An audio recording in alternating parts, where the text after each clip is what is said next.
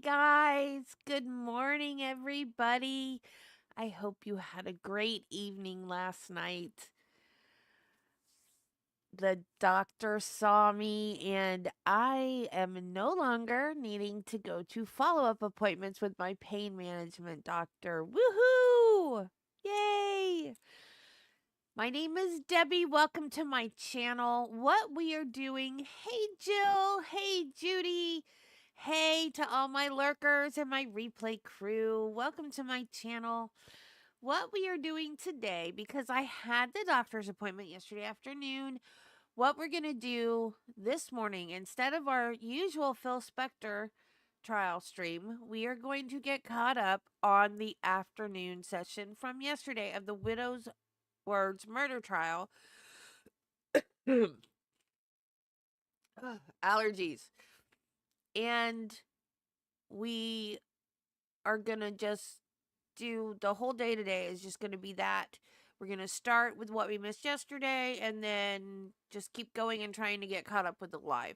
So we may not take a lot of breaks today. Depends on just how the timing goes. I don't know what it's going to be, but we're going to not miss anything, I promise. I am so sorry, y'all. My allergies are weird. Some mornings I'm perfectly fine, other mornings it's this. And I've been laughing a lot, and that also makes my throat all. I've just I found a gold mine, man. I forgot I think his name is, it's Lukey, Lewky, um, with some numbers after it. I think I found, I found his shorts on YouTube. I think he's also on Spotify though. He makes songs from bad Tinder matches. I don't know how he gets a hold of them though. Um, but there's one where he's like, I mean, it's like conversations from Tinder matches. There's one where where it's like, so how many kids do you have? And the woman goes, I have one.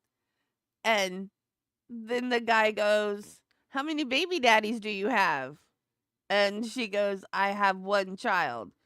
And he goes, yeah, but how many baby daddies do you have? And she goes, I only have one child. And he goes, yeah, but is it the same baby daddy? But he sets these to music and sings them like their songs. It's hilarious. And there's another one where the guy goes, I want you to come over to my house so I can get you pregnant. And she goes, I have an IUD. And he tells her, well, don't drink and drive.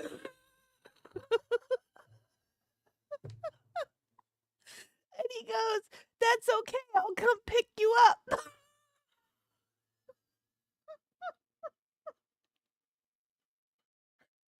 All set to music and he's singing them like their songs. It's hilarious.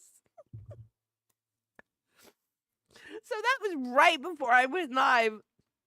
And I'm sending them to Jill. Just as soon as I find them, I'm like, no, I gotta go live. So I'm all my throat from laughing. So I apologize for that. Oh, I gotta quit scrolling my shorts feed in YouTube right before I go live. Hey Terry. Is laughing supposed to do this to your throat? I guess I'm just getting old. Anyway. So, yeah, they are. They're hilarious. I just kept sending them to Jill. I was like, I have to share these. They're too funny not to share with somebody. But it's Lewky, Lewky, and then there's a number after it. But I mean, how many people are named Lukey? I'm sure you can find him. And it also said like he's got the songs are on Spotify. So I think it's just Lukey on Spotify. So yeah, I'm crying. Like I'm crying. I'm laughing so hard at these. He has another. I didn't listen to the Craigslist ones, but he has he has songs for Craigslist postings too. He's a very good singer, even though it's comedy, but it's they're really good. Okay, so the widow's words murder trial. This woman. Okay, Judy and I were talking about this yesterday. We want to watch Houston's trial. That is her ex-boyfriend now, I guess, the one who is her co-conspirator. Um because I thought they found the gun in the safe. They didn't find the gun. They found a box of ammunition that I guess wasn't opened. So, what happened to the gun? Did she actually do it or did Houston do it and then leave with the gun and dispose of it? Like they don't have the gun and they were co-conspirators. So who actually pulled the trigger?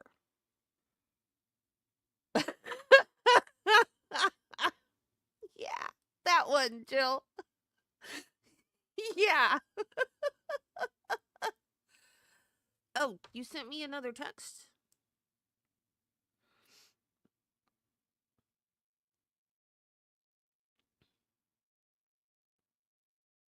Oh, it was located.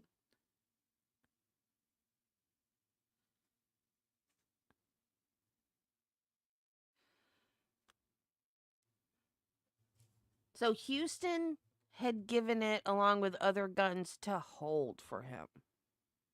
Given it to who?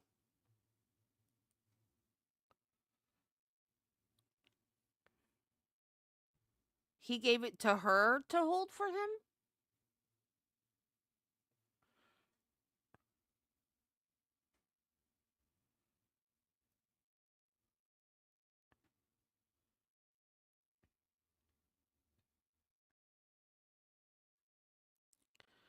Whoa, whoa. There is too much. Oh. So he gave it to friends to hold for him. Y'all never hold anything for a friend. Don't do it. Don't. Just don't. Like, be a good friend, but don't be that good of a friend. Because if somebody wants you to hold something for them, it's usually for a bad reason. Corey Richins has new charges. 26 new felonies: mortgage fraud, money laundering, forgery. Stearns. Okay, this is I don't understand this. Steven Stearns, two trials for this man. Why are they not doing it in one? I don't know. His SA trial is in July. His murder trial is in September. I don't get it. It's both for Maddie, right? Right, Judy? Why aren't they putting them together?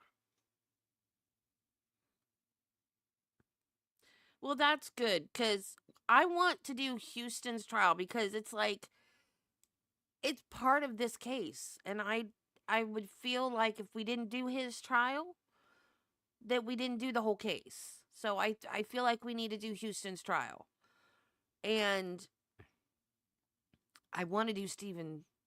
Is it Steven or Stefan Stearns? I want to do Stearns.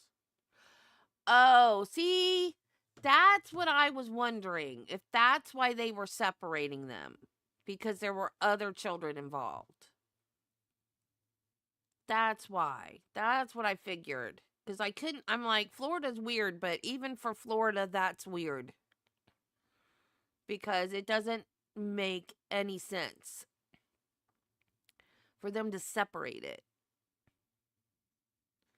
And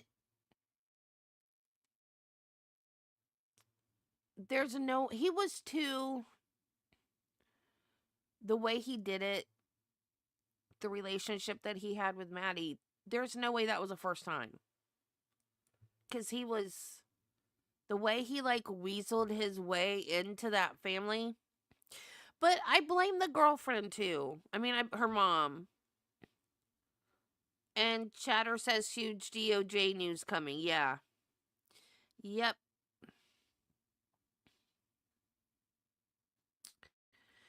Yep, I'm seeing that everywhere too. Um because I mean, I'm not blaming the victim. It's very sad that this mom lost a child.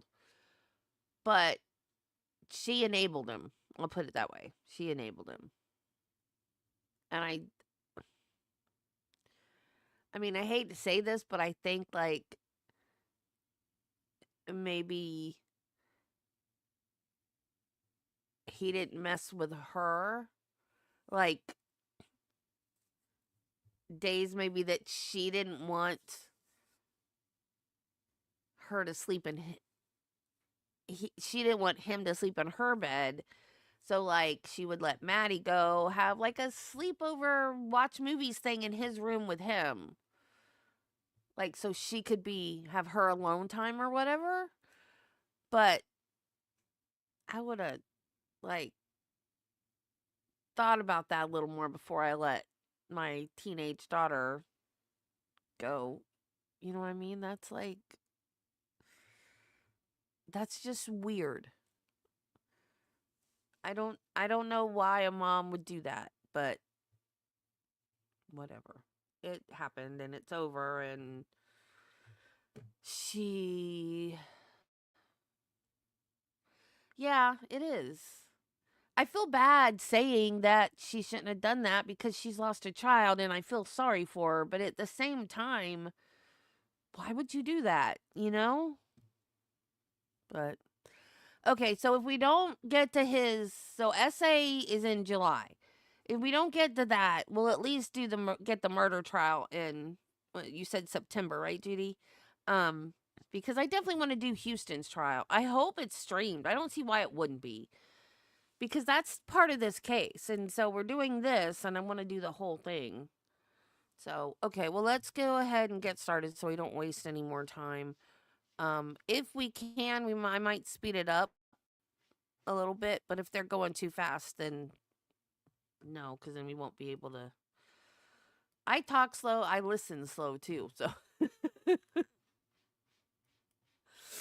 I used to get so mad at Peter Tragos because he listens to everything like on 2 times, and I can't listen that fast, so I would skip some of his videos because he was going too fast, but he's slowed it down now.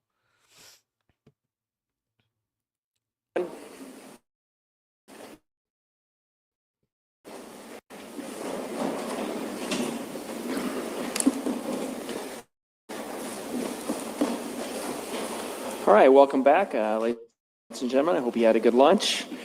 So we are back on the record. We have counsel and party. Martin was testifying before our lunch break and is back at the stand. And sir, again, I would just remind you that even though we took a lunch break, you're still under oath.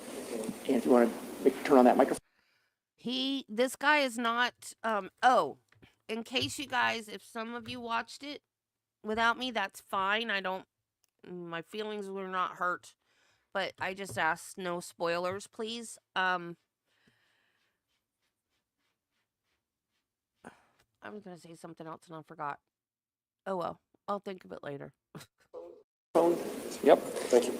And with that, Mr. Ringel, you may resume your questioning. Do you want, I think we were still had a couple pictures left. Did you want? I looked ahead. There are other witnesses besides this guy, the bald, boring blood spatter analysis guy. So it's not going to be just him for hours. There's other witnesses for the rest of the afternoon. All right, go through those? Yes, please.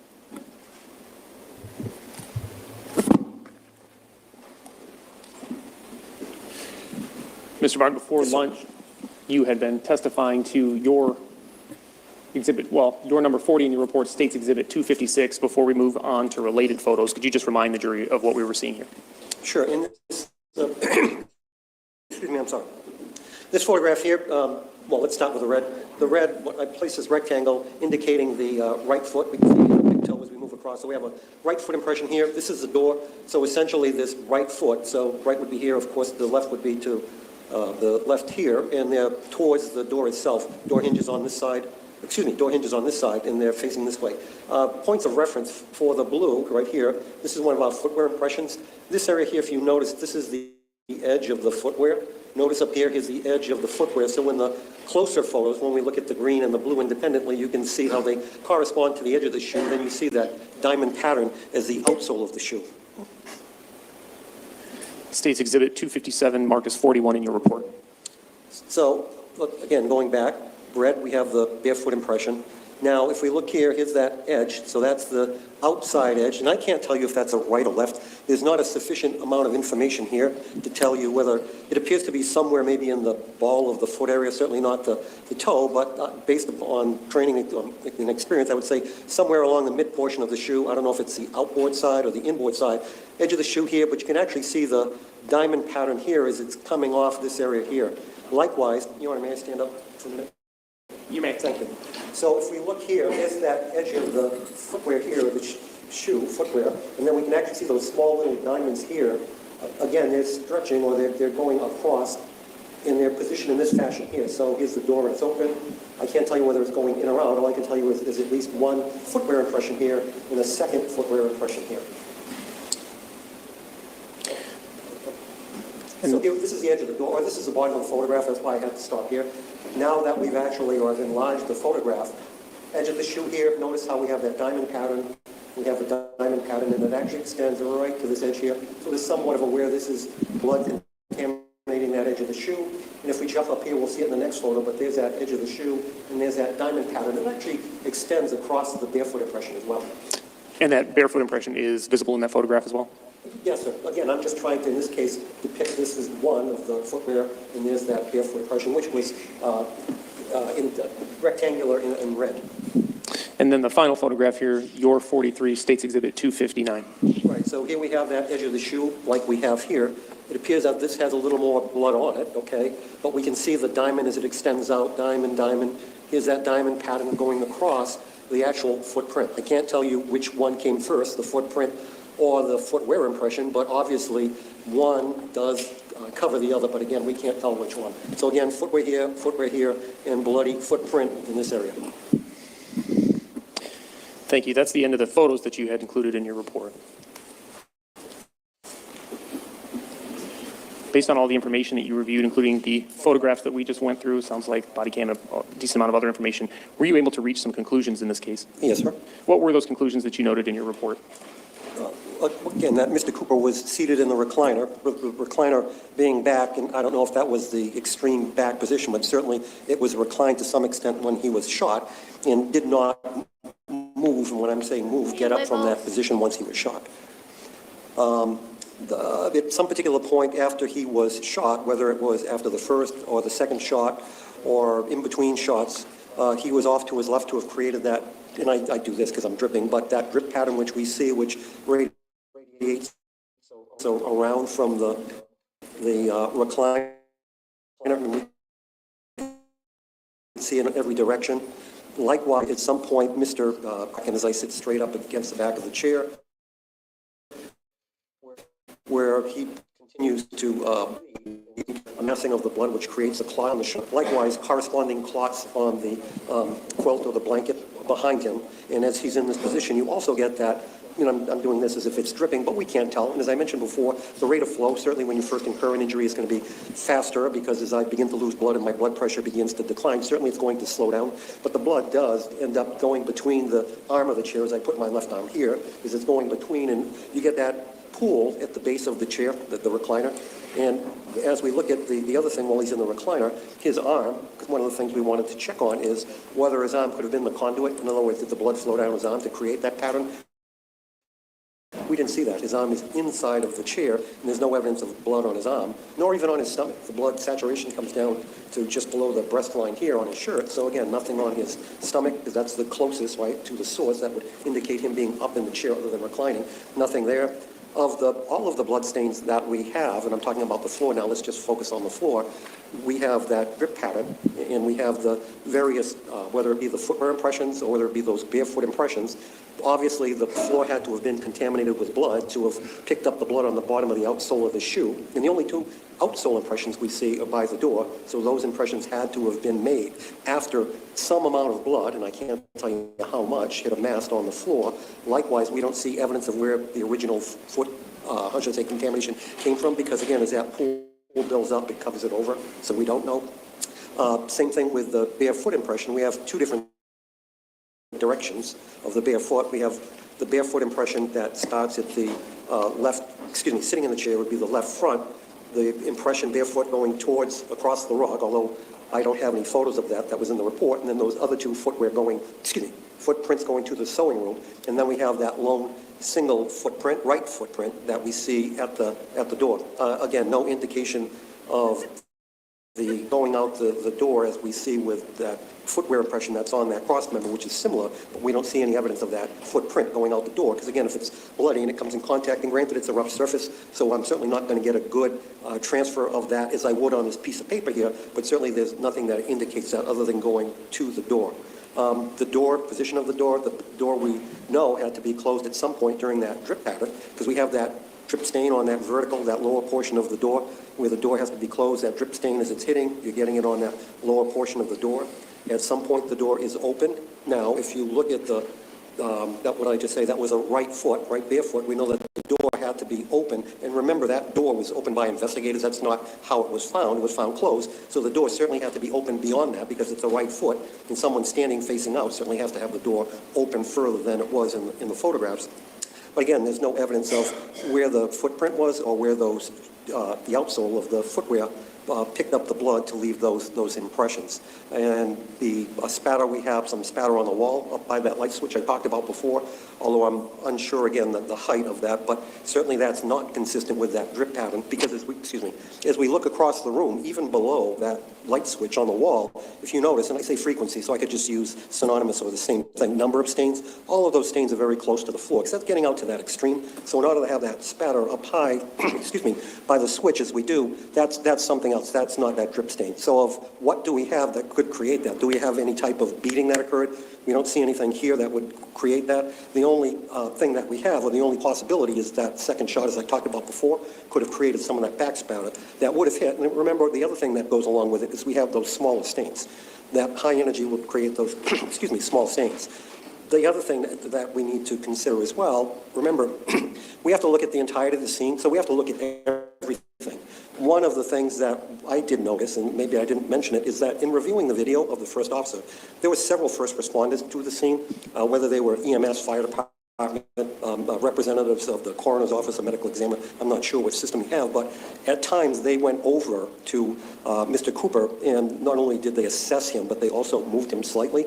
And going along with the fact, and I mentioned, other than the pool being dry, now if first responders, as they're at the scene, stepping over to Mr. Cooper, assessing, one would think if the floor, that spatter was still wet and they stepped on it, we would have some evidence, which I do see, it seems, when someone goes over EMS. If the blood were still wet, then we would see evidence of that.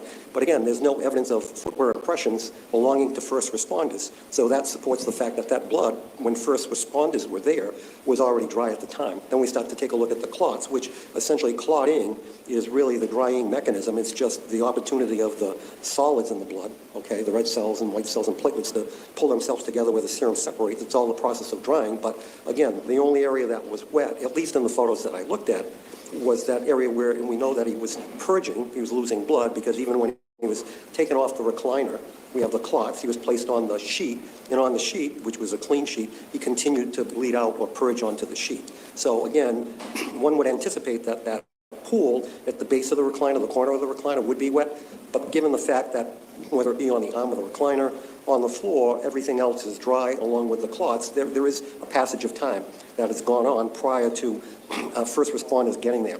But as I mentioned before, I can't tell you it was 5 minutes and 20 seconds or 20 minutes or whatever. That is dependent upon, it's just like anything else. If you would have a liquid or something in your home, how long does it take for it to dry? Without knowing the prevailing factors there, what the temperature was, what the humidity was, you certainly can't come up with a time, but you do know there was a sufficient amount of time for those areas to have dried. Counsel, you want to approach quickly?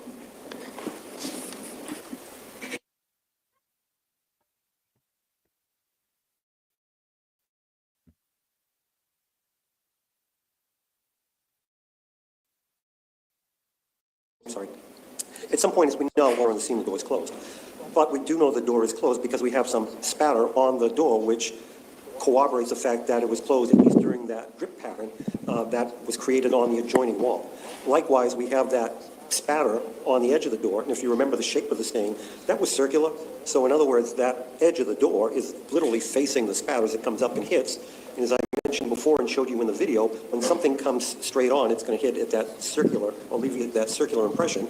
And again, here we have, and you saw in the video when we had the creation of that satellite spatter, is that satellite's created. Granted, some's going to come straight on. Likewise, some is just off to the side, as we have in this case, where it skids along the side of the door, and we get those elongated stains, which confirms, or at least like this on the outside, in that elliptical going off to the side, confirms that this as well tells me that the door was open at some position facing that, if you want to call it that parent stain, is that dripping was going on. Not only that, but in the reports of that I reviewed of the responding officers processing the scene, there was literally spatter on that door pump of the storm door. So again, let's go independent. Let's disregard the door. Your Honor, I'm objecting as this is non-responsive and carrying on.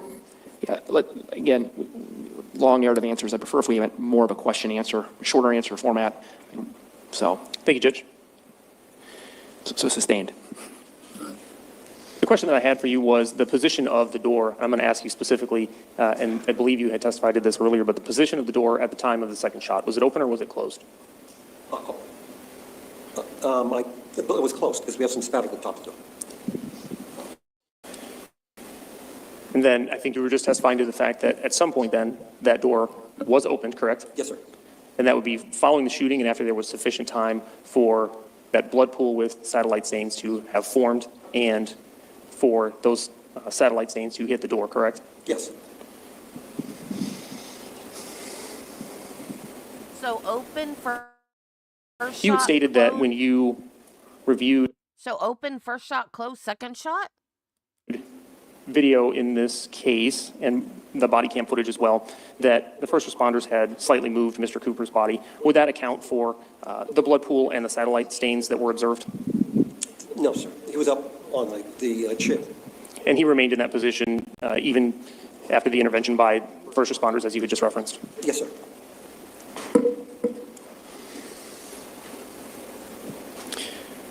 So I had asked you, Judge, if we could put on the overhead, please. I'm showing you again what's been marked as State's Exhibit number 232. That's your report number 16. I'd asked you if if Karina Cooper was making contact with Ryan Cooper's face. You had indicated that you believe that she was. I'd asked you if you could tell from reviewing that video whether she was making contact with the left side or the right side of his face. I originally testified that it was, again, because of the chair, that it was on his right side, but you can see that she's on the left side. And to clarify that, the wound, the side with the two wounds. So that's the left side of his face to her left side. So her face is making contact with the side of his face that has the two entrance wounds? Yes, sir.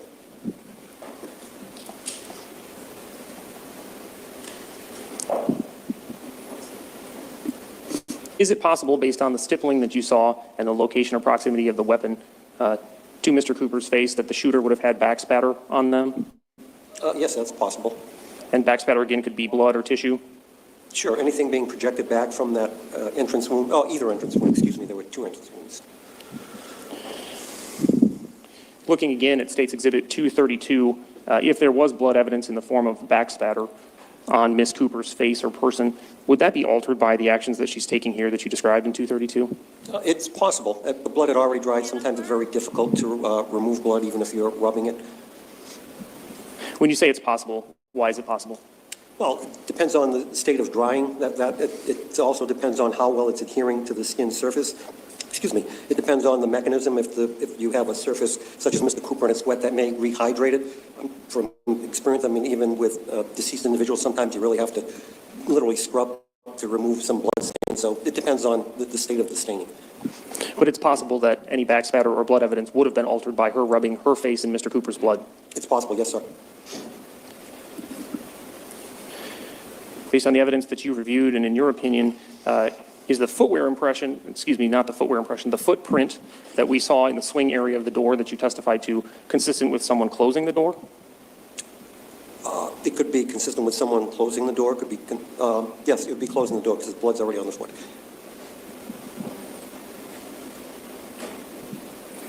And again, based on your review of the evidence, is the blood evidence at the scene consistent with someone shooting Mr. Cooper, a sufficient period of time elapsing for some blood to form, footprints or footwear becoming contaminated with that blood, and then exiting out that back door? Yes, sir. And when you say that a sufficient period of time would have needed to pass in order for the either footwear or footprint to become contaminated, what do you mean by that? Again, I can't tell you what the rate of flow is because it depends on how quickly they're bleeding and the length of time, but certainly enough blood would have had to have amassed on the floor, because it has to have been on the floor, for the footwear to step in it, likewise for the bare foot to have picked up that amount of blood. So if I understand correctly, with the information you provided and based on your analysis, the shooting occurred, the door was closed. Yes, sir. At some point, Mr. Cooper's body is to the left. Blood is coming from his face directly to the floor for a significant enough period of time for both footprints and footwear impressions to have formed, and then later for that to have been covered over due to the continued dripping, correct? Yes, sir. The door was opened and exposed to that dripping and subsequent satellite stains. At some period during that, because we don't know how long. At some point, the door was closed. Correct. And Dripping, yes, sir.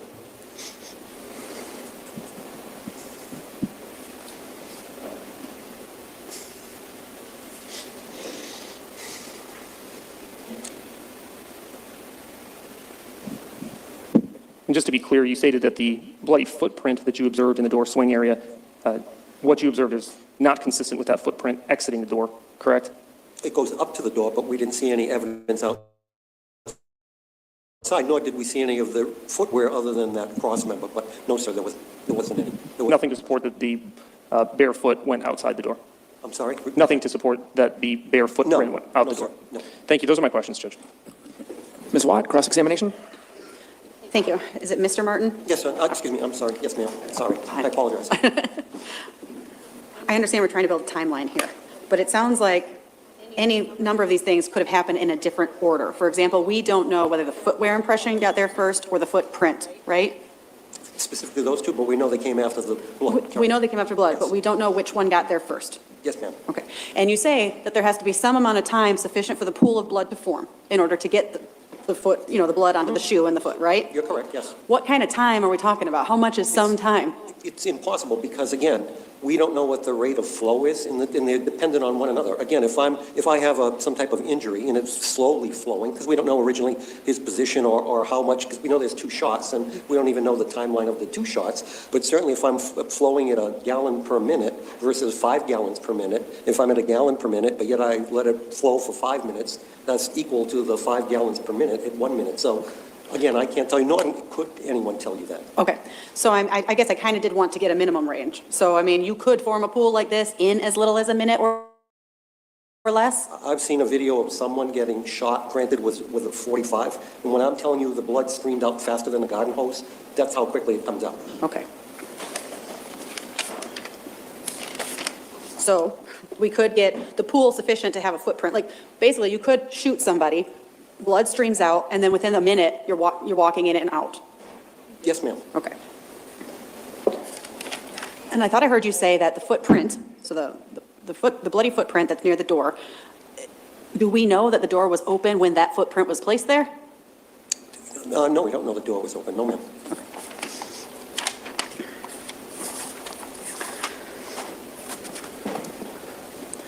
I understand that you know that the son, Cade, he slipped in the blood, right? That's what was reported. Yes, ma'am. Okay, and so we see these like swoops because that's where he's slipping and falling? Swipes. Yes, ma'am. Okay, but we don't see actual footprints, and is that because more blood is continuing to pool after he slipped? Yes. Okay. Nor do we see any footprints leaving the scene. If again, you would assume that the bottoms of his feet, if they were contaminated, they would be leaving the scene as well. Okay. So does that mean we don't think you actually slipped in the blood? No, I haven't said that, nor were we able to associate any of the footprints, because we certainly don't have examination quality photos to give us the size of those footprints. We're not sure what size they are or who they belong to. Okay, so the bloody footprints that we have, we don't know if those are Kate's or not. Correct.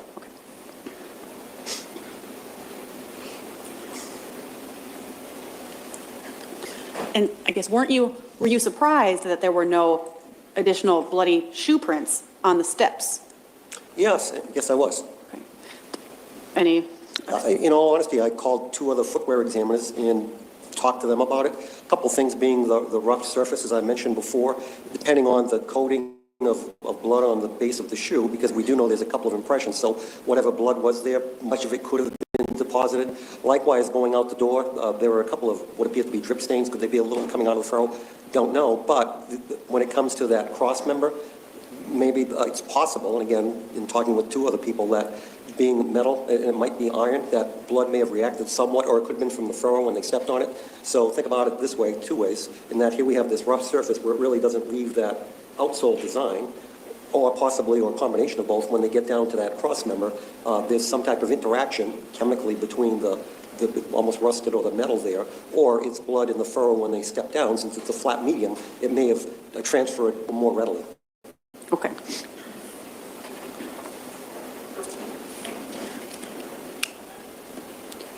When you watched the body cam of Fangman, were you taking note of whether you could see blood on Karina Cooper?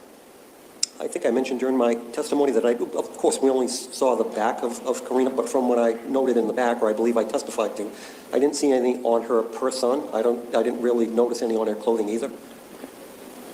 And I mean, you can see her legs. She's wearing shorts. Yes, ma'am. Okay, and you didn't, so you don't see, at least in the video, any blood that's all over her legs? No, not at all. Are you able to tell by your looking into this case, are you able to tell where the shooter was standing?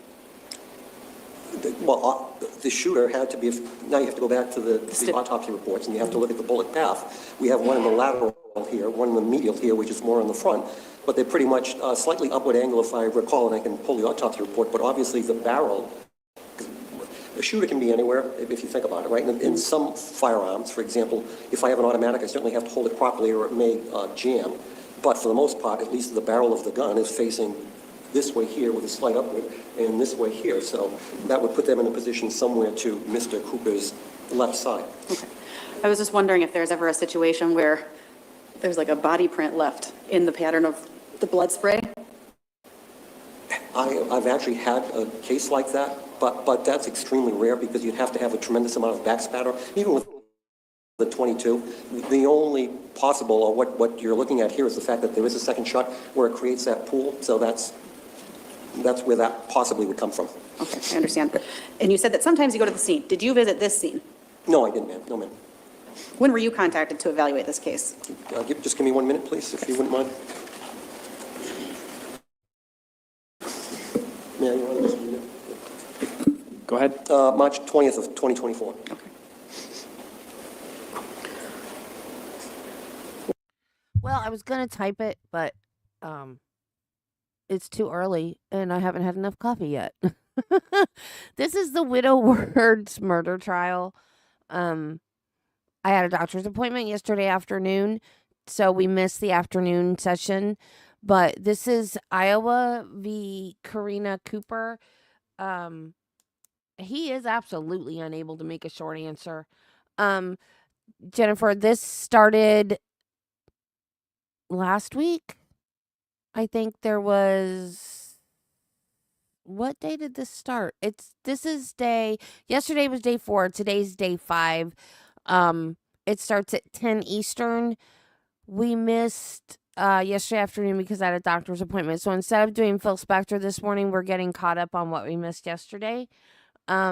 This woman, she was in her 40s, was married to a farmer. She was a hairdresser, had her own shop on their farm property.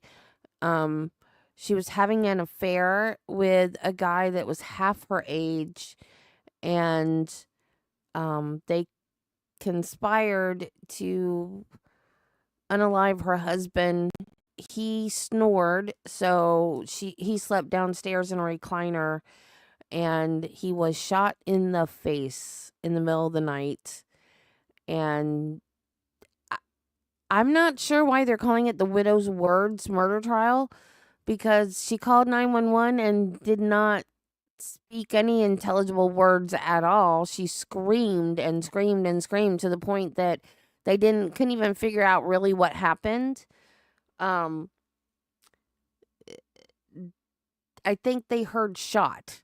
I think that was pretty much shot and blood were like the only two words they could understand. So they sent cops out there, and when they dispatched the cops said they could hear her screaming. And usually when the 911 dispatches the cops through the radio, that they don't hear the 911 call. They said it's very unusual, but they could hear her screaming. She was screaming so loud. And she was still screaming when she curled up in his lap, in her dead husband's lap, and they had to pull her off of him. Then they took her outside, and she called her brother-in-law, so he was there too. So they separated them, like they're supposed to do, separate witnesses to interview them. They put her in the back of the patrol car, or tried to. She literally fell on the ground in a fetal position and screamed and wailed. It was ridiculous. And she has pretty much cried every day of the trial too. And this happened 3 years ago. I think she's overdoing her acting a bit. Everybody has compared her to Amber Heard, saying that she's a better actress than Amber Heard because she cries so much. So, yeah, that long answer, but yes, this is the current trial. We're also saying that the blood is drying or dry, but am I correct? We can't time that either. That's a broad range? Oh, it is a broad range. It's extremely broad because the humidity makes a big difference. The temperature in the house makes a difference.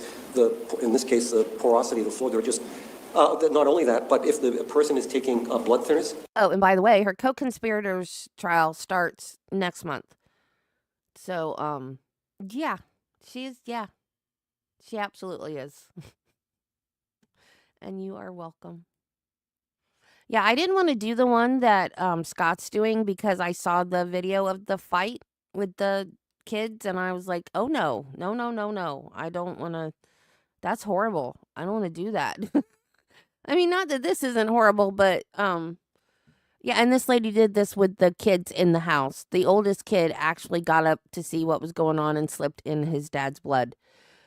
So, I mean, this is horrible too, but I decided I didn't want to do the other one.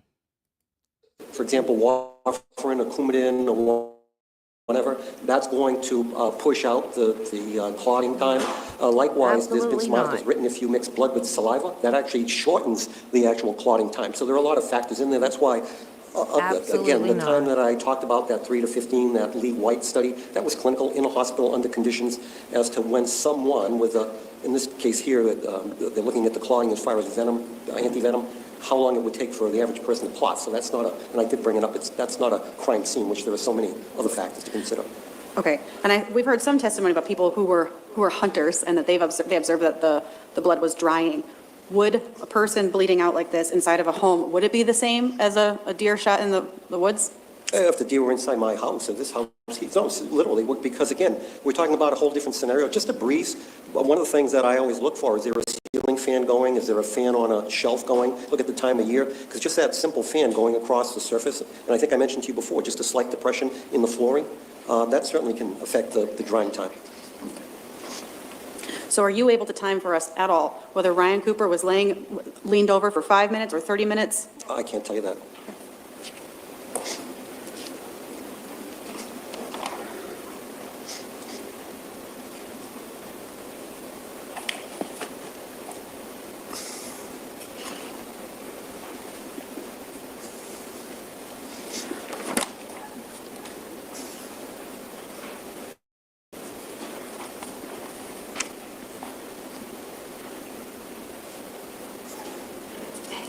You've described that Ryan had to be in a particular position in this chair in order to get the blood pool that we have. Can you just show us, like with your body, can you show us how he would have been sitting in the recliner to make that pool, the first pool? Oh, again, what we need is from the entrance site, so we know the entrance site is on the left side here in that medial area and the lateral area. have to be over the arm of the chair because we need a distance for that drop, as we noticed in the video, for that drop to drop down and hit that pool. So whether he's 12 inches over, he could have actually moved as well. We have, not only do we have voluntary, but we have involuntary movement, plus we could have outside movement by someone. But what we have to do is we have to have a clear path between the wound site, in this case, and the actual floor itself. So to put. Do you think her getting in his lap was a forensic countermeasure, or do you think it was to make her seem like she was grieving? I guess it would be I guess that would be a forensic countermeasure.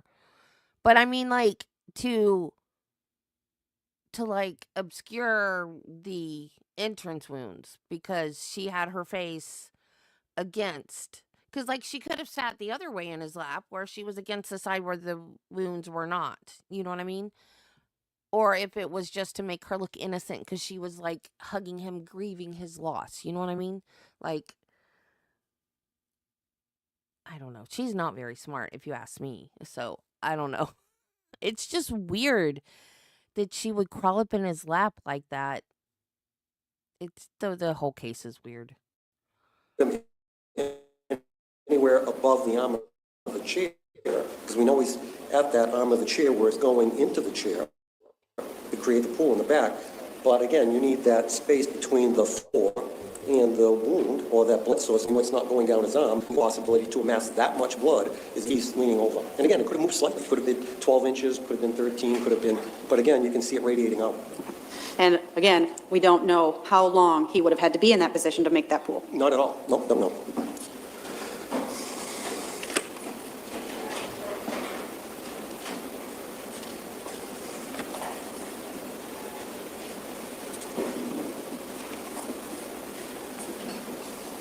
I do not have any other questions. Thank you, sir.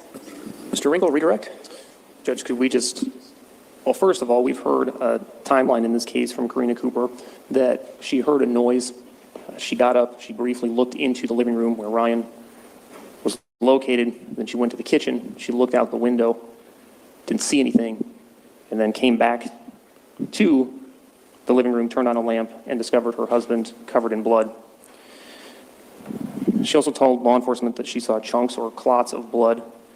Based on that timeline, could those chunks or clots of blood have formed as quickly as outlined by Ms. Cooper? Highly unlikely. I understand the study that you referenced, the Lee and White study, minimum time of 3 minutes. Yeah, they talk about 3 minutes, yes, sir, up to 15. And again, and that's clinical. It can certainly be quicker or certainly be pushed out depending on the conditions that you're in.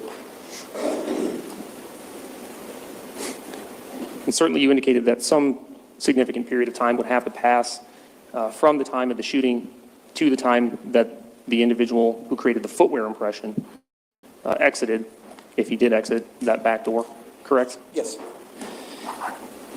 And if I could display Exhibit 256, Your Honor.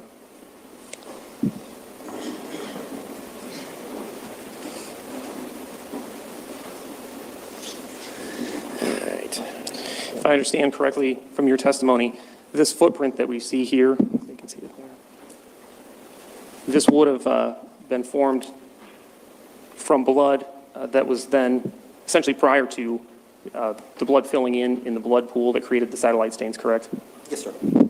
In other words, when this footprint was formed, Ryan Cooper's body was still shifted to the left and dripping downward into that blood pool? Yes. And that was before it was then returned to its upright position, however that happened. Yes, sir. No further questions. Ms. Watt? You just testified that there had to be a significant amount of time to pass in order for the footprint to be made by the shoe. I thought you just said it could happen within a minute previously. How about sufficient? So significant. Again, depending on the rate of flow. If I'm streaming quite a bit of blood here onto the floor, it may only take seconds to amass just enough to get on the bottom of my shoe. And you're right, it wasn't you who said significant, it was the state's question. So it could be a short Sufficient. time. Yes, again, depends on the rate of flow. And then you said it was unlikely that she might see chunks of, I'm going to call that clotting, I guess, of Ryan's blood. How long do you think that would take then? Again, the clotting mechanism starts to take place once the blood's leaving the body, but to start developing these clots as we see here and on the blanket, it's, again, it's several factors, but not only that, but we've got the blood drying too. So when we look at the totality of what we have, I can't give you a time. Well, you said it was highly unlikely that it was within that time, so I guess I'm asking, why is that so highly unlikely? Unlikely within what time? That she could have heard a sound, done all these different steps, gone back and forth to the kitchen, looked out the window, and then turns on the lamp and sees her husband bloody. Oh. That couldn't have been enough time for these chunks to form? That she just... Okay, so what we do know is he's off to his left at some point, and he's dripping, all right? We have that drip stain. He obviously has to be, so we have some amount of blood, some passage of time. Now he has to be placed back up against the chair, so we know that we've had a sufficient amount of time here to amass that, what's on the floor for potentially footwear, but we've also had enough time for that blood to collect on the, not only on the left side, but on the right side of his shirt as well. Okay. So then she could have seen the chunks or not? No, she absolutely could have seen the chunks if its time had passed, where not only do you get the volume, but you get the clotting mechanism going on, or beginning, Okay. or progressing. All right. So bottom line is, it depends. No, it really does. Mr. Ringel? Briefly. So if she could have seen the clots, if sufficient time had passed, sufficient time both for the parent pool and satellite stains caused by Ryan Cooper's body being leaned over to his left, and for his body to have then returned to an upright position, continued to bleed, and the clots formed in that position. Right. No further questions. No. No. All right. Thank you, sir. You may step down. Thank you. You're excused.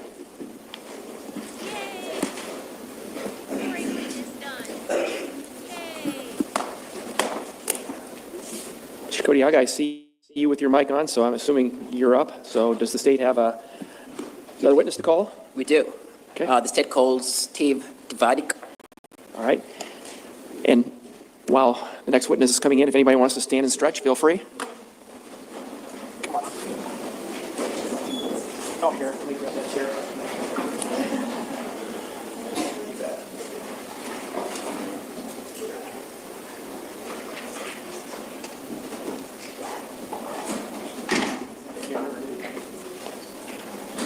All right, sir, I'll have you come on up here. Everybody wants to grab a seat. You want to grab a seat to my far left over there, sir? I'll swear you in when you're seated. Go ahead and have a seat. You can move that microphone however you'd like. All right, sir, I'm going to swear you in. If you please raise your right hand. Sir, do you swear or affirm that the testimony you'll be giving today will be the truth? I do. Okay. And for the record, can you please give us your first name and your last name and spell them? My name is Steve Tverdik. That's spelled Tvrdik. All right, Mr. Afternoon, Mr. Tvadik. Good afternoon. Did I say it correctly? You did. Okay, can you hear me well? Yes, I can. Okay, you've stated your name. What do you do for a living? I'm a criminalist in the impression section of the DCI Crime Lab in Ankeny, Iowa. Okay, and can you just tell the jury what that means, what you've told them you are? So the impression section handles evidence admitted to the DCI laboratory, specifically looking for prints, fingerprints, palm prints. So looking and the attached with latent is simply where that means hidden. Sometimes you look at an item of evidence and it may not, to the naked eye, have anything on it, but through a variety of processing techniques, we would then develop those impressions on that item of evidence. We also would preserve that impression, typically through photography, and then make comparisons of the questioned impressions that we found on items of evidence with known standards collected in a controlled setting. Thank you. Now, in order to do this job, what kind of training or qualifications do you possess? So I began in 2013, the last week of August in 2013, and at that time, I started a 2-year full-time training program at the laboratory, which involved me being trained by criminalists, trained to competency at the laboratory, being sent out to other facilities around the country to receive training by them, so I gained a knowledge of commonly used practices within the field. After the 2-year training program was completed, in the fall of 2015, I was released to do independent casework. Have you done, in the course of your work, have you done a lot of the fingerprints, palm prints, footwear, impressions analysis as part of your duties? I've worked a few thousand cases in my time at the laboratory since being released to do independent casework. And have you testified previously in court in your line of work? Yes, I have. As part of your duties, did you happen to look at some evidence and do some impressions of some evidence that brings us to this courtroom today? Yes, I did. And as part of that, did you also author a report which you labeled as report number 7? There were several reports in this case. Do you mind if I refresh my memory by looking at my report number? Please. Yes, I did number 7. Thank you. And as you say, there were several reports that you did in this particular case. There were lots of different items that you were in charge of, either analyzing one way or another. That's right. Of relevance to your testimony today would be, as items in report 7, what items did you receive or were submitted to you for analysis? For report number 7, I looked at item 2.1, which was a disk made from crime scene images. Also, item number 25, which was 2 doorknobs, and item 29, which was a pair of boots. Now, when you received these, what kind of analysis were you prepared or were you focused on doing on the item that you've identified as item number 2? First, I would look at the images and see if there were any impressions that I felt were suitable for comparison. There were only a handful of images on this item, and I only observed one possible footwear impression. It was a very small impression, but it was there. I believe I designated that 2.1A.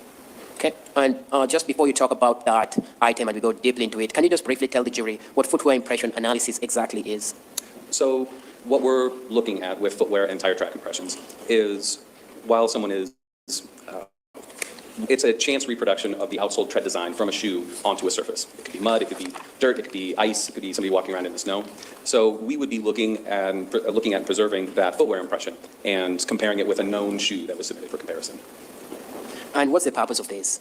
So unlike fingerprints, where from birth they have high discriminating power, shoes, when they come off the assembly line, every shoe that was made from the same mold is, for all intents and purposes, for me, relatively indistinguishable from another shoe made from the same mold. The way they become useful for distinguishing between those two shoes, in my example, coming off the same mold, is that through use, while people are walking around on them, they're acquiring little nicks and scratches and cuts, say you step on a nail or a piece of barbed wire, or you're a runner and you're wearing off the surface of that shoe. And all of those, the randomly acquired characteristics, those little nicks, cuts, and scratches, that's what I'm using to determine whether or not an impression was made by the same shoe as a known shoe, a known impression that I'm saying. So questioned and known, I'm comparing questioned and known. And so if you have a good questioned impression, something that contains a lot of detail, then if you have the good exemplars or the known shoes, then you can make a determination as to possible source. So, If that makes sense. so as a forensic analyst, what you're pretty much saying is that depending on the impression, a shoe pattern or a shoe tread, the way a shoe leaves a mark, can tell us if that shoe was present, for example, at a crime scene or something to that extent.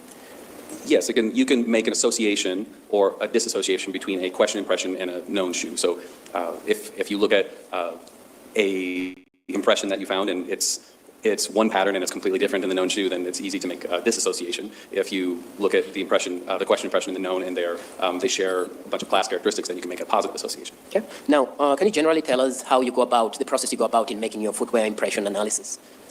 So first, I look at the question impression. That's always where you start. Does this impression that I'm looking at have enough detail to compare against anything and have a useful comparison? Can I come to a result?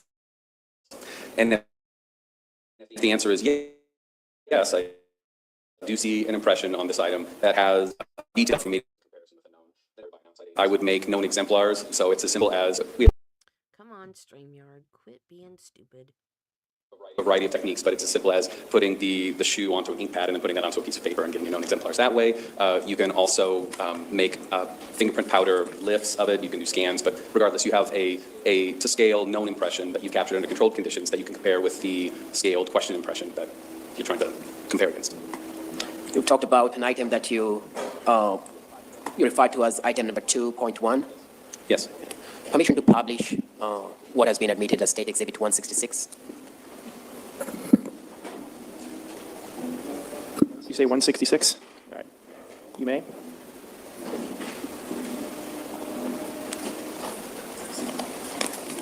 I'm going to, hold on a second. I'm going to.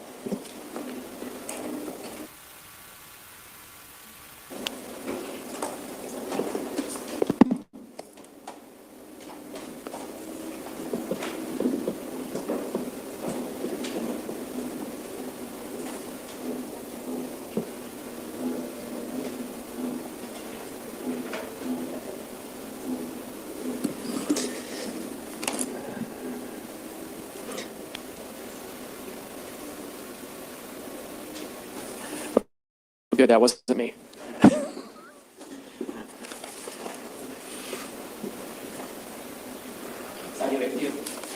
So do you recognize what has been admitted as State 166 is? I'm sorry, yes, I do. And what is State 166? This is a photograph of the impression I examined, which I marked 2.1A.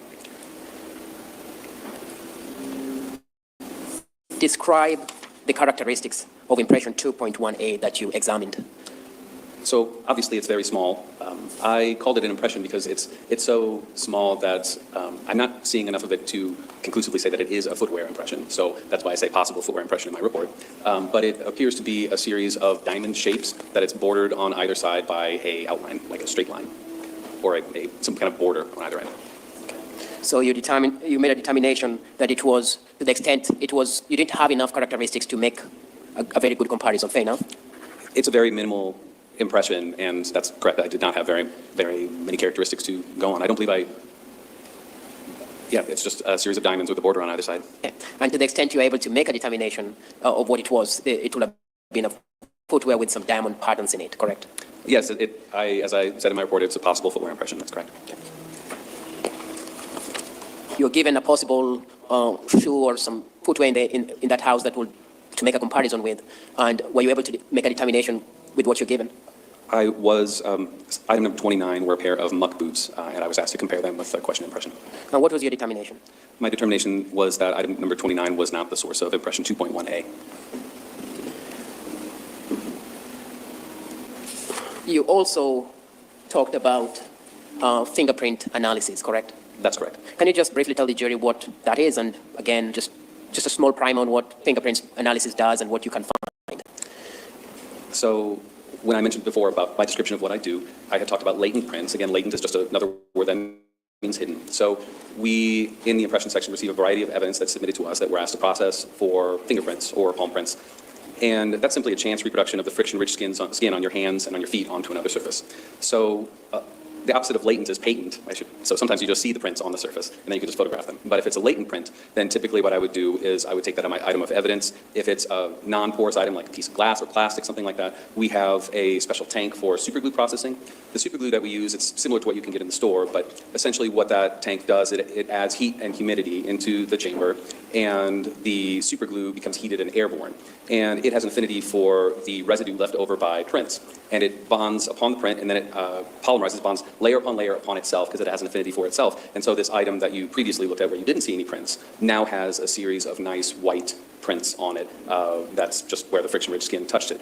If you can imagine, if you ever take a shower, you look at your bathroom mirror and it looks clean and pristine. It doesn't look like there are any fingerprints on there, but then you take a very hot shower and the steam will actually develop those fingerprints on the surface of your mirror. And you get out of the shower and, oh my gosh, your mirror is covered with fingerprints. That's very similar to what this technique is, although with the superglue, it bonds to the surface. So it also has the benefit of making these prints a lot more durable. And then typically, again, for non-porous items of evidence, I would use a chemical dye stain that fluoresces to coat over the item so that they fluoresce under an alternate light source, and it makes photography easier. And yes, that's, in a nutshell, that's what I do for non-porous items of evidence that are submitted to the lab. In your line of work, do you always find fingerprints at crime scene? Well, I don't go to the crime scene, but on the items that are submitted to me, no, we do not. So it's a misconception that if someone holds something, there's always going to be suitable fingerprints to be developed. Absolutely. It's just a chance reproduction of the friction-rich skin on your hands or feet onto a surface. So chance means sometimes it's there, sometimes it's not. Was there an item that you identified as item 25 that you were tasked with looking for suitable prints? Yes. What was item number 25? They were doorknobs. Did you therefore try to find prints on the doorknobs that you've talked about? Yes, I did. Well, the ductwork sounds like the Jaws theme now. Were you able to get any prints on those doorknobs? I was able to see ridge areas, but there was nothing suitable for any kind of comparison. So, and I'd asked whether you can always find prints on something that someone has touched. What are some of the reasons why you cannot, sometimes you don't find the prints? Well, that I don't find the prints or that I don't find suitable prints? That you don't find suitable prints? A number of reasons. One is if it's an item that's used over and over and over again, you can have a series of multiple overlapping prints. For those of you who are old enough to remember film cameras, if you have a double exposed image on a film camera, or just imagine multiple pictures being laid over the top of each other, you can't quite make out any of the features. That's one thing. Another thing is if something was white, just the mechanics of touch, you regularly, things are regularly being touched and swiped, and that movement can distort or obliterate prints. Prints are relatively fragile, and environmental conditions can also play a part. If you have something that's exposed to the elements outdoors, for example, that can certainly obliterate prints. If you have environmental conditions such as it being overly dry, the fingerprints are primarily moisture, so if you have a very dry environment, that can inhibit the deposition of fingerprints. There's a long list of things So multiple factors, like, Yes. yeah, like the surface of what you're talking about, the surface of the thing, the texture of the surface of what you're talking about could influence that. Texture could certainly, if highly textured surface, you could just have parts of the ridges that are reproduced on the surface, which wouldn't give you a good picture of the actual detail. Someone wore gloves, for example, will that affect it? Yeah, certainly. If you're wearing gloves, then you have a tendency to not leave fingerprints. There are some gloves that you can perspire through and still leave fingerprints, but it certainly would be a limiting factor. So basically, just because you don't find something on, for example, item number 25, the doorknob, doesn't mean that someone did not open that door. Fair enough? That's correct. Thank you very much. I have no further questions. Ms. Watt, any cross-examination? Just a couple questions for you. So your report indicates doorknob. Were there more than one doorknob that you? Well, so doorknobs come in two halves. There's an inside and outside of the door. So. Okay. So it's just that you had both sides from the same door. Yeah, I had two knobs submitted in that item. Okay. The footwear impressions that we saw, did you ever have a chance to see any photos of footwear impressions found inside the home? Footwear impression 2.1A was the only one I examined in this case. So have you examined any of the photos that were enhanced by our previous witness, Mr. Ken Martin? No, the only images that I looked at were the ones that were submitted in item 2. Okay. Laboratory item 2, sorry. Do you know, well, I'm sure your answer is going to be no then, but were there ever any shoes submitted to you from Houston Danker's residence? I'm not aware of any shoes that were submitted other than item 29, which I just spoke about. And item 29 was a pair of kids' shoes, right? Yes, I believe kids' muck boots, I think was the description. No other questions. Thank you. Mr. Kodiaga, redirect. I have no question. Thank you. All right, thank you, sir. You may step down. You're excused. That was fast. State prepared to call us next witness. The state calls Brenda Reinhardt. Okay.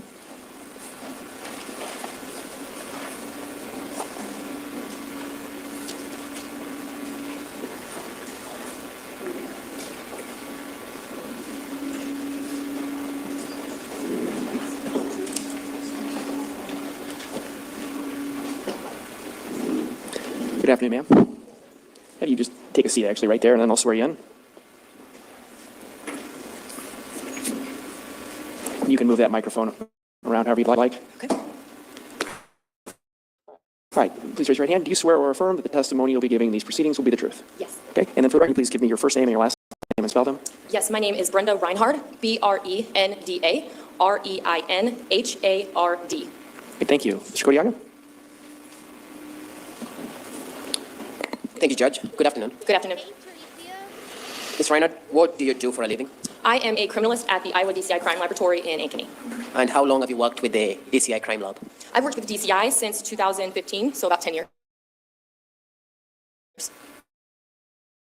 What do you do at the crime lab? I work primarily in the biology DNA section of the lab. I examine, depending on the case, look for the presence of any bodily fluids that might be present, and then I will take samples of those items and attempt to obtain any DNA profiles that can then be compared to any known samples to be included or excluded as a contributor. Will you briefly summarize for the jury your education and your specialized training to be a DNA analyst? Yes, so I have a bachelor's degree in biology and a bachelor's degree in forensic science from Columbia College in Missouri, and I have a master's degree in forensic science from the University of New Haven in Connecticut.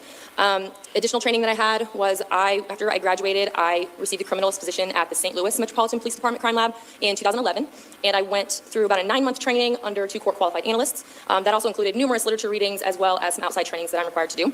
And then I had to take both written and oral exams, as well as a competency test to be signed off to do casework independently. And then when I received the job in Ankeny, I went through about a 3-month training under the DNA technical leader, and same tests and oral exams and a competency to be signed off. And I'm also proficiency tested by an outside agency twice a year. As part of your duties, have you performed various DNA analyses over the years? Yes, I have. Does that go into hundreds? Thousands, yeah. Can you briefly tell this jury what DNA is and just go through the process of what DNA and what it entails? So DNA stands for deoxyribonucleic acid. It is the chemical blueprint that makes all of us unique as individuals, with the exception of identical twins. We receive half from our mother and half from our father, and it can be found in blood, seminal fluid, saliva, or epithelial cells, which are skin cells. So in other words, we sometimes shed DNA when we're sitting, when we're talking, when we're touching things. Yes.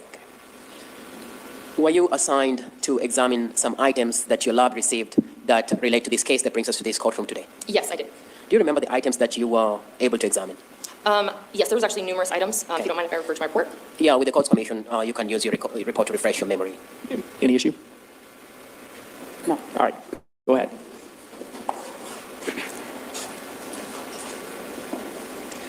Did you just want me to list all of the items I examined or looked at, or? Let's start with the first section of what you received and what you identified them as. And I'm going to ask you to just slow down so that the court reporter can catch everything you're saying. So from the first part of the first, what I'll call paragraph of your report. Of the report, sorry, just so I clarify, of all the items submitted or the items that were examined? Let's talk about the items what items were submitted? Okay, sorry. The items that were submitted were, there were swabs of stain from the sewing room floor, swabs from the outside landing of the living room door, swabs of stains from the cement and railing on the first step up outside the living room door, swabs of stains on the exterior of the living room door, swabs of a stain from the red Ford steering wheel, swabs from the Ford truck driver's door handle, swabs of the red Ford truck steering wheel. I had a bloodstain card from Ryan Cooper, as well as left-hand fingernail clippings and right-hand fingernail clippings and pulled head hair of Ryan Cooper, as well as a t-shirt from Ryan Cooper. There was also an interior doorknob from the crime scene. There were 6 swab boxes that were collected from the door handle area, a gray t-shirt, a pair of black Old Navy shorts, and muck boots from the mudroom entry. And then I had known buccal swabs. That's like the inside swab of an individual's cheek. So known samples from Cade Cooper, Cable Cooper, Karina Cooper, and Cortland Cooper. What is the purpose of these buccal swabs? What will you do with them? If a DNA profile is developed from any of the items of evidence, then that profile can then be compared to any known samples brought into the lab. So then we can tell if that person is either included or maybe excluded as a contributor. When you talk about DNA profile, what do you mean by that? It is just a numerical representation of an individual's DNA. Like I said before, all of our DNA is unique with the exception of identical twins, and we look at 21 different unique locations on an individual's DNA. In the line of in your job, do you find there are misconceptions from the public that DNA is always found on a scene of a crime? Yes. Can you tell the jury why that's a misconception or why sometimes DNA is not found? Yes, so sometimes, I guess the most DNA that we get from, the reason why we take buccal swabs, like the inside of someone's cheek, or we get a known sample from blood, for example, it's a rich source of DNA. So we should most likely get a DNA profile from those type of items, depending on how much is present. And then the other items would be touch DNA. So even if I just touched this table and I swabbed it, I may or may not find that my DNA is there. It can depend on numerous factors. So how long I touched it, if I rubbed it or had any force against it, if it was a smooth surface versus a rough surface, and depending on time, how long DNA's been there, if it's been outside, or something like that, it can be degraded by certain factors, those kind of things. So from your example of touching that table, does failing to find DNA from you touching that table prove that you never touched the table?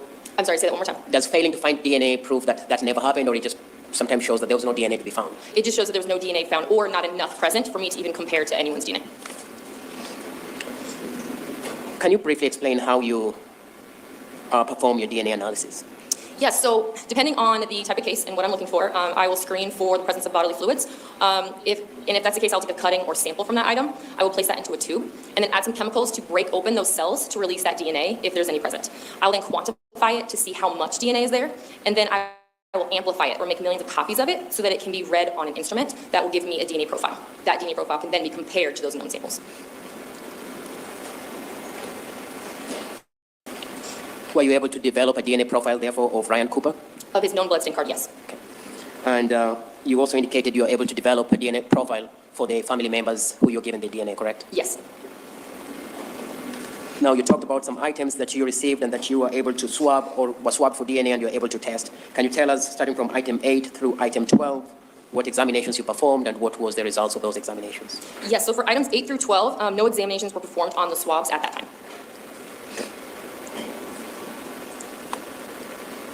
What about item number 13?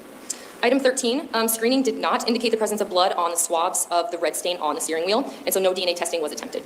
Can you just explain what that means? Maybe in layman terms, just break it a little down. Yes, so the swabs I received, if they are red in color, I will screen them for the presence of blood.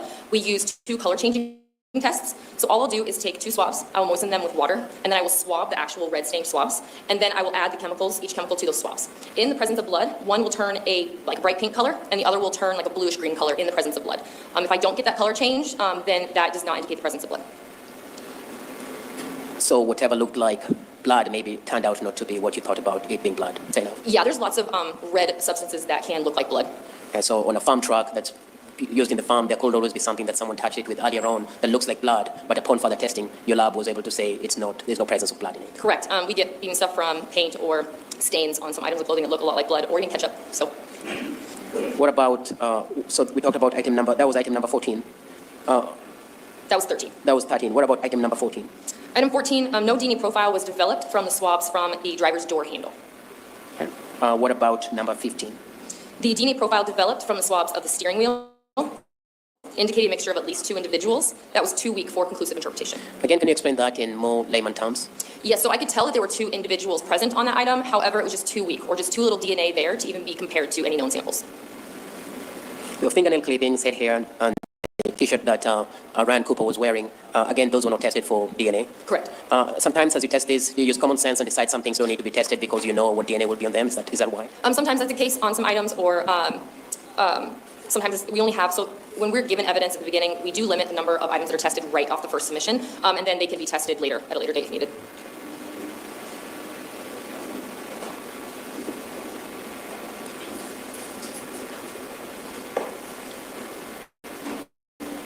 There was a match that when we talk about later items that you tested, the interior screen doorknob, did you test that? The interior. The doorknob, did you test the doorknob? That's item 25. Item 25. Yeah. On the doorknob, I did look at the doorknob. Previously, before I looked at it, on this doorknob, excuse me, there was an LP, or latent print examination assignment, as well as a DNA assignment on that doorknob. And so I did look at it, and I decided that it was a smooth surface. And so a lot of times we do bring down the LP examiner to come and look at it with us, and sometimes we'll do both. So I'll usually take the rough surfaces, and or the LP examiner will take the smooth surfaces. Since this was all smooth, we decided to just go with, I called the agent to see what assignment he would rather do, and they chose to do LP on that one. Excuse me. Are you less likely to find DNA on smooth surfaces? Sometimes, most of the time, and then on doorknobs, a lot of times we will get mixtures or too weak, because a lot of people touch doorknobs. So prints are usually a better way of getting those better results. Did you examine what you marked as item 26? Yes, I did.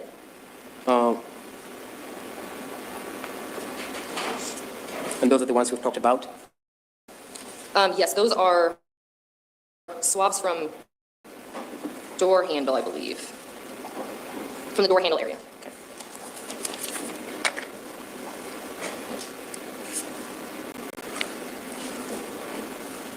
You also had a report which you labeled as report number 10. Yes, I did. Can you tell us the item or items you examined under the report that you labeled as report number 10? Yes, number 10, I looked at swabs from the cement and railing on the first step up outside the living room door. And what were you testing in this item number 10? I screened the items for the presence of blood, and screening indicated the presence of blood on those swabs. And the DNA profile developed from those swabs matched the known DNA profile of Ryan Cooper. The probability of finding this profile in a population of unrelated individuals chosen at random would be less than 1 out of 30 decillion.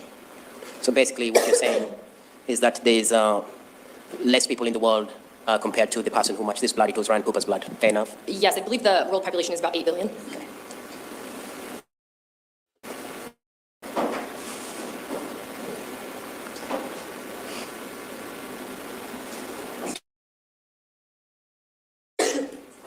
Sorry, I took longer.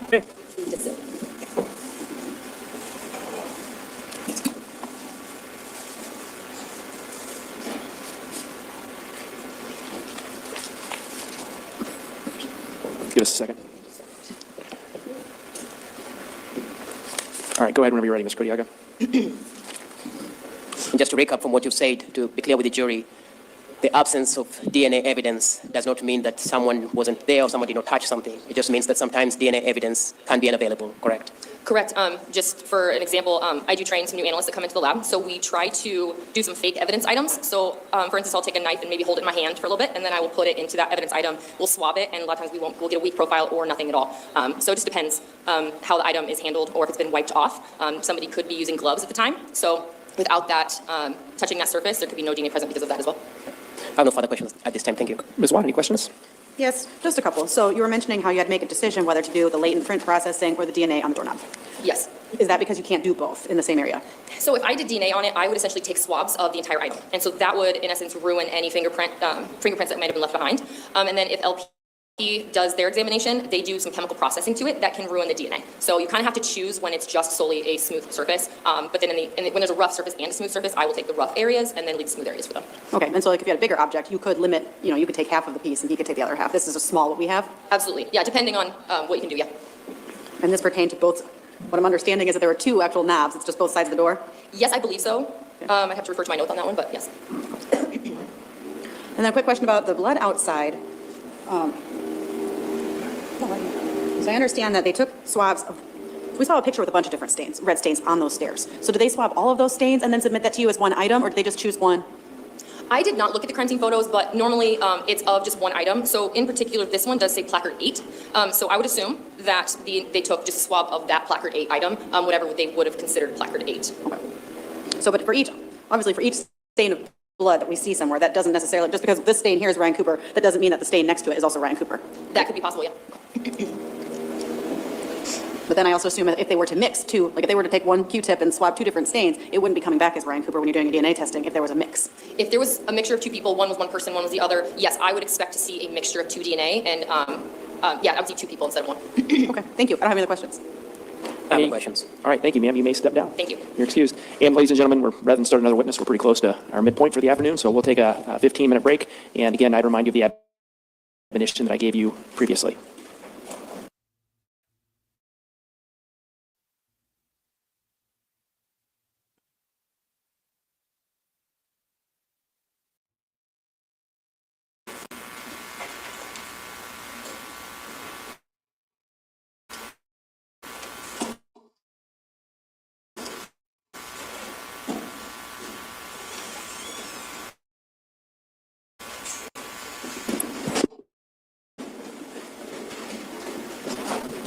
Council and parties present. Mr. Ringel, you've got the microphone on, so does the state have another witness to call today?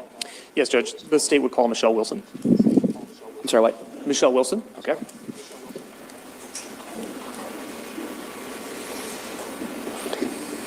Good afternoon, Ms. Wilson. Just have you come on up to the chair to my far left, if you would, and you can go ahead and take a seat when you get up there.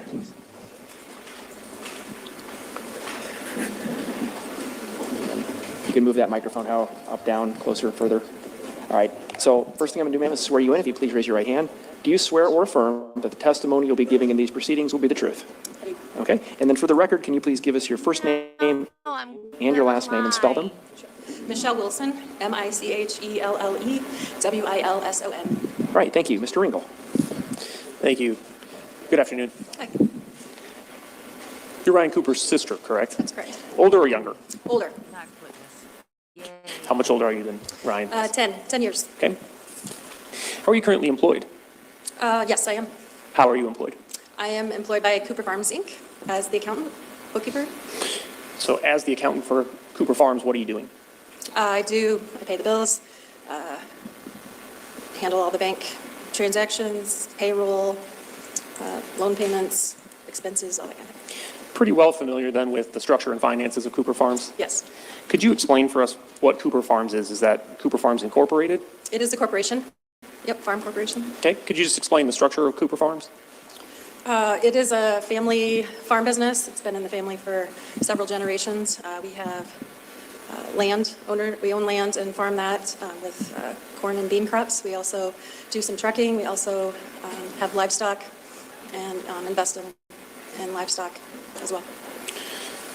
So the different things that you just discussed is obviously some land. There's some cattle, there's trucks, farm equipment as well. Yep, farm equipment, land. And is that all owned then by Cooper Farms? The The land is partially owned directly by my father. The farm corporation owns land. The majority, safe to say, all of the equipment is owned by the corporation. There's also a few acreages that are with homes that are owned by my dad as well. Approximately how many homes? There's 4 homes. Would that include 1846 K Avenue, where Ryan and Karina Cooper had been It does, living yep. in 2021? Yep. We've heard some testimony that Ryan Cooper and Aaron Cooper were farming some land together. Who owned that land, to your knowledge? I'm sorry, could you repeat that? Yes, The noise. Ryan and Aaron. Are you having difficulty hearing me? Yeah, there's a little bit of a hum from the construction outside that, Sorry about that. that's okay. My question was, Ryan and Aaron, we've heard testimony that they were farming some land together. Uh-huh. To your knowledge, who owned that land? My father owns that land.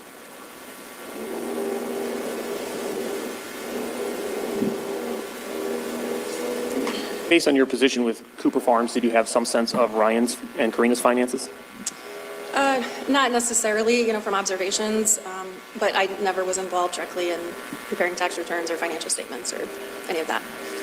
And we've heard some testimony that they owned a couple of trucks and maybe 1 or 2 pieces of farm equipment. To your knowledge, did they own anything else, such as farmland, other properties, anything like that? I had no knowledge of farmland that they would have owned.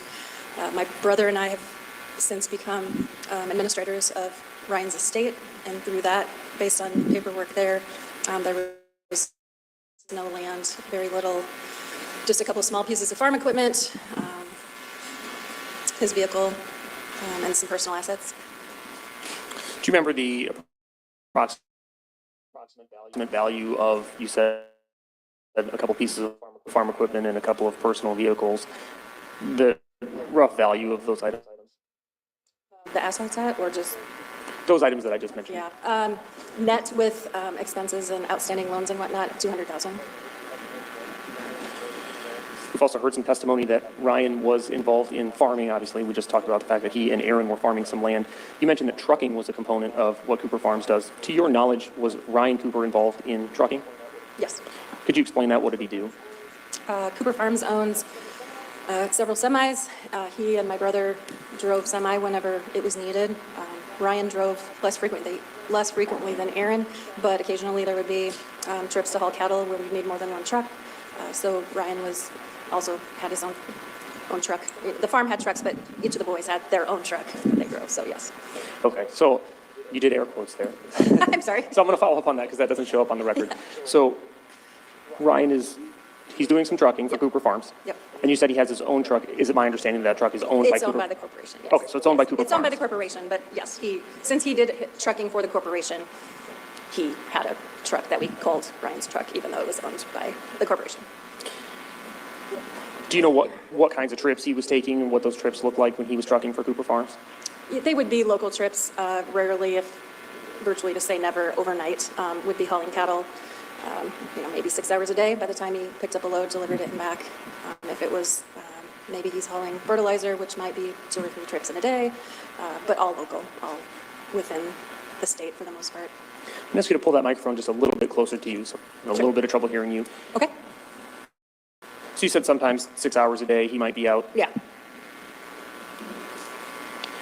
We already talked about the fact that Cooper Farms owned 1846 K Avenue and some other homes. Did Cooper Farms cover other expenses for Ryan and Karina? Yes, Cooper Farms paid for usually a portion of their work/personal vehicle because it was used for work. He would not have had any expenses related to property taxes, property insurance, utilities. Also, the corporation paid for the cell phone bill. When you say the corporation paid for cell phone plans, do you know if the corporation paid for a cell phone for Karina Cooper Yes, and a separate cell phone plan for Ryan? yes. Did Cooper Farms maintain business records associated with those cell phone plans? Yep. Could you explain that, please? Just like any other business and any other bill, monthly statements from US Cellular for the farm, which included, my dad, my brothers, their spouses' phones.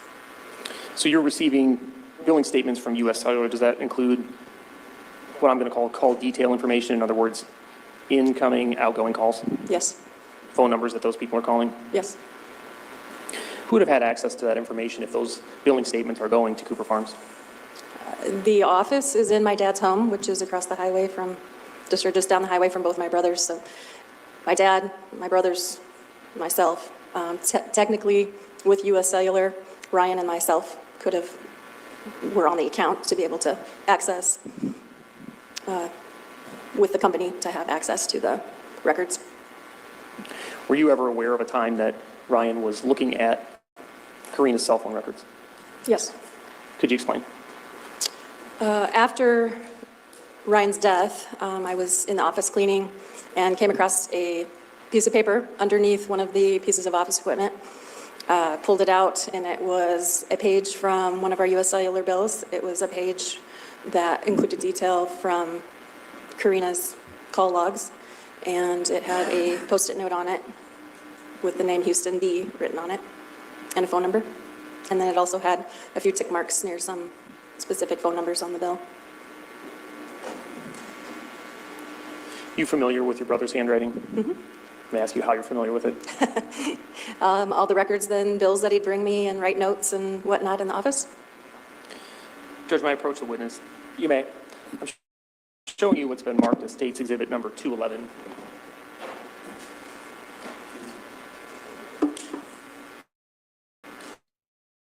Do you recognize that item? I do. What is that? That's the paper that I found underneath one of the pieces of equipment in the office when I was cleaning. And there's a Post-it note on there with some handwriting. Is that Ryan Cooper's handwriting? It is. Your Honor, at this time, I believe there's a division of felonies. The state group would make a statement. 211. Any objection to 211? No, Your Honor. All right, State's Exhibit 211 is admitted. We've heard some testimony in this case that Houston Danker's phone number is 319-330-1616. What is the number written in Ryan Cooper's handwriting there? 330-1616. And to your knowledge, is that page from the cell phone billing statement for Karina Cooper's account? Yes, it is. And you noted there's some tick marks on there. Do you know what those are? I don't recognize the number. It is not that 330. It is, no, it is not that number.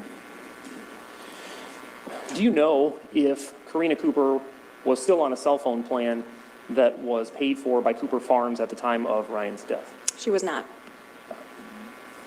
How do you know that? Ryan came to the office when I was there one day and told me that he wanted to make me. Sustained. Without telling me anything that anyone else said, was there a time based on the business records of Cooper Farms that you stopped, or Cooper Farms stopped paying for Karina's cell phone plan? The September 2020 bill had her number removed.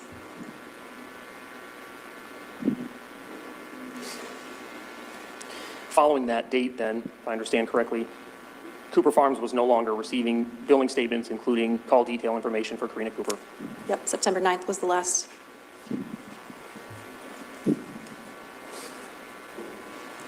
Could you describe just briefly your relationship with, I'm taking you back to 2021, with Ryan and Karina?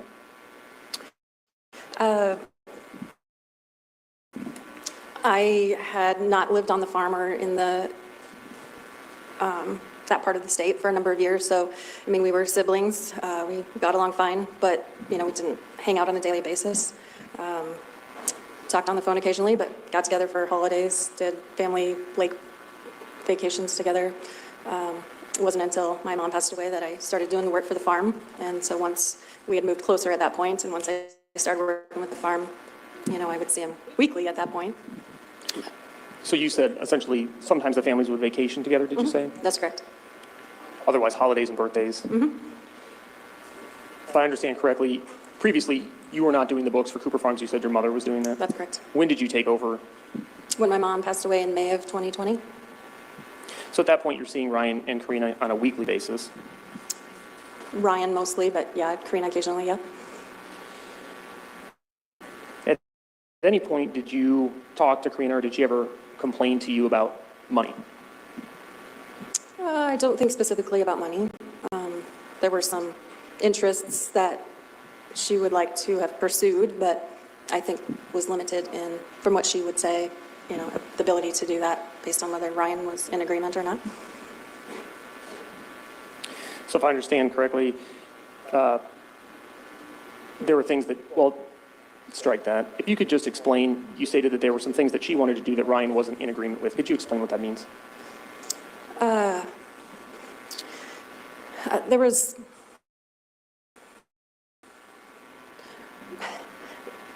say things like remodeling the house or getting a second home. At the time of Ryan's death, he was in the process of having built a larger shop of his own on the property. So through some various conversations, that I felt that she maybe wanted a few things done with the house, or different things done that maybe weren't getting done because of the shop that was being built. Did she express resentment about that? I can't say that she specifically expressed resentment with using Ryan's name or anything of that sort. What did she say to you? Just alluded to the fact that he was not in agreement with wanting to do the remodeling, or didn't think it was important, or also maybe an additional business that she wanted to start, and he wouldn't support that either. Was it your understanding that because he didn't support it, it wasn't happening? Yes.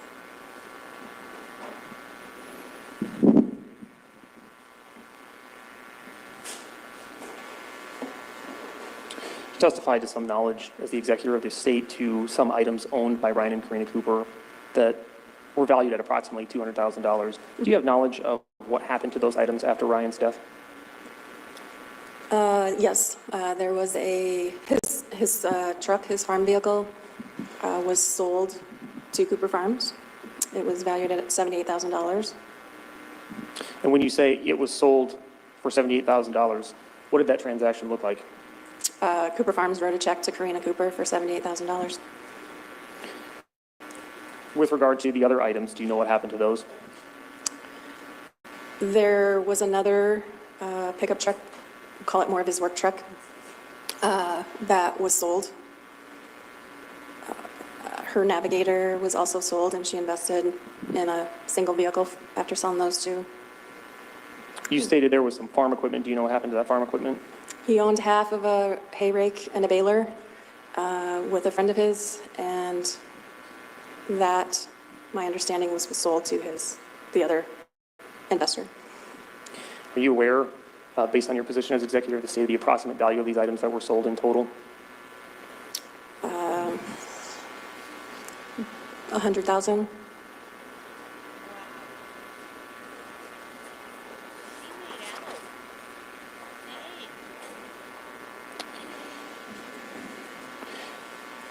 Did you talk to Karina or have a relationship with Karina following Ryan's death? Yep. Did she ever talk to you about what occurred on the night of Ryan's death? No. Did you find that odd? Yes. Why? I guess putting myself into that situation, I would want to share anything I knew about the event, to be sure that anything I might know to defend myself and any guilt. Objection, Your Honor, this is improper opinion, relevance. Sustained. Judge, may we approach? You may.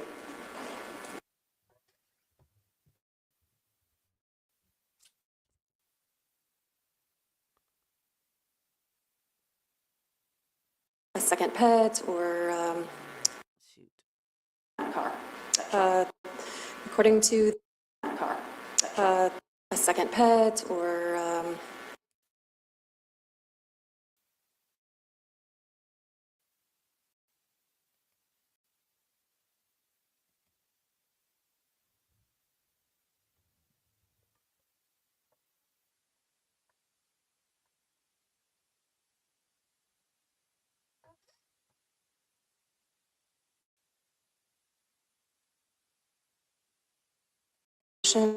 I To the other items, do you know what happened to those?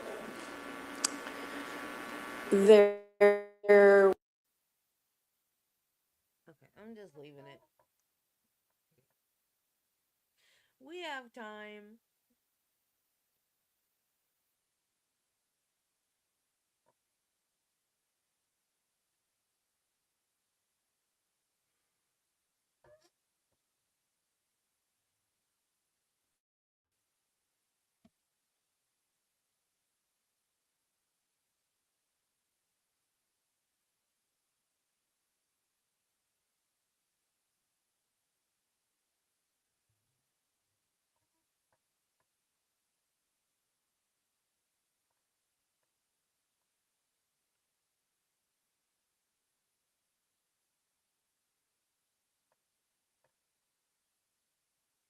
So, Ms. Watt, just putting on the record, are you asking that your objection precede the answer?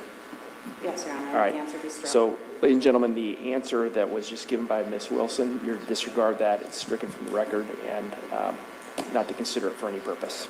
With that, go ahead, Mr. Engel. Thank you, Judge. To your knowledge, following Ryan's death, did Karina Cooper move into another home owned by Cooper Farms? She did, Where was that property located? about a mile from the house that Ryan and Karina lived in prior to his death.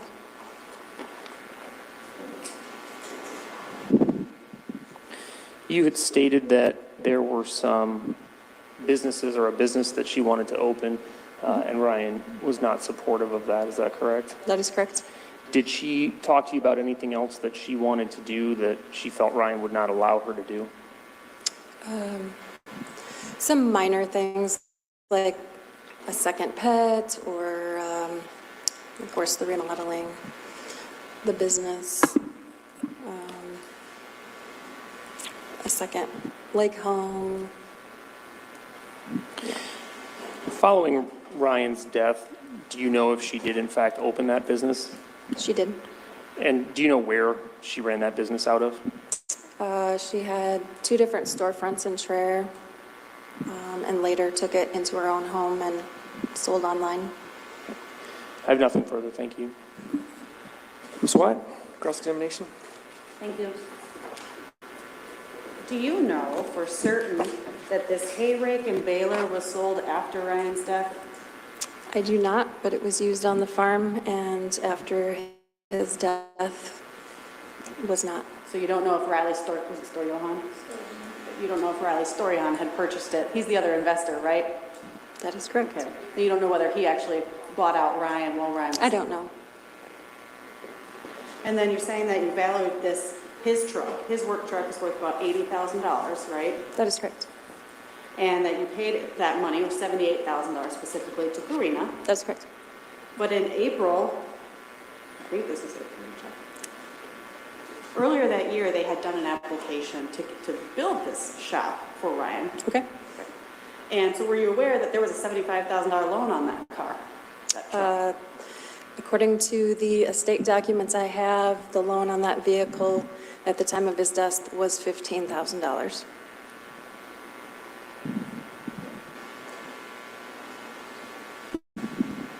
So I guess you wouldn't have an answer to why.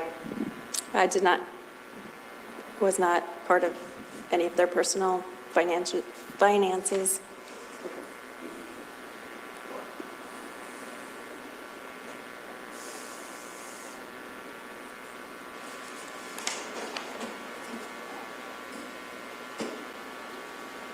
I guess as part of the estate records, would you be able to have anything that would show how the balance goes from $75,000 down to $15,000 within just a couple months on that truck loan?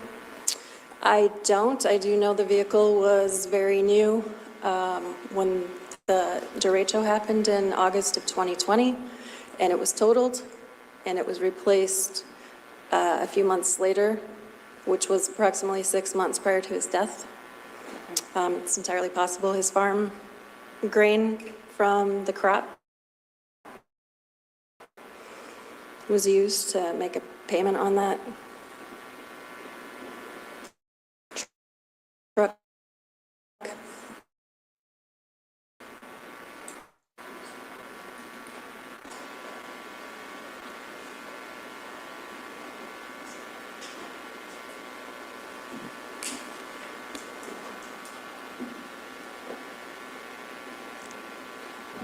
So I understand that the phone record that you have with the sticky note on it, you found that in the office at your dad's house, Yep, that's where the corporate office is.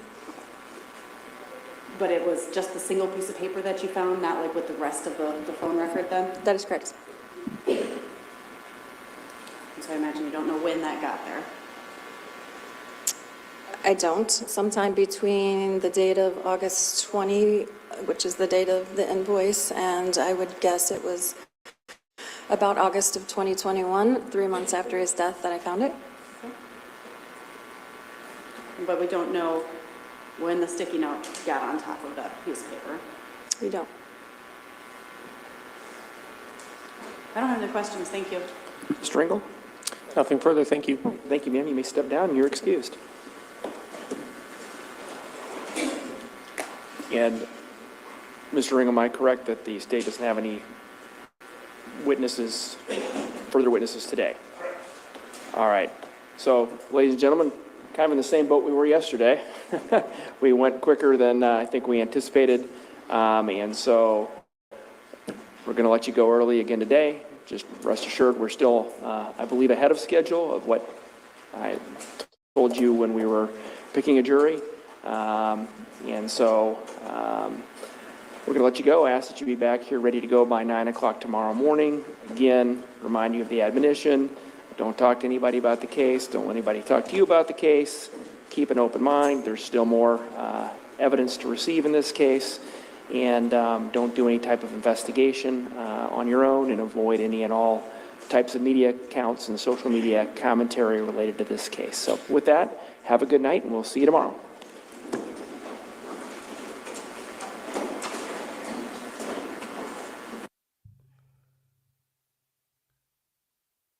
Yay! Look at us. We did it.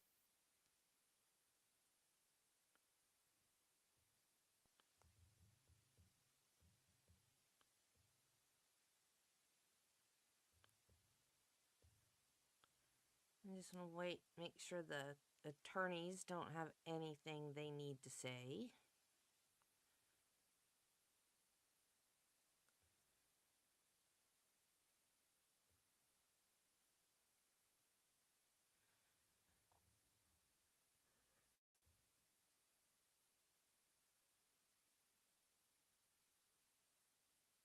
Six, my understanding is that the parties are still talking about that and may have a agreement on that. So I will wait till you let me know that I need to make a decision on that. Jury instructions by midnight tonight, I think, was the deadline, right? Yes, we'll be able to send our package by midnight tonight. Okay. I won't be looking at it, depending on how close it is to midnight. I don't anticipate I'll be looking at it, but I'll certainly look at it first thing in the morning. And then there were, I think, 3 bench conferences today. The first one really had to do with, I think, Ms. Watt, you were unhappy with the location of Exhibit 305. We moved it. The second one had to do, I think, with, I think I asked counsel to approach Mr. Martin. I think was giving some very long narrative answers, and I said it was tough on my court reporter, and maybe we could have a maybe shorter question answer. And then the third one, I think, just happened, and that had to do with the answer by Ms. Wilson regarding putting herself in Ms. Cooper's place. And I think Mr. Ringel asked to approach, and I think Mr. Ringel agreed that that was, I think on his own was agreeing that that was improper after the objection, and the parties essentially agreed to a resolution, which was how we handled it. So, on the record.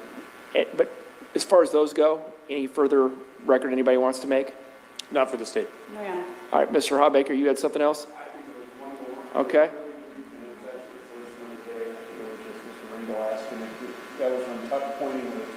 Oh, that's right. I think he was asking if there's a way we could either move or avoid it, but we can. There's no way to move or avoid it. So they started jury selection in another trial in the courtroom across the way, and yeah. Yep, all right. So with that, I think I'd ask the state maybe have a couple additional witnesses available tomorrow so we can go all the way through 4:30 if we're not done by then with the state's witnesses tomorrow. And so with that, is there anything else anybody wants to talk about on the record or needs from me on the record? No, Judge. No, Your Honor. All right, then you all have a good night.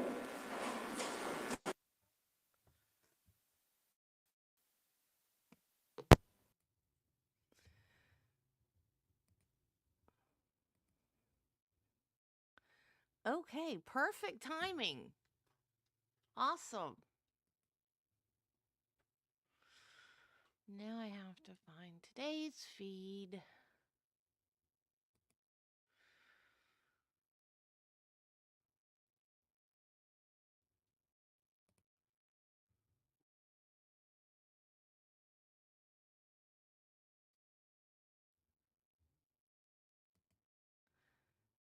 which is super easy to do. Day 5. I did not get the afternoon feed ready because I was thinking we were going to get behind today.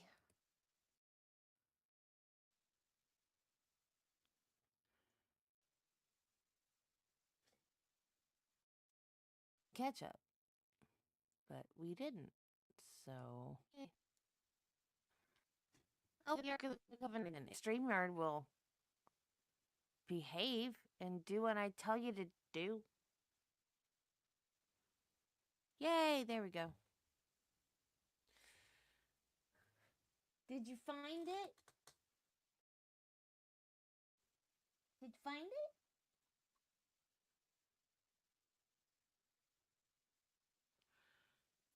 One good thing about having dogs, I let him in and he looked up at me when he came in and he lost his balance. Little goofball. You little goofball.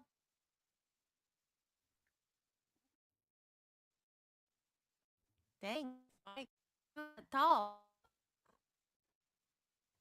You lose your balance looking at me. I'm not that tall.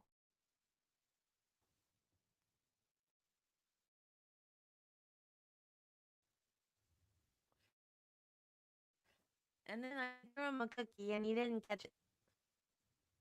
StreamYard, no.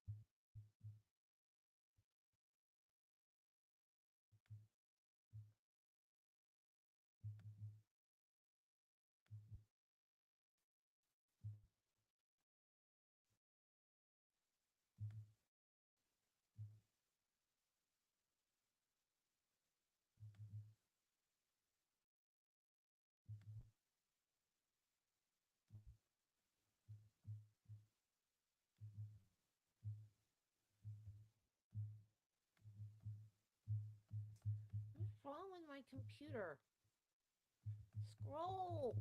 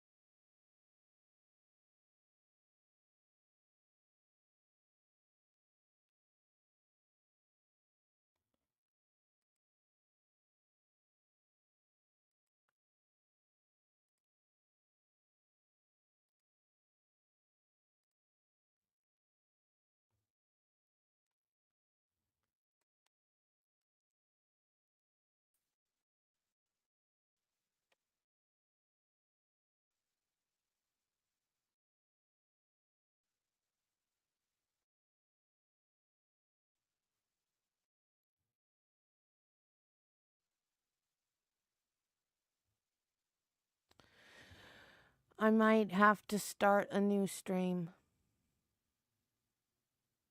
So, 5 super chats gets a cookie.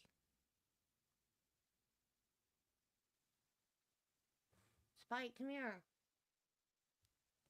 Spike, come here. Come here.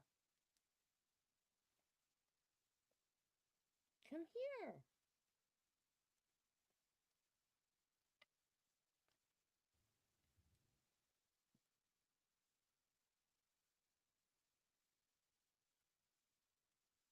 Come here.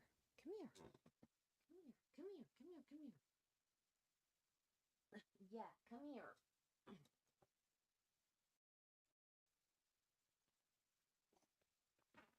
I know you hate this. You don't like to be held. But look at this face. Look at this face. Look at him. He needs another cookie, guys. He needs another cookie. See? Isn't he cute? Isn't he cute? Say, please, people. I'm starving. This woman starves me. I need a cookie.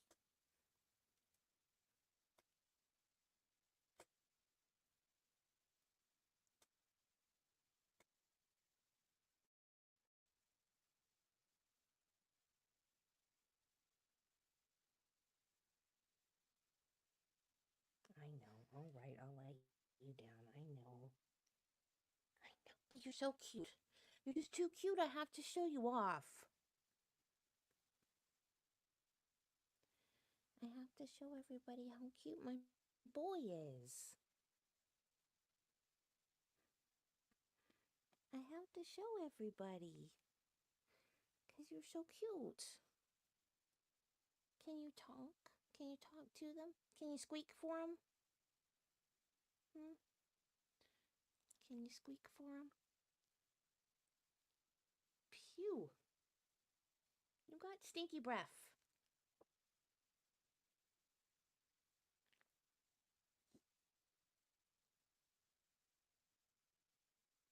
I love you.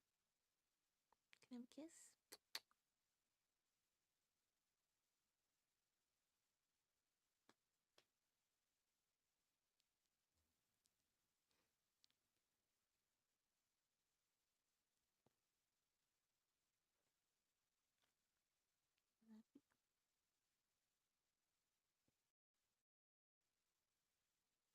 My sweet baby boy.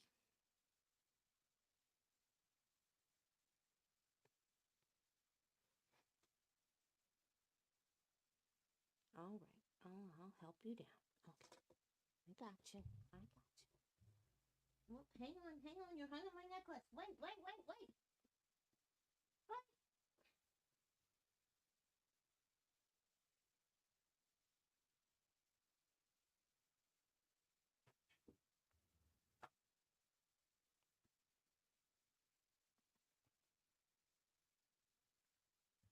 We about both hit the floor that time.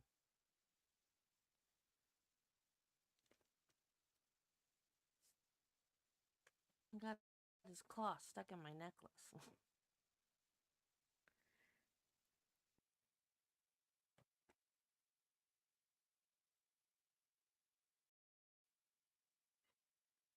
Say, pay up, people. I want a cookie. Tell him. Come talk to him. Come tell him. Come squeak at him.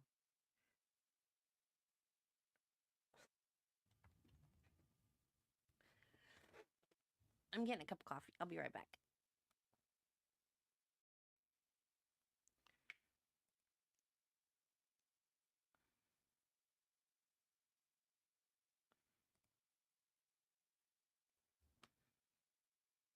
Why won't it let you? That's weird.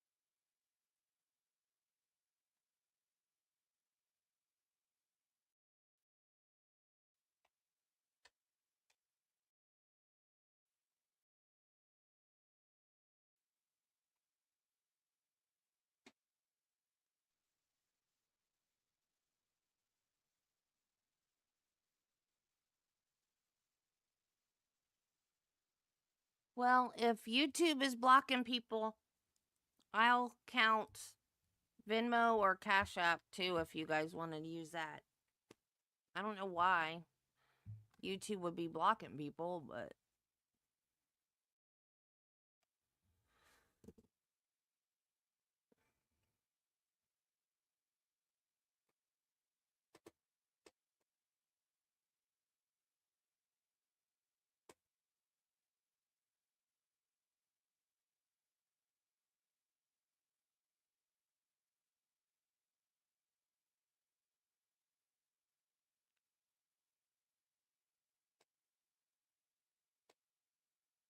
I love the little booger so much. Now I'm itching all over though. He's so cute. They hate to be held, but they're so cute. I can't help it. I just want to squeeze them so much.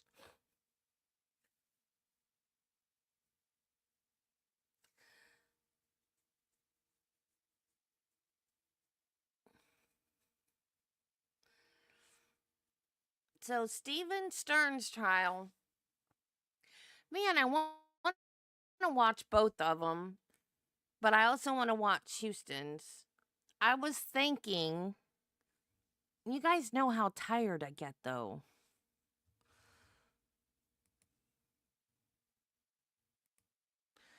But I was thinking that we could do, like, if Steven Stern's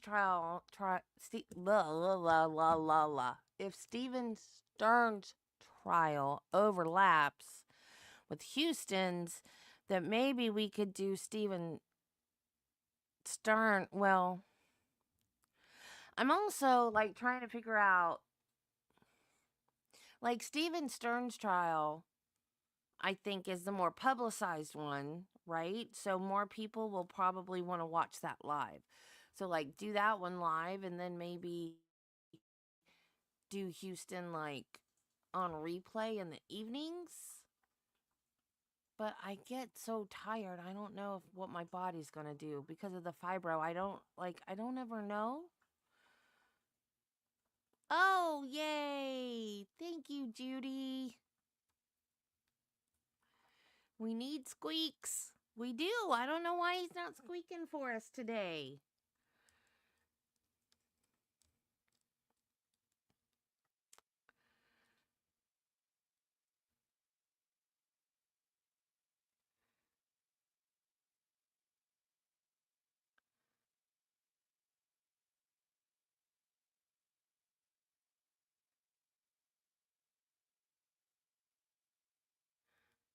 I know it's even better than a cookie. I'll give him cookie. I'll give him a cookie and then I'll go get cheese too. So he'll squeak for the cheese. So then you'll get squeaks too. He'll get a cookie and you guys will get squeaks. So we'll add squeaks to that goal. We will add squeaks. You will get your squeaks.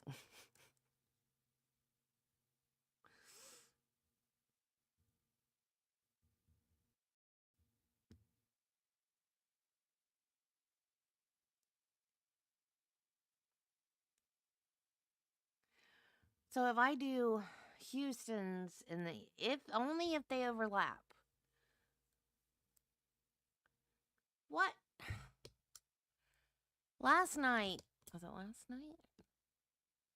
Yeah, last night I went to get on YouTube on my phone and they were like, YouTube needs updating. And I'm like, no, what are you doing now? Quit changing stuff. So Judy couldn't send a super chat just because couldn't send money. I think the last time I did a goal, he said that YouTube wouldn't let him send any more money because he sent money so much. They were blocking him from sending money. Now YouTube keeps deleting her comments. I noticed, well, I don't know. Last night in Biggin's chat, that might be because of my TV though. See, like, I watch on TV, and so I have chat on my TV and I type chat in on my phone. And I don't know if, like, my chat isn't on top chat I mean, is it on all chat? But a lot of times I will type it in on my phone and I'll see it on the chat on my phone, but I don't see it on the chat on my TV. And then nobody will talk to me, so I don't know if it's not showing up or what. But like, what are you doing, YouTube? I don't understand. What?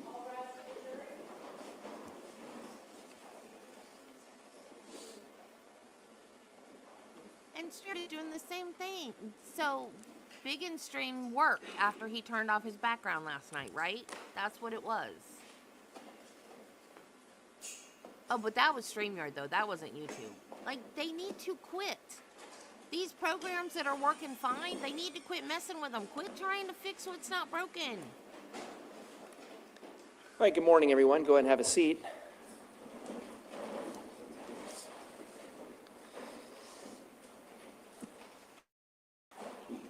All right, we are back on the record. We have council parties and our jurors present. I hope everybody had a good night. And I think yesterday we had finished last with the testimony of, let's see, Ms. Michelle Wilson. And does the state at this point have another witness they wish to call? Yes, we do, Your Honor. At this time, the state would call Bradley Seek. Okay.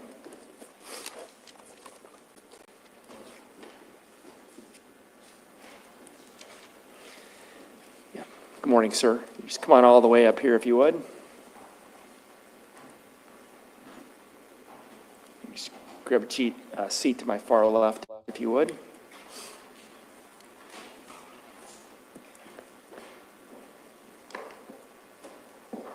So you're going to need to turn on that microphone. There's a little button on the base of it there. Yep, you can move that microphone however you want. All right, sir, first thing I'm going to do is swear you in. If you please raise your right hand. Sir, do you swear or affirm that the testimony you'll be giving in these proceedings will be the truth? Yes. Okay. And then for the record, can you please give us your first name and your last name and spell them both for us? Bradley Seek, Bradleysiek. All right, thank you, Mr. Seek. Ms. Williams. Thank you.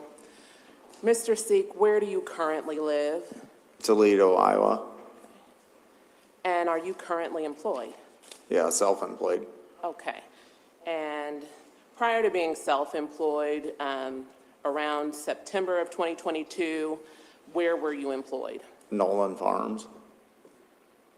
How long did you work for Nolan Farms? About a year and 4 months or 5 months, something like that. Okay. So when did you end your employment with Nolan Farms? January of 24. Okay. So beginning, end of January? Yeah, end of January. While you were employed with Nolan Farms, did you know someone by the name of Houston Danker? Yes. And besides working with him, how did you know Houston? I met him a few times prior, but just short, 5 minutes here or there. That was about it. So mostly just coworkers? Yeah.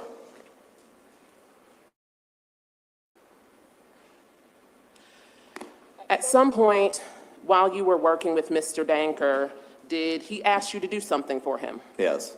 What did he ask you to do? Hold his guns. Okay. Did you agree to hold the guns Yes. for him? Yes. Can you describe the circumstances that led to that arrangement? He was moving, and his girlfriend, whatever he was moving in with, had a daycare in her house, so I'm assuming he didn't want him there. And is that what he told you? No, he never said that. He just said, "Can you hold these for me?" And that was it. Okay, gotcha. Did you agree to hold the weapons Yes. for him? After that conversation with Mr. Danker, did he give you any guns? Yes. And where did he bring those to? To work.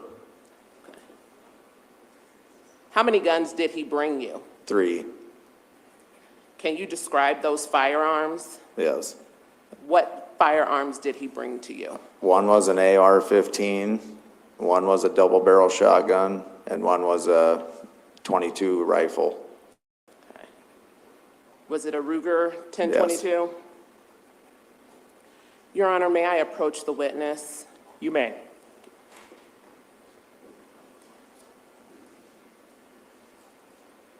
Oh, Judy.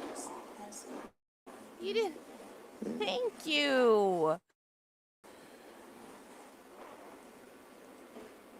You didn't have to send another one. Your Honor, I'm going to approach the witness with the, one of the firearms in question. I just want to let the court know that it has been inspected by law enforcement and you're safe at this point. All right, thank you. May I approach? You may, and you don't need to ask again with this witness. Mr. Seek, I am holding what has been marked as State's Exhibit 298. Do you recognize this Yes. firearm? Yes. Can you describe it for me? It's a What Ruger, firearm is it? Ruger 1022. Okay. And how do you recognize it? Yeah, that's one Houston give me, one of them. Okay. And did you have this weapon stored at your home? Yes. At this time, Your Honor, by agreement of the parties, we would offer State's Exhibit 298. Any objection? No, Your Honor. All right, 298 is admitted.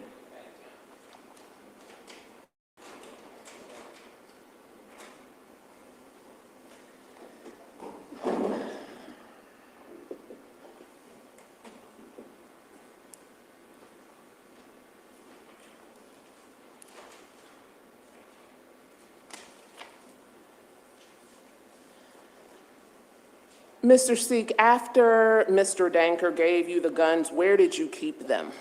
In the closet, in my bedroom. Of your home? Yes. And did you ever give those guns to anyone else or remove them from your possession during the time that you had them? No. Were there any accessories to these guns, like clips or ammunition, that No. were provided to you with those guns? No.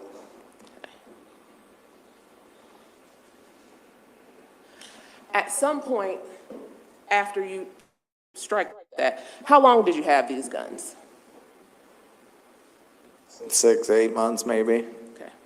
At some point during the time that you had possession of the 3 guns Houston Danker gave you, did you bring that fact up with Mr. Danker? Yes.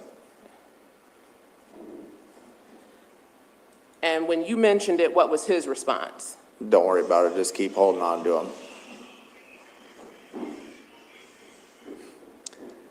That's a good reminder to everybody to make sure your phones are off, please. After that conversation with Mr. Danker, did anything change with regard to the custody of those weapons? No.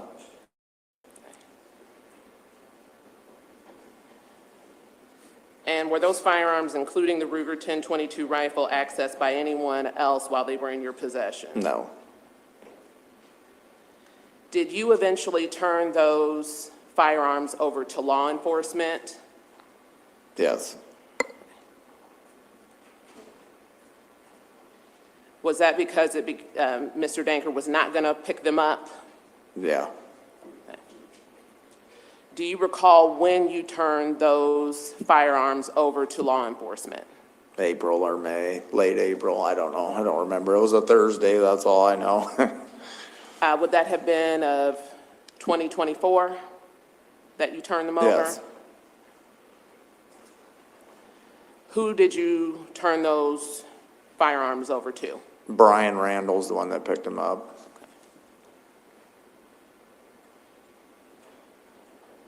Is that the last involvement you had with those firearms? Yes. I don't have any further questions. Thank you. Mr. Hawbaker, any cross-examination? Thank you, Your Honor. Good morning, sir. Martin. Judy. Just so I'm clear, the conversation, well, limited Thank conversation that Mr. you. Danker had with you, which was basically, here, will you hold my guns? When did that happen? Late summer, early fall of What year? 23. So late summer, early fall 2023. Yep. She's out of her treats. I gotta buy her So more. the 6 to 8 months is what kind of gets you to the wraparound year of 2024 in April? Yep. Nothing further. Thank you. Anything further, Ms. Williams? All right, thank you, sir. You may step down. You're excused. You want me to shut this on? No, you can leave it on. Thank you.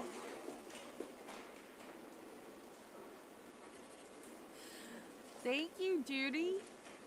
My awesome mod. Mr. Kodiaga, is the state prepared to call its You're next witness? amazing. Yes, Your Honor, the state calls Brian Randall.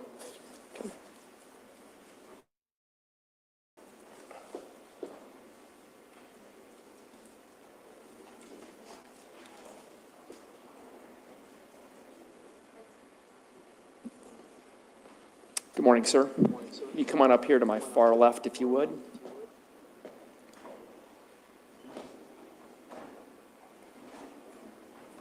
And you can go ahead and have a seat when you get there.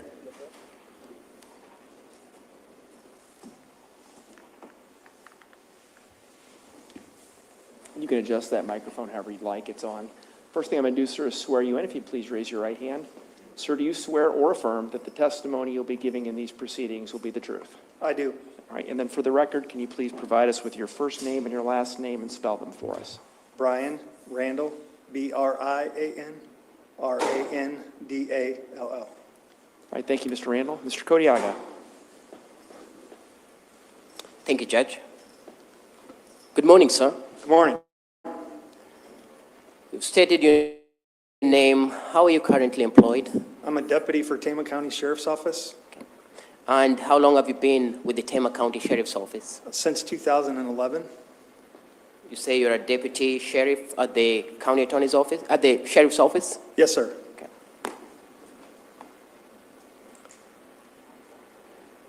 So deputy sheriff, fair to state that you're a licensed peace officer in the state of Iowa? Yes, sir. I graduated from the Iowa Law Enforcement Academy in 2003. In the course of your duties, were you part of the investigation of the case that brings us to this courtroom today? I was. As part of your investigations in this case, did you at some point go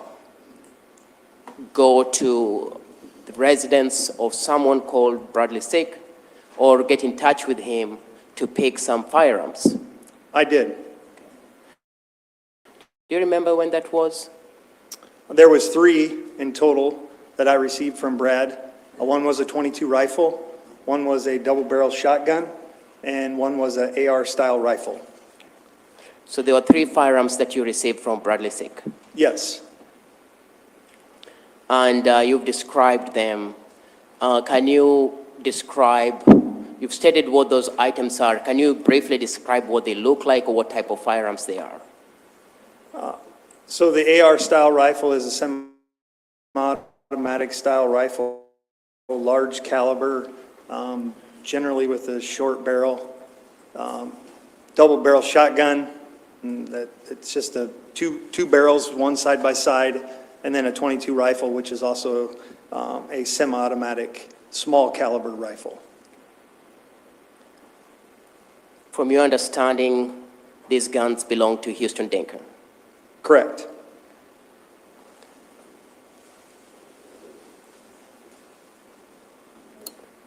Permission to approach the witness? You may, and you don't need to ask again with this witness.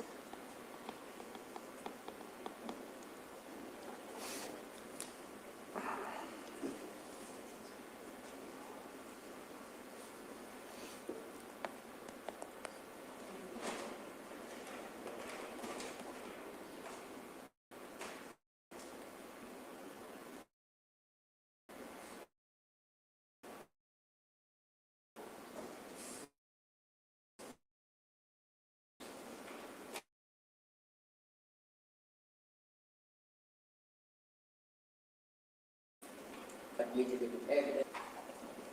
recognize what that is? I do. Okay. Can you tell the jury what 298 will be? That is the Sikh belonging to Houston Denker.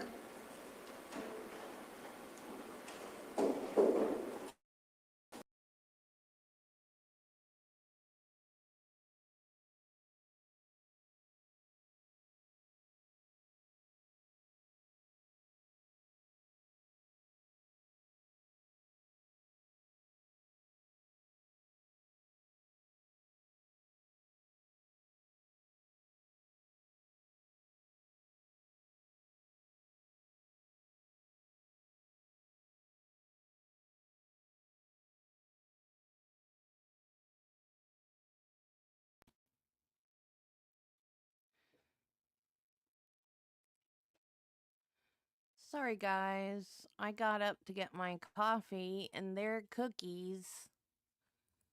And I came back, it was crashed. Press that you and your other officers were looking for. It was. When you received this firearm, what did you do with it?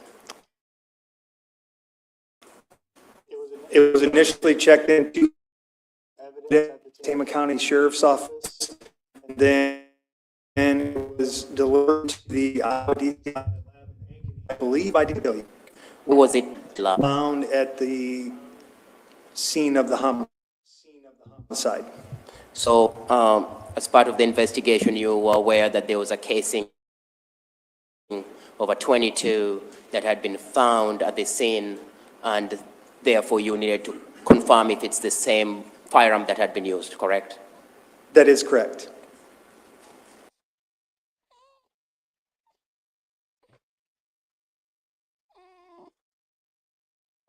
To see if the defendant, Karina Cooper, had a permit to use. I meant to pause, not mute.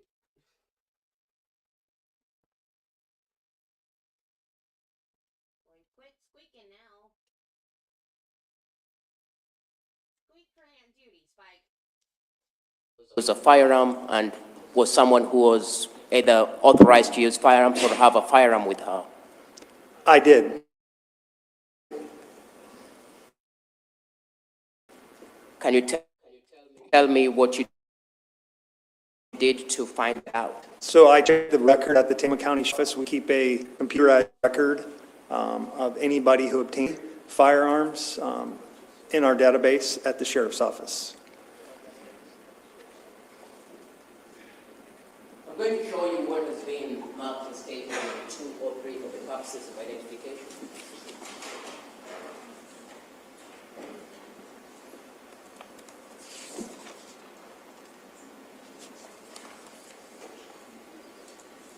Do you recognize what 2 or 3 will be?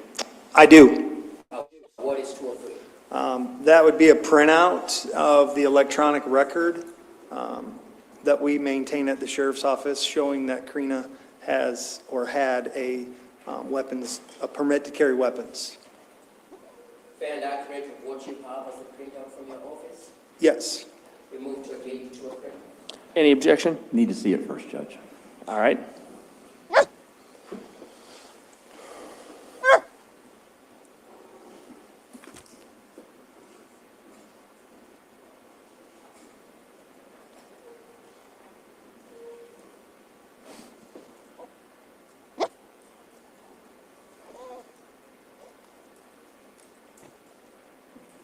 No objection, Your Honor.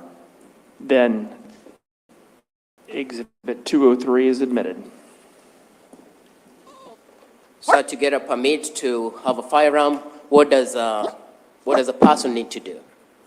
So the initial permit at that time would require you to provide proof of satisfactory training, and that the satisfactory part is determined by the state of Iowa, not determined by the Tama County Sheriff's Office.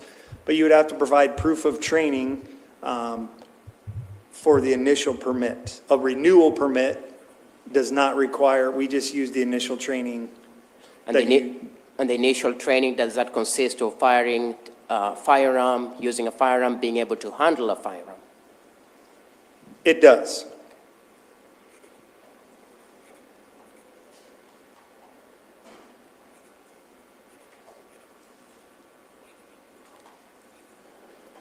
And as you testified, what we have that's been admitted as 2 or 3 is a renewal permit, and for that you don't have to do anything for renewal anymore, correct? Correct. So once you get the initial permit where you have to show your capability of using the firearm, after that you just yearly renew it without having to do any further training with the firearm, correct? Correct. I have no further questions. Thank you. Spike, it's on your back. Cross-examination by I'm not sure. Mr. Hawbaker? It's me. I should have lit up my light. Thanks, Oh, that's Judge. all right. It's okay. Your ET finger light? Did you ever go to the scene at the Cooper's house? Did you ever go there? I did. Okay. And were you aware that part of the initial investigation, there were several firearms disclosed and turned over from the Cooper house? I was. Okay. Did Houston Danker, up until obviously the time that you retrieved these weapons, ever turn over weapons to the Tama County Sheriff's Department? There was one other weapon that he turned over. Okay. And was that the Ruger long rifle? Potentially, I guess, I'm not sure about the Ruger. I personally accepted that from him in November of 2023 and delivered it to the lab. I don't recall the brand. It's from who? Houston Danker. What was that gun? It was a 22. Okay. Was it exhibit, what is it? 298? 298. Was it exhibit 298? It was not. Okay. So those guns, the only way that you retrieve those is from Mr. Seeks? Yes.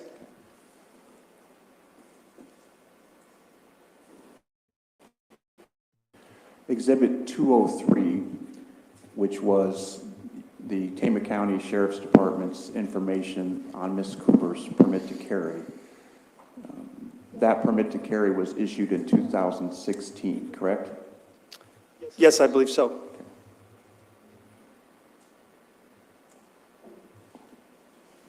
And as part of obtaining a permit to carry, while I could understand why some training might have you fire the firearm, it's not actually required for the permit, is it? Not for Iowa. So it is possible for somebody to obtain the permit and never having fired whatever firearm they may have. It is possible.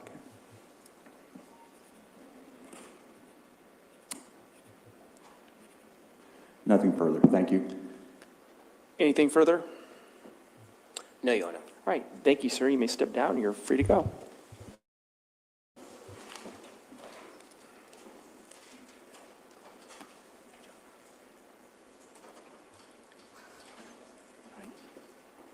All right, is the state prepared to call its next witness? Yes, if you may have a minute, Your Honor. You may.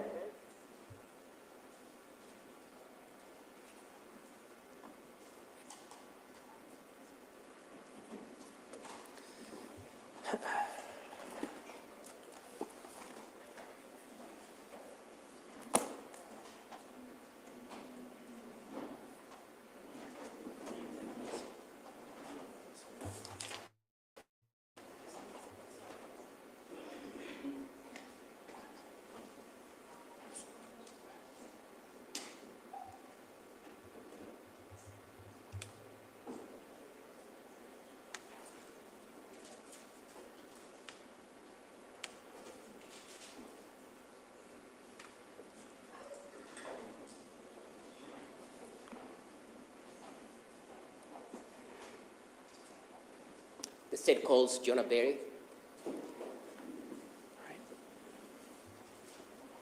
Good morning. Ms. Berry, if you want to have a seat to my far left when you get up here, that'd be great.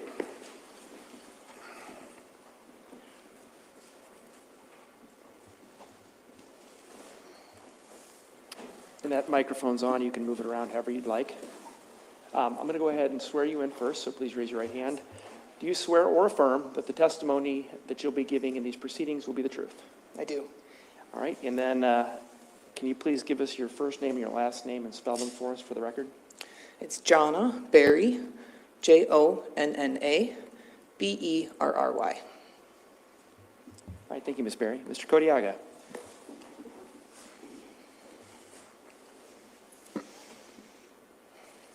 Thank you, Judge. Good morning. Good morning. Can you tell the jury what you do for a living? Yes, I work at the DCI, which is the Division of Criminal Investigations Crime Laboratory. So I work in the toxicology section as well as on the crime scene team. Can you just briefly tell us what the toxicology section is? So the toxicology section tests blood and urine for drugs. Okay. And the crime scene team, can you tell us about that? Yes, so as a member of the crime scene team, we're on call a few times a year, and we will go out to assist cities or towns with homicides or crime scenes that they aren't able to handle themselves. What is your training experience? So in the crime scene team, I put on in 2016, it was a week-long course on basic crime scene school. And then in 2017, I attended the advanced crime scene school put on by the same association. As part of your experience, you visited various crime scenes over the years? I have.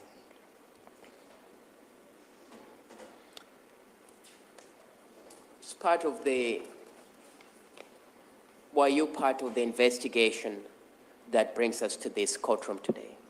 I was. Okay. Can you tell us what your involvement was in this investigation? So my partner, Madison Martin, and I went to a residence at 27 Iowa Highway 8 in Traer, Iowa. And we were asked to process that residence for trace amounts of blood and any other items that may have evidential value to the death investigation that occurred in 2021. And this was in 2024. Do you know what month in 2024? In May. Okay. So will around May 8th or on or about May 6th, I believe, would have been the date? Yes, May 8th.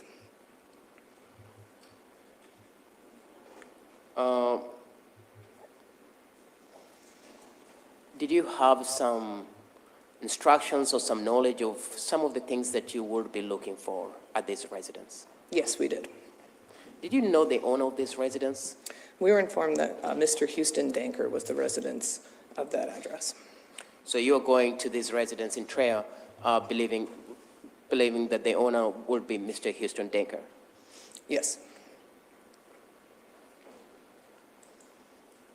Can you tell us what are some of the things that you were tasked with doing at this residence?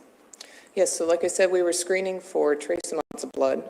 So we used some of our reagents called Blue Star to search for blood. And we also were informed that Mr. Danker may have been wearing a red or maroon sweatshirt and blue jeans at the time. So we searched the residence for that type of clothing as well.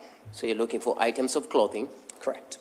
And you're also looking for presence of blood at the residence? That's correct.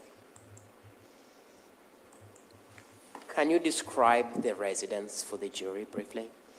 Yes, so the residence was located out kind of in the country. It was a two-story house with a basement. There was a machine shed as well as kind of a detached garage, additional shed around the building with some grain bins or silos as well on the property.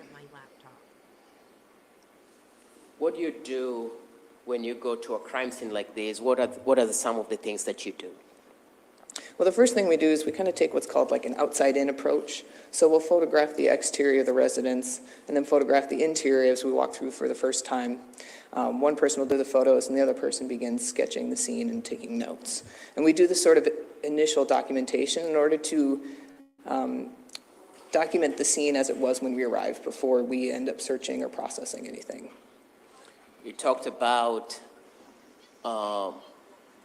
there being one of the things you're tasked to was to look for the presence of blood. How do you do that from your analysis standpoint? So one of the screening reagents we use is called Blue Star. And so Blue Star is really helpful to better visualize blood stains when you can't see them with your naked eye. So when you spray it on, it will do a chemiluminescence reaction where basically it glows blue if it comes in contact with small amounts of blood. So it's a chemical reagent that will be able to tell the presence or absence of blood? Yes.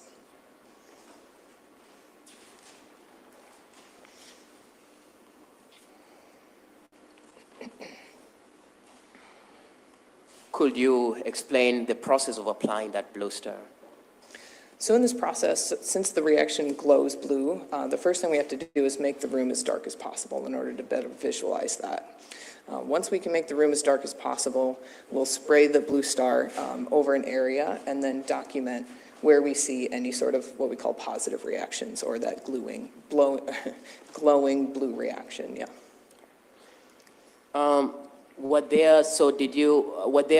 Was there a way that you handled the scene in terms of either cutting it into quadrants or separating it into certain sections? Yes. So the areas we sprayed, we kind of separated out as far as where the most foot traffic would be, because we were told there might be potential blood on a person's shoe in the area. So we sprayed the entryway at the beginning of the residence first, and then proceeded in to spray the kitchen area as well. Can you describe what you found in the various areas that you sprayed for this blue star? So in the entryway, we saw some positive reactions on the carpet and kind of a more larger area towards the center. So we ended up collecting that entire carpet to bring back for our DNA section. And we also collected a white rug that was in that area as well. When you say a positive reaction, what do you mean by that? I'm sorry. When you say a positive reaction, what does that mean? So that means that that blue star may have come in contact with trace amounts of blood in the carpet. So it's just an indication that maybe someone tracked some blood, or there's some blood that it's saying there could be some positive for blood on that carpet. Yes, there's potential for that.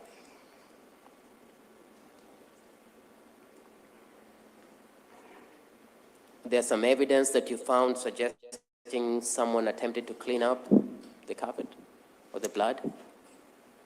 It's difficult to say if there was any, I can't tell. Moving to the kitchen, what did you find? When we sprayed the kitchen floor, we had a couple small positive reactions on just various areas on the kitchen floor. We just swabbed those areas with cotton swabs to take back to our DNA section. And as part of what you're testifying to, you stated you take pictures of what you see? Yes, that's correct. Okay. Well, did that happen in this, when you did this? Yes, we did. Okay. Permission to approach? You may.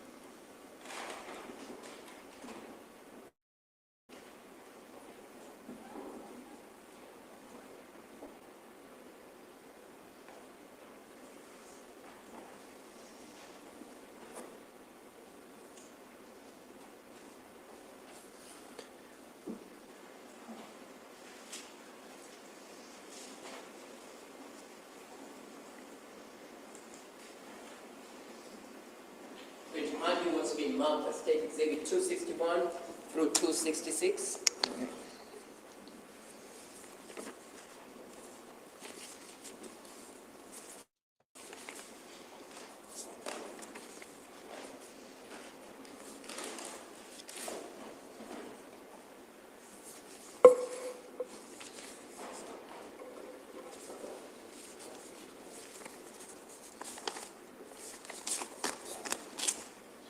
Do you recognize what 261 through 266 will be? I do. What are they? They are photos that we took at the crime scene. Okay. Now, do they fairly and accurately depict what you took at that time? They do. Okay. We move to admit 261 through 266. No objection, Your Honor. All right, thank you. No objection, then exhibits 261 through 266 are admitted. We'll move to publish. You may, do you have them ready to go? All right.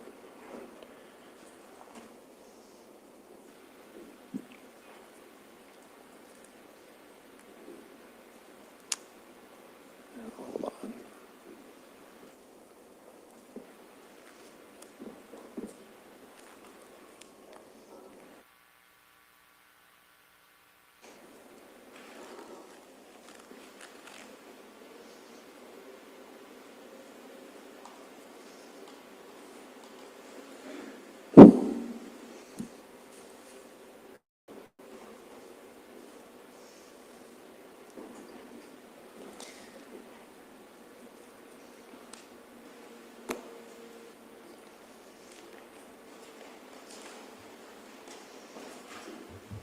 Whenever Are you you're able ready. to see what has been admitted as 261?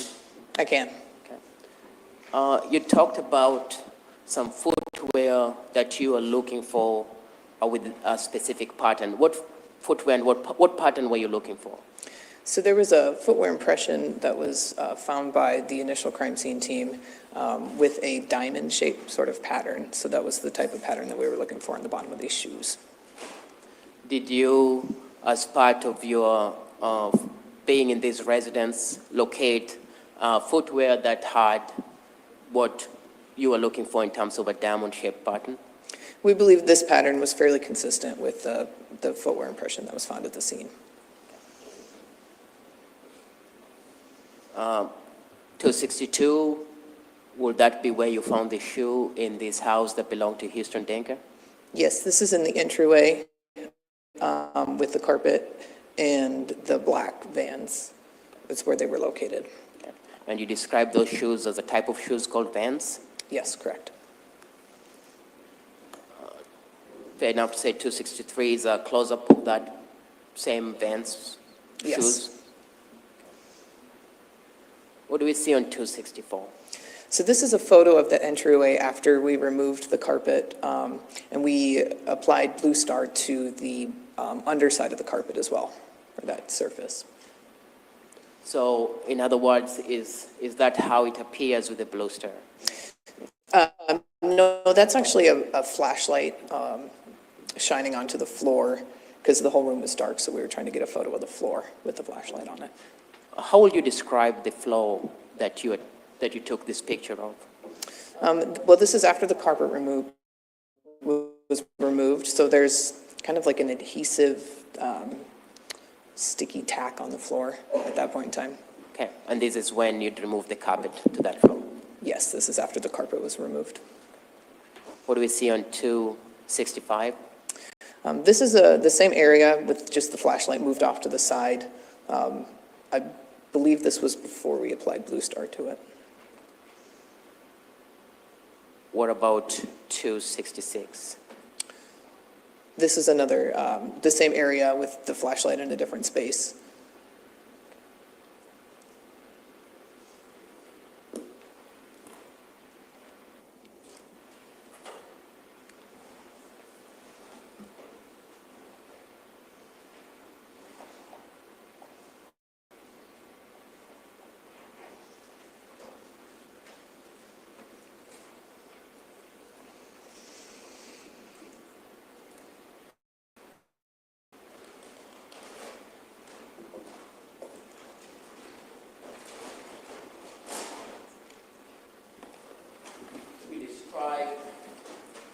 You described the shoes that you took photos of.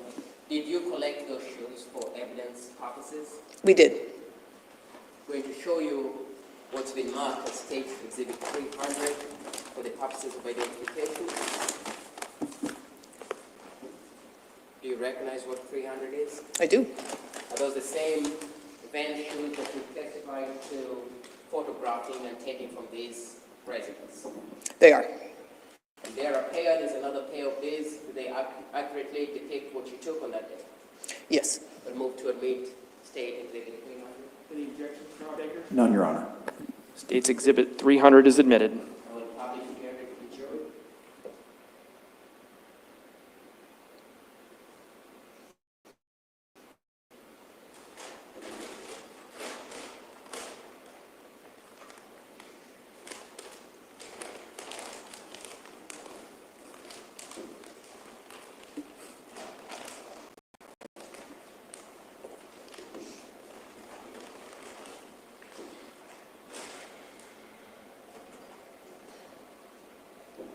Were there electronic devices that you also secured from these residents? Yes, we collected 3 cell phones. Do you remember can you describe what cell phones you collected? There were 2 white iPhones in the kitchen. One had a green case on it, as well as 1 black iPhone in the sort of dining room area on the piano. And fair enough to say these were taken to the lab for further testing too? I believe we transferred the custody to Special Agent Villata at the scene, so he took those. Was there presence of firearms or ammunition or any ballistic evidence that you recovered from Houston Danker's residence? Yes, we recovered 14 22 caliber fired shell casings from the outdoor, kind of around the porch area of the residence.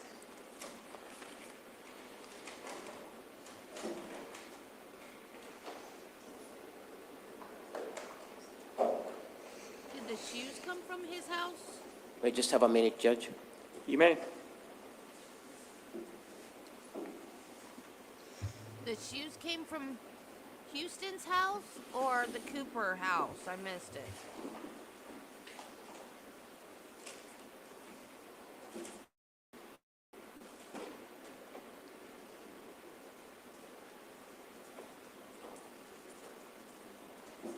I have no further questions. Thank you.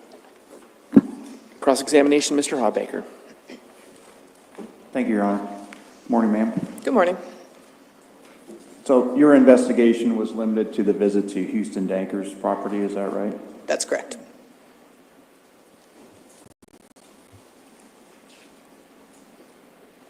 The footwear that was collected, the vans that have been described, we've heard testimony previously from somebody that does impressions. Okay. Was there an analysis of those of impressions found at the Cooper resident of those shoes, with those shoes? Not at the residence, no. That wasn't very good. Are you aware that there was a footwear impression found at the Cooper residence? I am. Do you know, and I'm asking this again because I asked it poorly, do you know if the shoes that you found at Houston Danker's residence were compared to those footwear impressions? I don't know if they were compared. The evidence of blood that you found at Houston Danker's house, was that ever analyzed, swabs taken? We collected like the carpet and some swabs, and they were sent to DNA for analysis. Okay, did you do that analysis? I did not.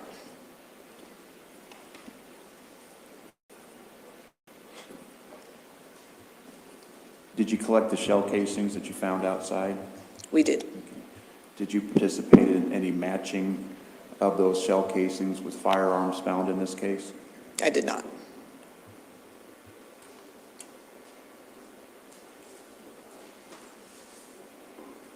Every photo that we saw, every shoe that was collected that you participated in were all found at Houston Danker's residence, correct?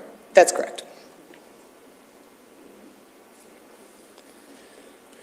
And is it understood that at the time of the killing of Brian Cooper, this was the residence that Houston Danker resided in? Yes.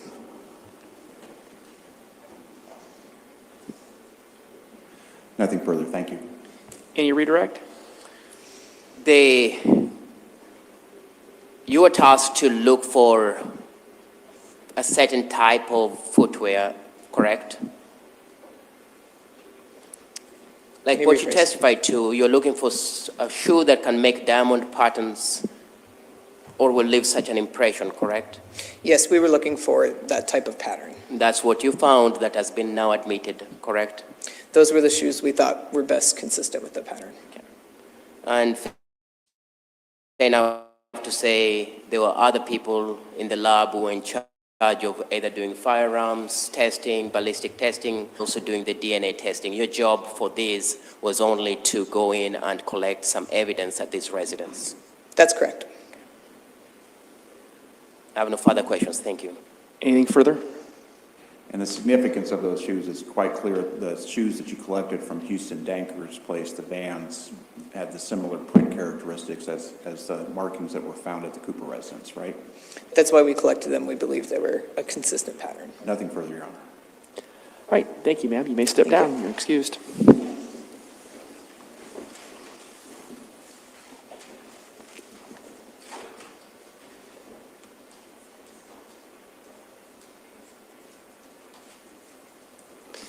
All right, is the state prepared to call its next witness? Yeah, the state calls Sabrina C. Heffer.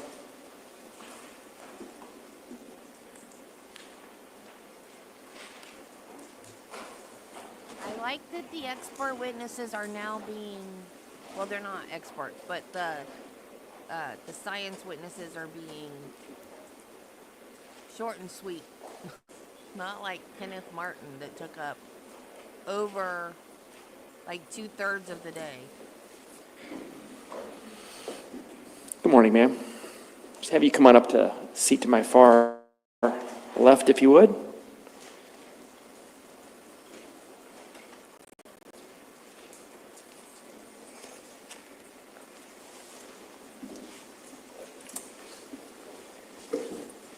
All right, I'm going to go ahead and swear you in. If you please raise your right hand. Do you swear or affirm that the testimony you'll be giving in these proceedings will be the truth? I do. All right, and then for the record, can you please give us your first name and your last name and spell them both? My name is Sabrina, Sabrina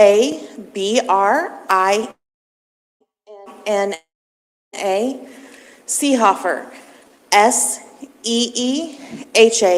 Seehafer.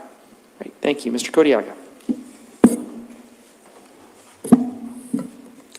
Thank you. What do you do for a living? I'm employed by the State of Iowa Department of Public Safety, Division of Criminal Investigations, Criminalistics Laboratory, better known as the DCI Crime Lab. So we've heard a lot from other DCI crime lab people you work with, like the lady who just left over here, you work with her, correct? Yes, I do. What do you do at the crime lab? My primary assignment is to the DNA section of the laboratory. Can you briefly tell the jury your qualifications in terms of education and professional experience to be in your position? Yes, I have a bachelor's degree in biology from Westminster College in Fulton, Missouri, a master's and a PhD in biochemistry from University of Rochester in Rochester, New York. Once I completed my graduate work, I was employed by the Iowa DCI Crime Lab. I started my training there, and that meets guidelines set forth by the FBI quality assurance standards. Since I've been employed at the DCI, I've also had over 500 continuing education hours, specifically in forensic DNA analysis. In addition, I'm also certified by the American Board of Criminalistics in molecular biology. We hired an expert on DNA yesterday, so I'm not going to ask you much more what DNA is. I believe it's still consistent to that. So we'll move on. Did you do DNA analysis in this particular case? Yes. What items, can you describe to the jury the items you received and what you did with them? Specifically, I was submitted various items of clothing and shoes and some pieces of carpet, also some swabs and a known reference sample. A subset of those samples I did not analyze. The other ones, I would have looked for the presence of blood, specifically looking for any red-brown stains on items that had not previously been screened with Blue Star from the crime scene team. I would have then done my screening test, presumptive tests to indicate the presence of blood. If they screen positive, they would move on to DNA analysis. If they screen negative, I would not take those samples on further. Okay. Let's go back and let's talk first on when you received these items. If you had, did you write a report in regards to this case? Yes, I did. Do you have a copy of your report? Yes, I do. Will it help you to go through these items line by line to be able to testify in a more clear way for the jury about what you did? Yes, it would. The court's permission will ask that she uses a report to refresh her memory. Any issue with that, Mr. Hawbaker? No objection to that, All right. Judge. Your Honor, may I open my binder? You may go ahead and you may use your report.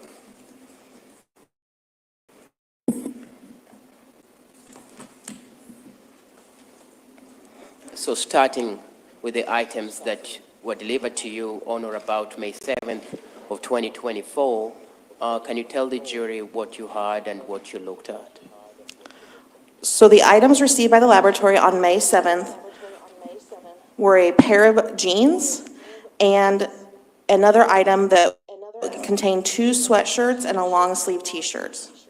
Did you know who these were, or were these items belonging to a person by the name of Houston Denker?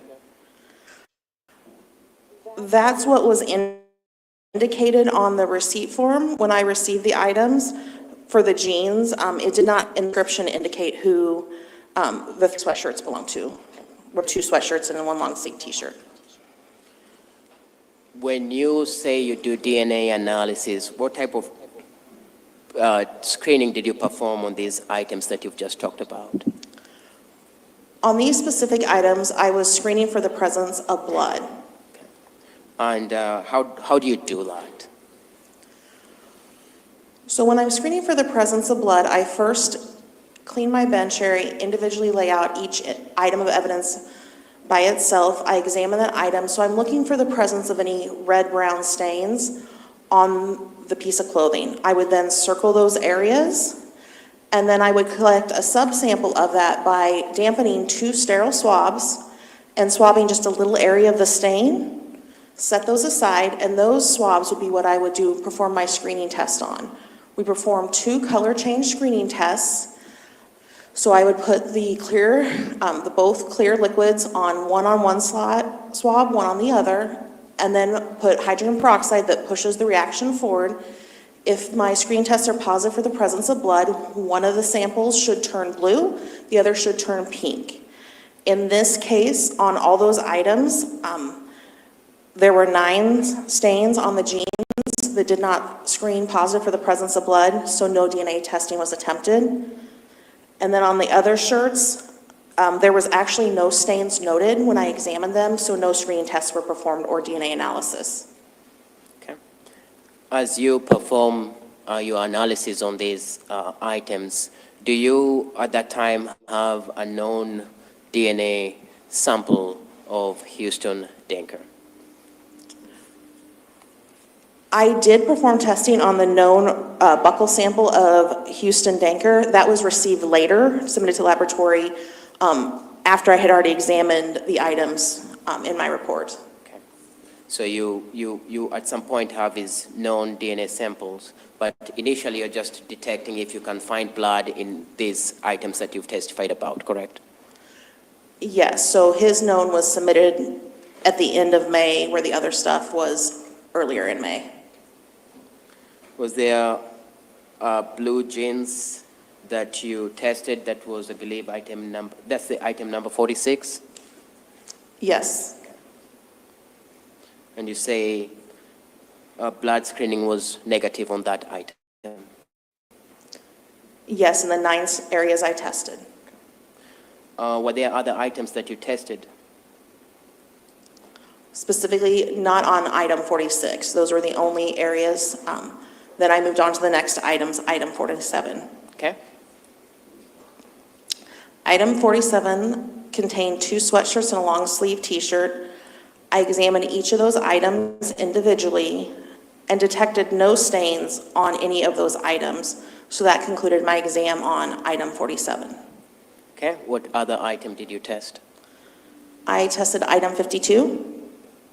What was that? That was a pair of black shoes. Okay. Can you describe what those shoes were? I would have to refer to my bench notes to describe them. Okay. If I showed you what's been admitted as State Exhibit 30, Exhibit 300, sorry.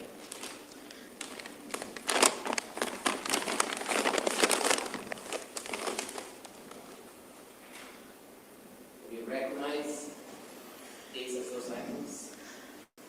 Your Honor, may I get gloves out of my pocket so I can handle the items? You may.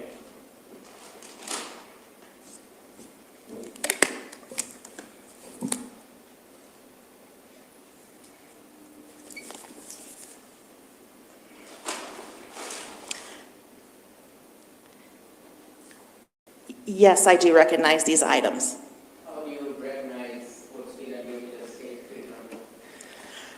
So specifically, these black pair of shoes, you can actually see the DCI case number and the item number and the date I examined these 2 shoes written in silver marker, Sharpie marker, on the outside just above the sole on each item of shoe indicating that this is the actual pair of shoes I examined that is associated to item 52. In addition, I also collected swabs of the soles of these shoes, and you can see these swab boxes indicate the DCI case number, the item number, and a description of where I swabbed, and bearing my date and initials of examination. What were you looking for in what's been admitted as State 300? I was looking for the presence of blood, so once again, I was examining them to see if I could find any red-brown stains.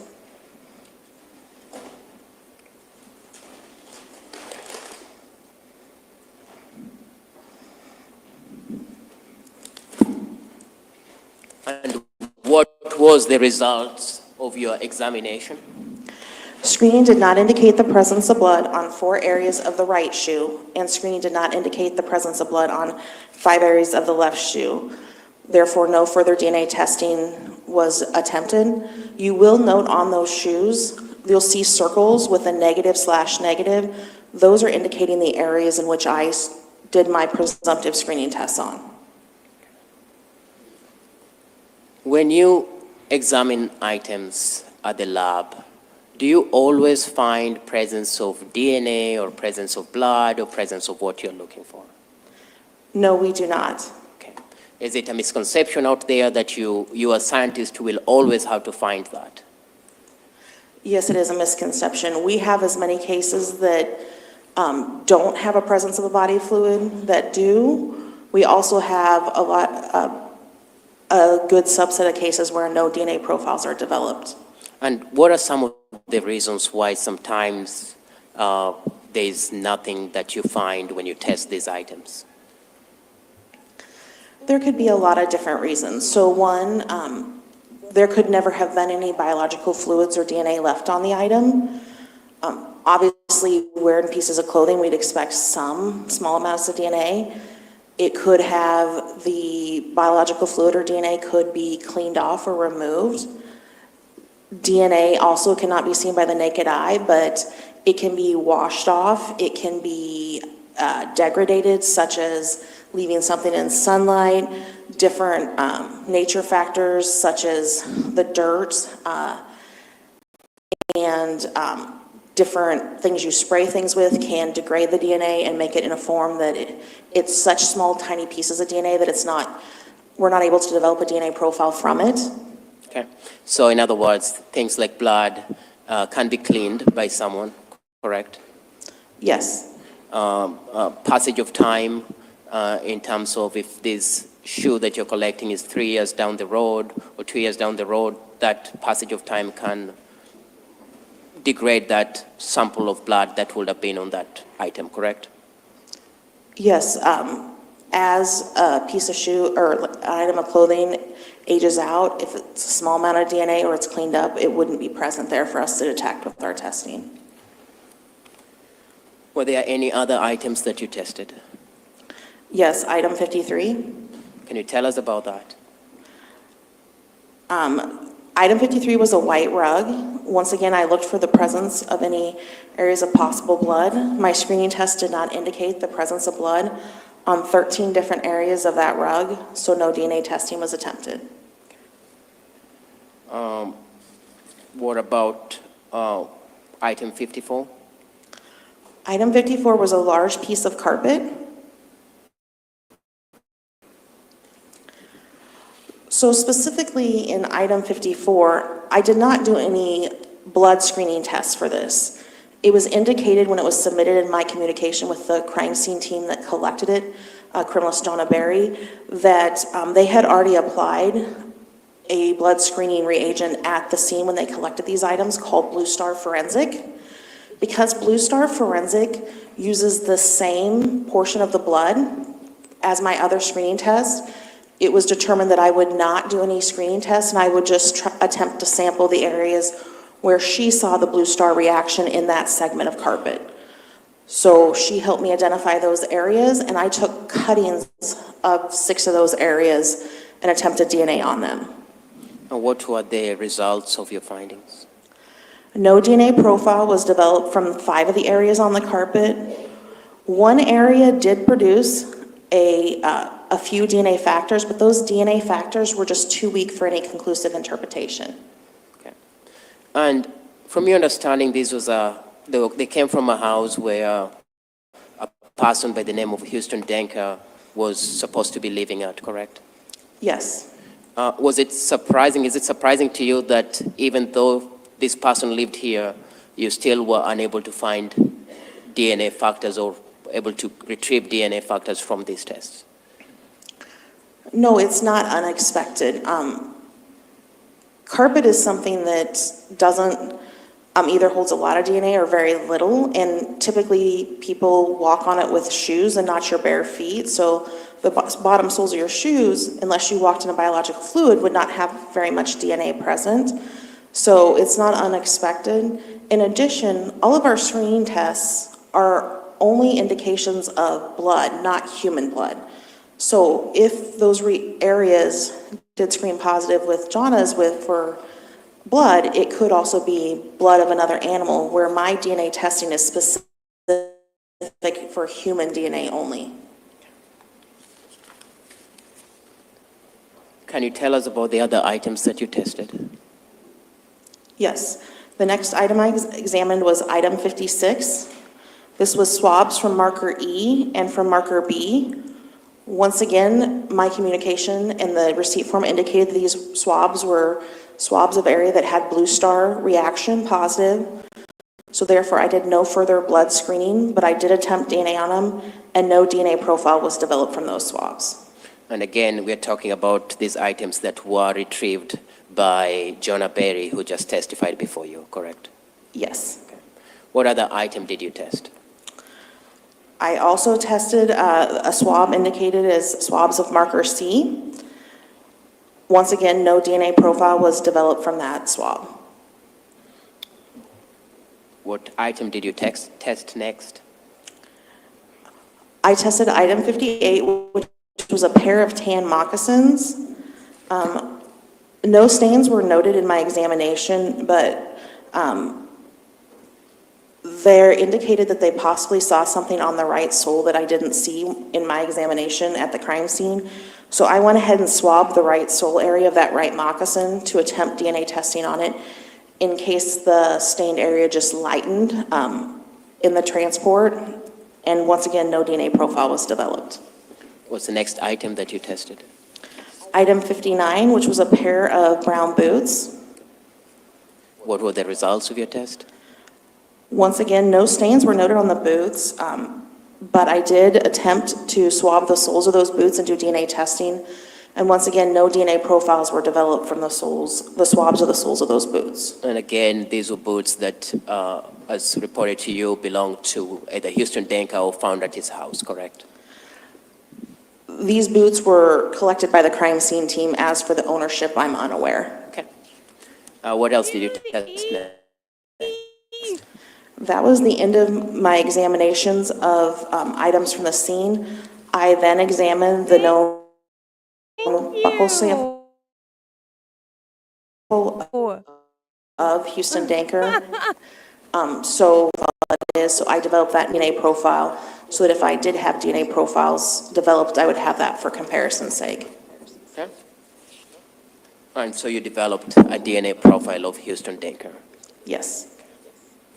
But fair enough to say that the bulk of your work that you did was testing most of these items and receiving a negative answer in terms of a DNA profile in these items, correct? Yes, I did not develop any interpretable DNA profiles from all the items I sampled for DNA.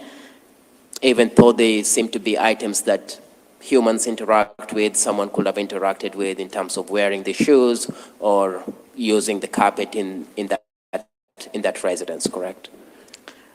Yes, but my sampling of the shoes were on the outside area, so typically you would leave your DNA on the inside or the tongue area, so all of my testing was not in those areas.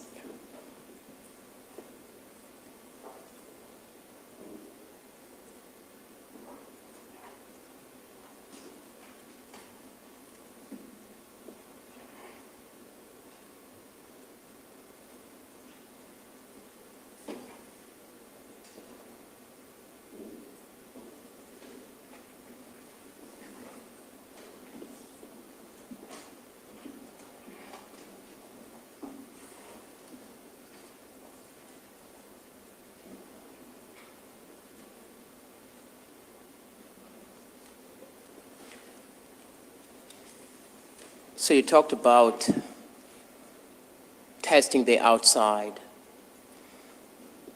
If you tested the inside, would you expect to find the DNA of the wearer of the shoe?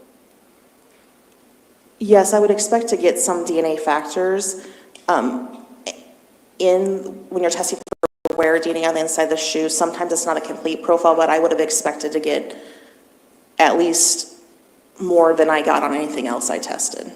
And did you get anything? Or Only one sample, and it only gave me 3 DNA peaks, so I would have expected to get at least a partial profile or mixture from the inside of wearer shoes. can you explain that more? So we're going to go back to what was probably talked about yesterday, so bear in mind that some of this might be repeat, but so because we test 21 locations, because you give it half your DNA from mom and half your DNA from dad, you have no possibility of leaving 2 peaks at any one location. So the 1 2-week profile from the carpet stain, I saw 2 peaks over the 21 locations and 1 peak at a sexing locus or location. So in a wearer DNA, as you continually wear something, you can leave your DNA behind, but because it's skin cell DNA, it can be degraded or slough off. So that's why I said that I would at least expect to get a partial DNA profile consistent with a lot more factors than what I got from the one item, one cutting that I got a few DNA factors from. Sometimes because people share different items of clothing, you might get more than 2 peaks at locations, which would indicate a mixture of DNA. I have no further questions. Thank you. Mr. Hawbaker, any questions? None, Your Honor. Thank you. All right, thank you, ma'am. You may step down.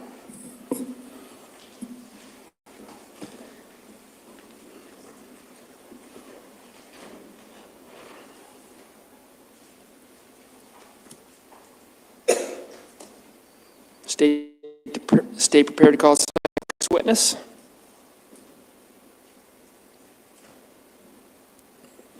The state calls Vic Murillo. The court gives me 1 minute to just check with him. Yep.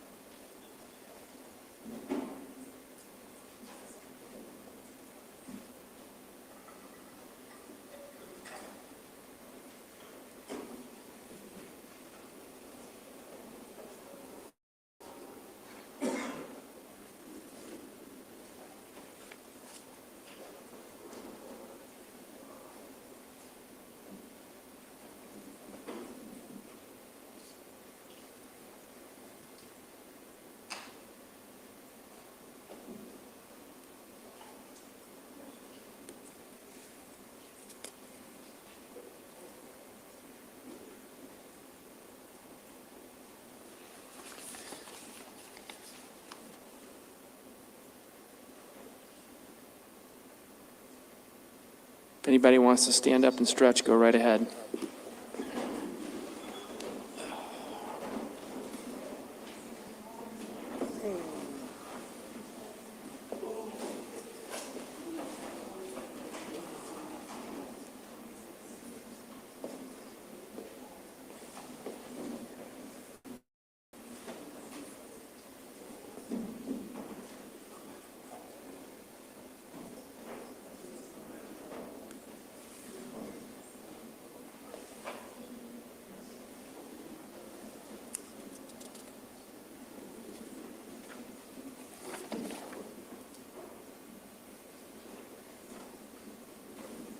All right, let's go ahead and have a seat.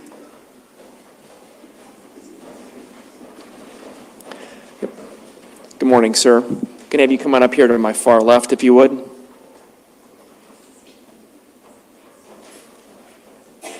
And you can go ahead and have a seat when you get there. right, go ahead and have a seat.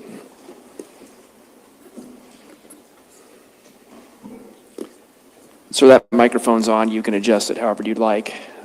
I'm going to go ahead and swear you in, so please raise your right hand. Sir, do you swear or affirm that the testimony you'll be giving will be the truth? I do. All right, and sir, for the record, can you please provide us with your first name and your last name and spell them for us? Yes. First name is Victor, Victor. Last name is Murillo. Last name is Murillo. All right, thank you, sir. Mr. Codiaga, whenever you're ready.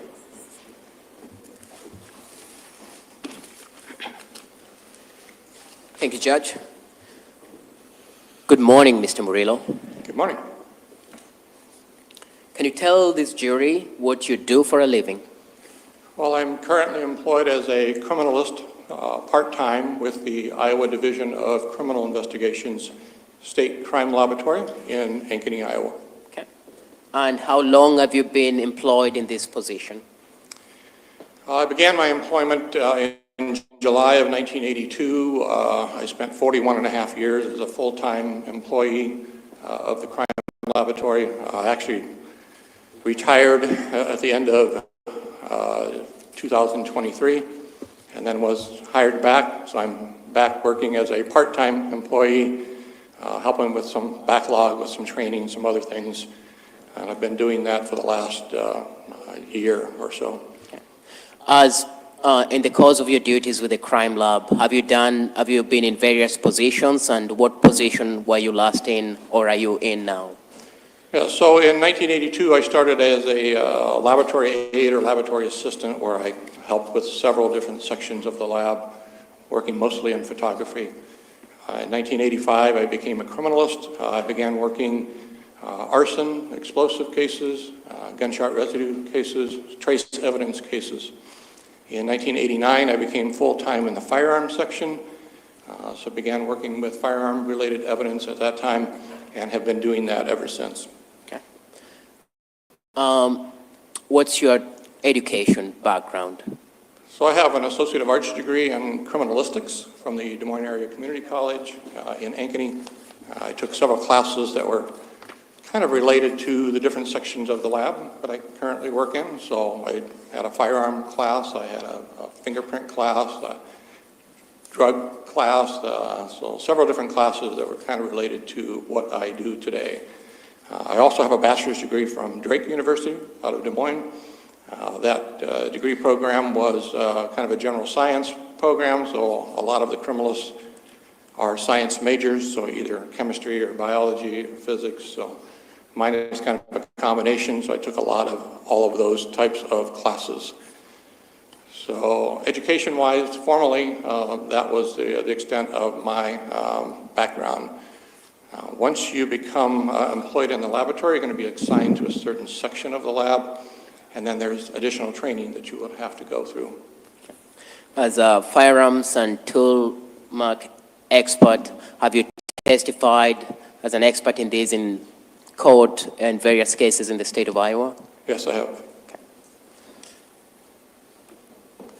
Can you briefly tell the jury the science of firearms and tool mark that you do?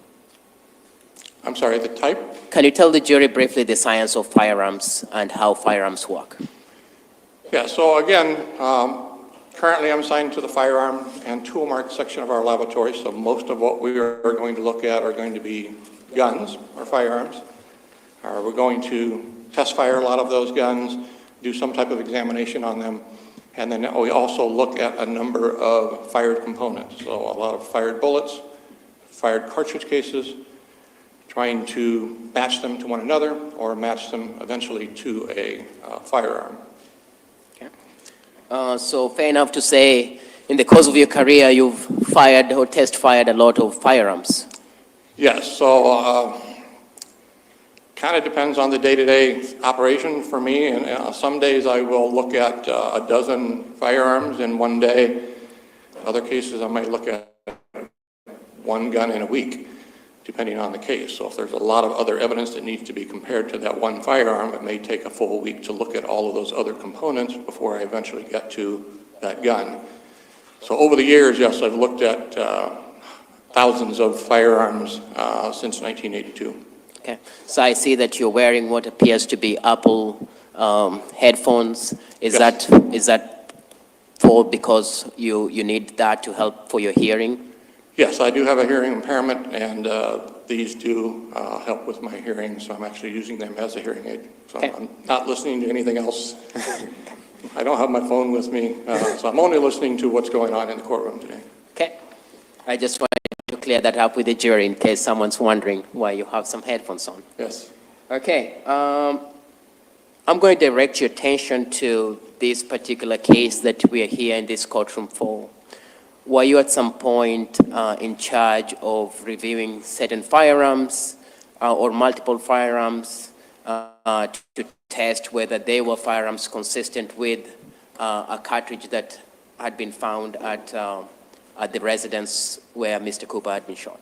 Yes, I was the first one to get involved with the firearms evidence in this particular incident, so I looked at several items back in 2021. Okay. And before we go into that, can you just, for the sake of the jurors who are not very familiar with firearms, can you just walk them through how a firearm works, the various components of a firearm, and the terminologies like bullets, cartridges that they've had? Just explain to them what those would be. Yeah, so it's a little hard to explain a firearm because there are a lot of different types of firearms out there. There are the old style revolvers, where you have a cylinder that is filled with a number of different cartridges. Every time you pull the trigger, the gun fires, a wheel turns so that one of the chambers is in line with the barrel. Bullet goes down the barrel towards the target that we're aiming at. We release the trigger, pull it again, cylinder rotates, another cartridge, live round is lined up with the barrel, fires, bullet goes down the barrel, and we can continue to do that until we fire all, usually like 5 or 6 of those cartridges in that cylinder.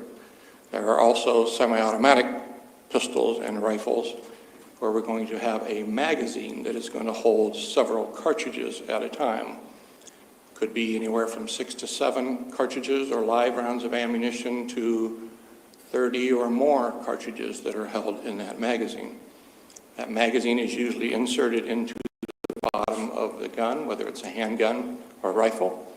And then there is a bolt or a slide that's going to be reciprocated. It moves back and forth on top of the firearm to cycle the ammunition from the magazine into the chamber. When it's fired, it pulls the fired cartridge case out of the chamber and ejects it so it's left somewhere close to that weapon when it's discharged. But the bullet still goes down the barrel towards the target that we're aiming at. So every time we pull the trigger, the gun fires. There's nothing mechanical that happens other than that slide or that bolt moving back and forth. It chambers the round for us, and it extracts and ejects the fired cartridge case for us. So all we have to do is pull the trigger, and it fires. We release the trigger, pull the trigger again, and it will fire again until we've used up all of the ammunition in that magazine. So the ammunition is the live cartridges that we're talking about that go into that magazine or go into that cylinder. Ammunition is basically what we call a cartridge or a live round. So that cartridge is made up of 4 components. One is the cartridge case. A cartridge case is kind of like a cup, coffee cup, if you will, that holds all of the other components. At the bottom of that coffee cup or that cartridge case is a primer. It's a small pressure-sensitive explosive material that's imparted into the base of that cartridge case. So when we pull the trigger, the hammer goes forward or the firing pin goes forward, and it's going to strike that primer on the base of that cartridge case and cause a spark on the inside of that cartridge case. Inside of that cartridge case is going to be powder, smokeless powder. When that spark goes off from the primer, it's going to ignite the powder. That powder is going to burn, create a lot of pressure, and that's going to push the bullet, which is on the top of that cartridge, down the barrel and towards the target that we're aiming at. So that cartridge is made up of 4 components. The cartridge case, the primer at the bottom, the powder on the inside, and the bullet or the projectile that's on the front or the forward end of that cartridge. When we fire the gun, the bullet is going to go down the barrel towards the target. The cartridge case is either going to be left inside of the gun and has to be manually removed, as in the revolver that we talked about, or it's going to be physically extracted and ejected by the gun, and it's going to be left somewhere close to that weapon when it's discharged. So those are the things that we're normally looking for at a crime scene, is going to be the fired bullets, the fired cartridge cases that are going to be somewhere close or in the firearm. And then if they're outside of the gun, so we have fired bullets at a crime scene, fired cartridge cases at a crime scene, we can possibly match them to one another to try and determine whether they all came from the same gun or not, or we can possibly try to match them to one specific firearm. Were they fired by this particular gun? So that's my job, is to look at those fired components, look at the firearms, try to determine sometimes whether those bullets and those cartridge cases came from a specific firearm. Let's unpack a little bit of that. You've talked about cartridge casings. Is that what sometimes people call casings, just or shell casings? Yeah, it's known by a number of different nomenclatures, a little different for everybody. So yeah, it could be a casing. Sometimes we call it a cartridge case. I refer to it as a cartridge case. Okay.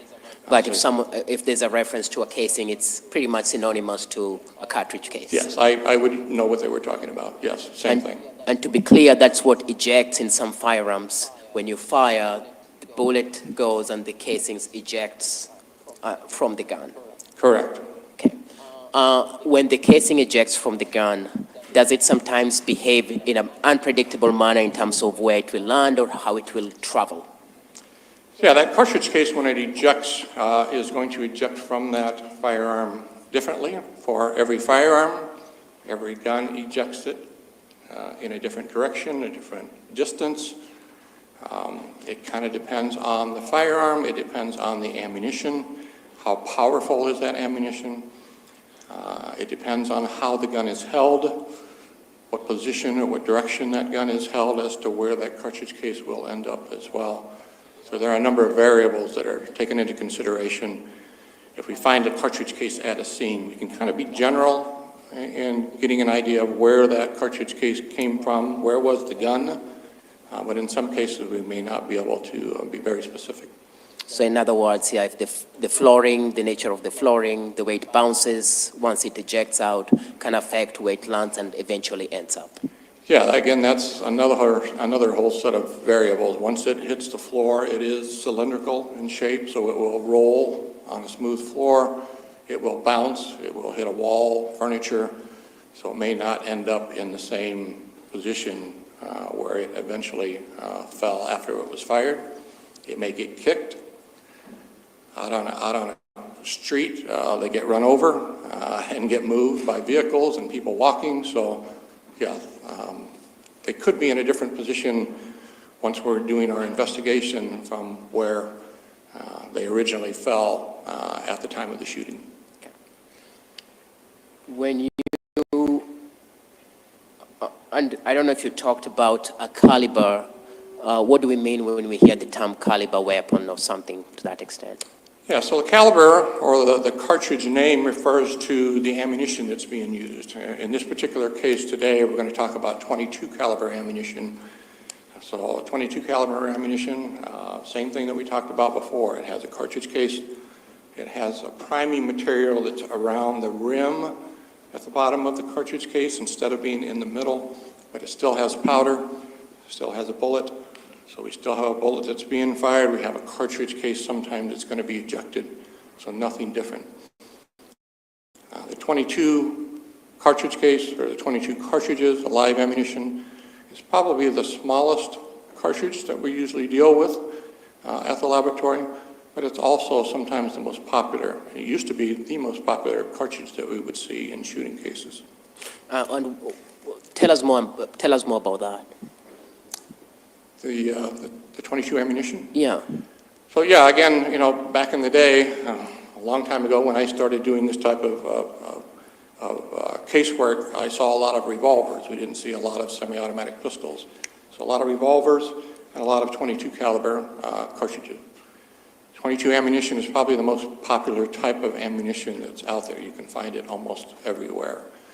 So as long as you have a .22 caliber cartridge and the gun is designed for .22 caliber ammunition, that cartridge should fit in that gun. So it doesn't make any difference who made it, who the manufacturer is. As long as the cartridge name and the designation for that firearm is the same, then they should be compatible with one another. Can you tell the jury how toolmark comparison works? I'm sorry, how? Can you tell the jury how toolmark comparison works, how you compare firearms and what cartridge was used? Sorry, I still didn't hear part of that. Can you tell the jury what you do in terms of comparing a firearm and whether this particular cartridge was used in that firearm? In a specific firearm? Yes. Okay. So when I look at the evidence in the case, I may look at a firearm, and so the first thing that I'm going to do is I'm going to take a lot of information off of that gun, make, model, serial number. I'm going to check the safeties on the gun, make sure that everything is working correctly, and eventually that gun is going to be test-fired. We're going to produce test-fired bullets, test-fired cartridge cases from that firearm. Those are going to be my knowns. I know they came from that specific firearm because I just test-fired it. So those test-fired bullets, test-fired cartridge cases are my knowns that will eventually be used to compare to the unknowns. As I go through all of the unknowns, the bullets and cartridge cases from the scene, again, I'm taking a lot of notes, a lot of information is taken from each of them. The cartridge case, I'm going to look at it. I know that it's .22 caliber from the shape and the size. We can measure it. We look at the head stamp information so we know who manufactured that particular cartridge. I can look at the bullet, look at the diameter of the bullet, and the diameter should be roughly 22/100ths of an inch wide, so I know it's consistent with a .22 caliber bullet coming from a .22 caliber cartridge case or cartridge. I then begin looking at some of the information that's put on those items by the firearm. On the cartridge case, I'm looking at the firing pin impression. It could be a number of different shapes. It could be round or square or rectangular in shape. So I'll make a note of that as well. And then when I look at the bullet, not only do I look at the caliber and the diameter, but I'm going to weigh it, and I'm going to look at all of the rifling information that's present on that fired bullet. That bullet is going to go down the barrel of a firearm. The inside of the barrel is going to have spiral grooves that are on the inside of that barrel. As the bullet travels down the barrel, the outside of the bullet is going to come in contact with the rifling on the inside of the barrel. It's going to cause that bullet to spin with the rifling as it moves down the barrel.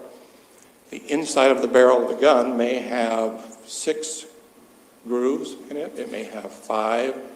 It may have 22. The numbers are all different. It may spin the bullet clockwise. It may spin it counterclockwise. So you may have a right twist or it may have a left twist to it.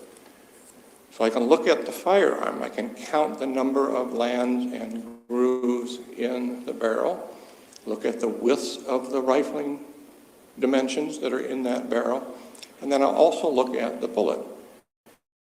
Does it have the same number of land and groove impressions on it as what I'm seeing on the barrel? So if I have a bullet that is 6 right, 6 land and groove impressions with a right hand twist, and I have a barrel that has 5 lands and grooves with a left hand twist, and I know that that bullet could not have come from that particular firearm, because the class rifling characteristics are totally different. So that's my job initially when I'm looking at those items, to look at the cartridge case, firing pin information, breech face information, look at the bullet, take as much information off of that bullet as I can, the caliber, what the bullet is made of, whether it's lead or copper plated or brass plated, the rifling information that's present on it. I can count the number, I look at the direction, I can measure the dimensions of that rifling information. From all of that information, I can put it into a computer database and get an idea of the types of firearms, the makes and models of guns that could have fired that particular bullet. And that may be good investigative information that will usually show up in my report. So in Mr. Kodiak, I was going to actually stop you. I think now's a good time to take our mid-morning break. So we've been going a little over an hour and a half. So, ladies and gentlemen, we'll take approximately a 15-minute break at this point. And again, I would remind you of the admonition that I've given you previously.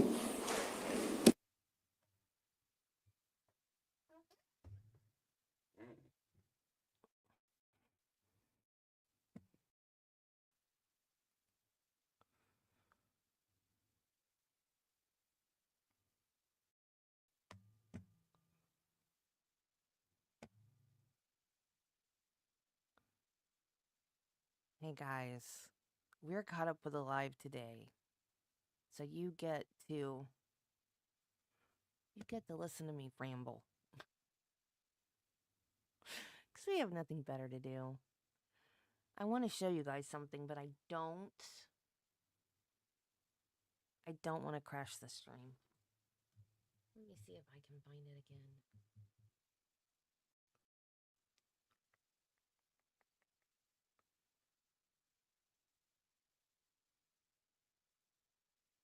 My laptop is so slow.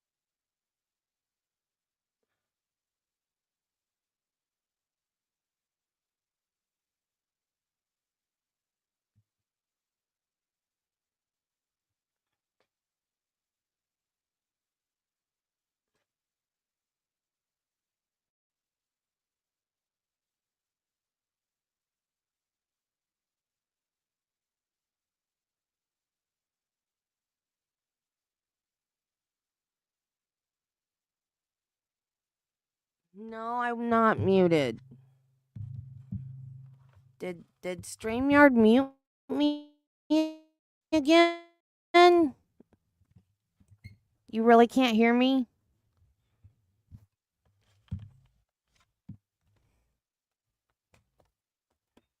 StreamYard, you're a pain in the butt.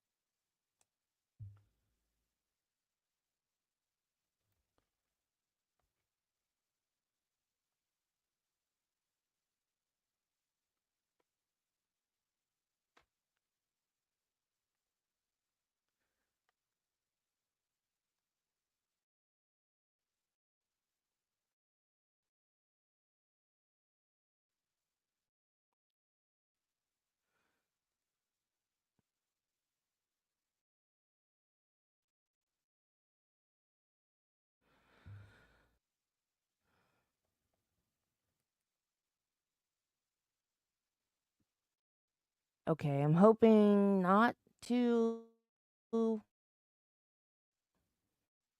crash StreamYard. I think I have solved my costume problem. I also checked my Venmo that I have not checked in, I don't know, months. I have $60 there. That's my secret money that Travis doesn't know about. I didn't know about it either. It really was my secret money.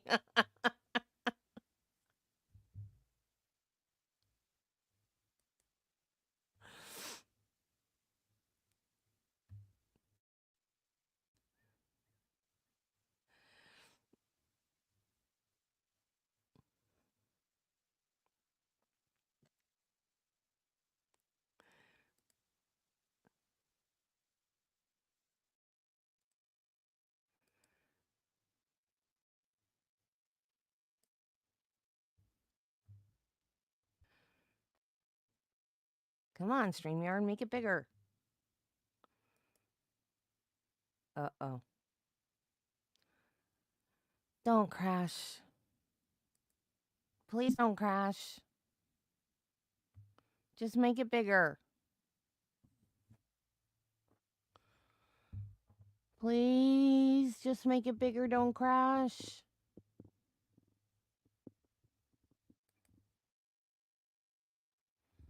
Pretty please with sugar on top. Just make it bigger.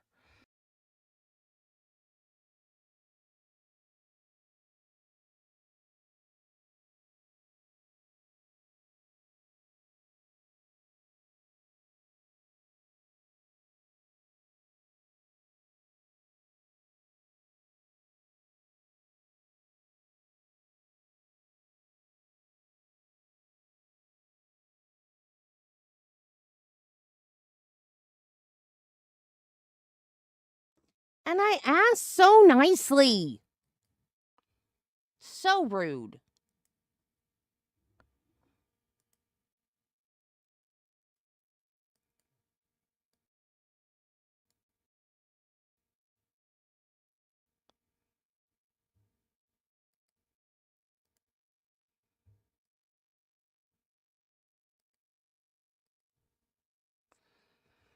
So this, I have a red crinoline like that.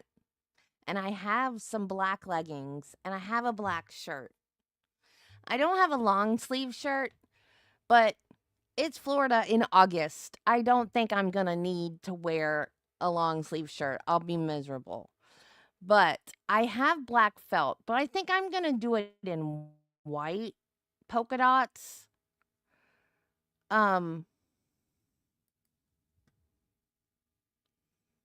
How do I make this bigger?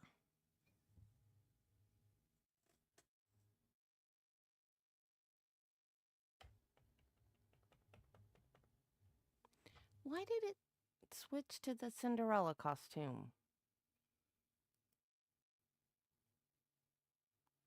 Where did Minnie go? Oh, I made it too big. Now I can't see it.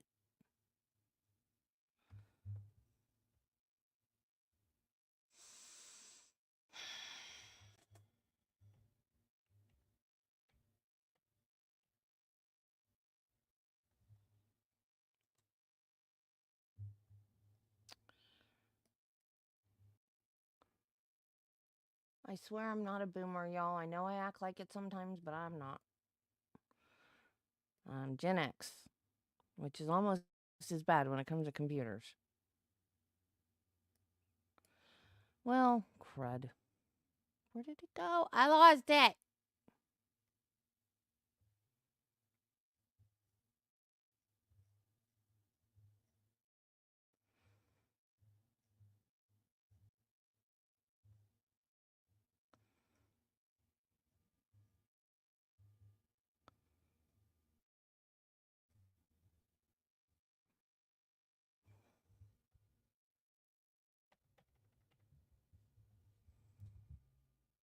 Isn't she adorable? Look at her.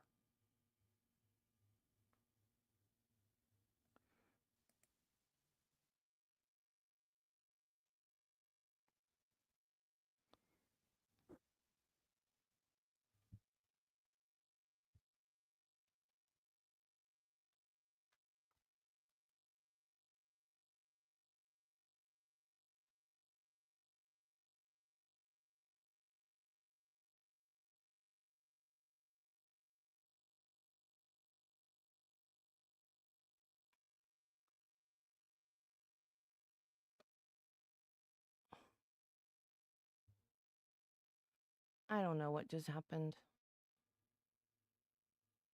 I lost it. I lost it.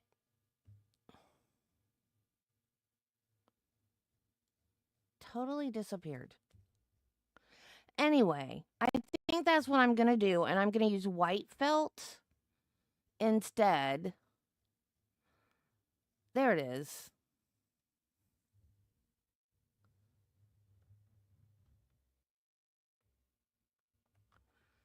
I'm going to use white instead of the black because all I need to buy is a set of Minnie Mouse ears, but on her bow on the ears, they're white polka dots. So I think I'm going to do white felt polka dots on her skirt. And I don't have any yellow shoes. But I'm not going to wear, those are like pumps. I'm not going to be wearing heels at the park anyways. So I'll just wear a pair of like plain tennis shoes. Like, I don't know. But it doesn't matter. Everybody will know I'm Minnie Mouse if I wear that. And it won't cost me. And I was going to buy ears at the park anyway. And the ears at the park are like $30. So I'll just buy a $9 pair of ears from Amazon.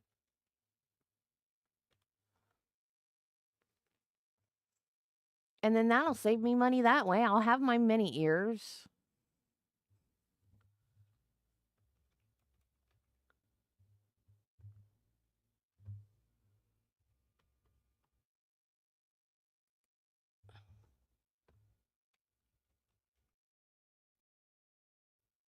What are you doing, you stupid thing?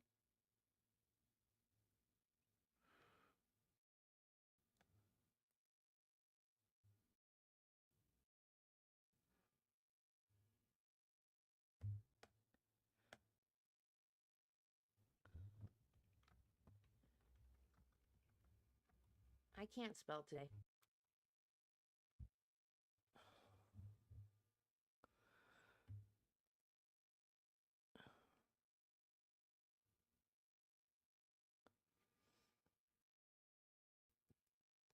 This is a good book. Small talk. It's about ADHD and the life of ourselves, like we're a failure, we're stupid, we are whatever. See, she has white polka dots. I want one with the sequins. See, that's a handmade one. The one like factory made with the sequins, $7.99. They're cheaper.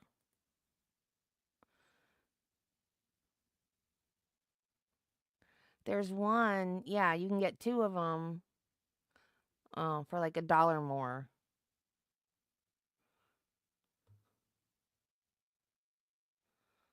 Oh no, I don't want one with a strap under my chin. Why would you need 20? Oh, I guess for like a birthday party or something. Oh, that's a cute headband. Yeah. Like that. Oh, that one doesn't have polka dots at all.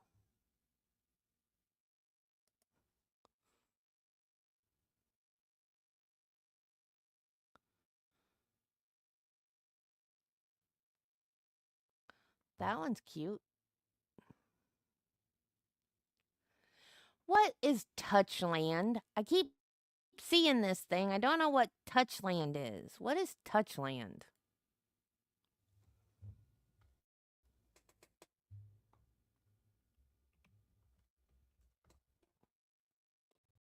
Oh, it's hand sanitizer with mood boosting scents.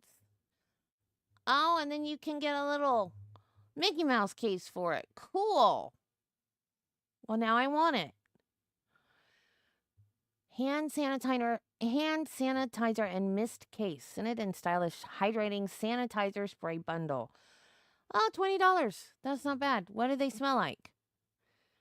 Tropical trio set. Mango, passion, beach, cocoa, and watermelon. $24.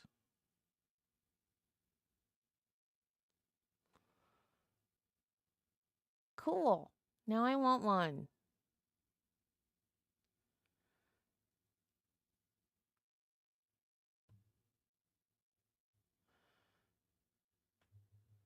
Power Essence Hydrating Body and Hair Fragrance. Oh, that's just a body mist. Hand sanitizer spray rose water scented. Oh, I likey. Oh, look, those are little keychain. Why does that one have a plug?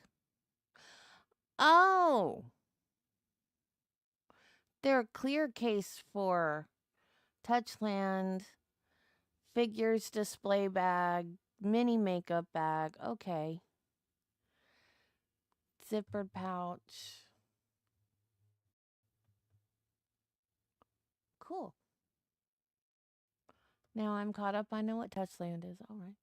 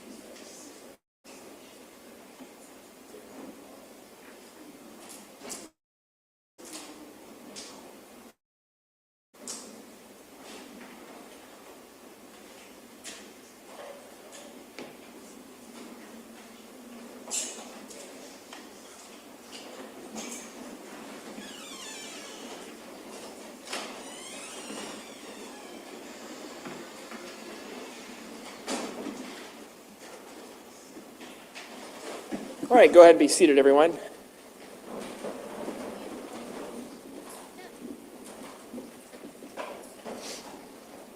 Mr. Kodiaga, Ms. Williams, do we need to wait for Mr. Ringel?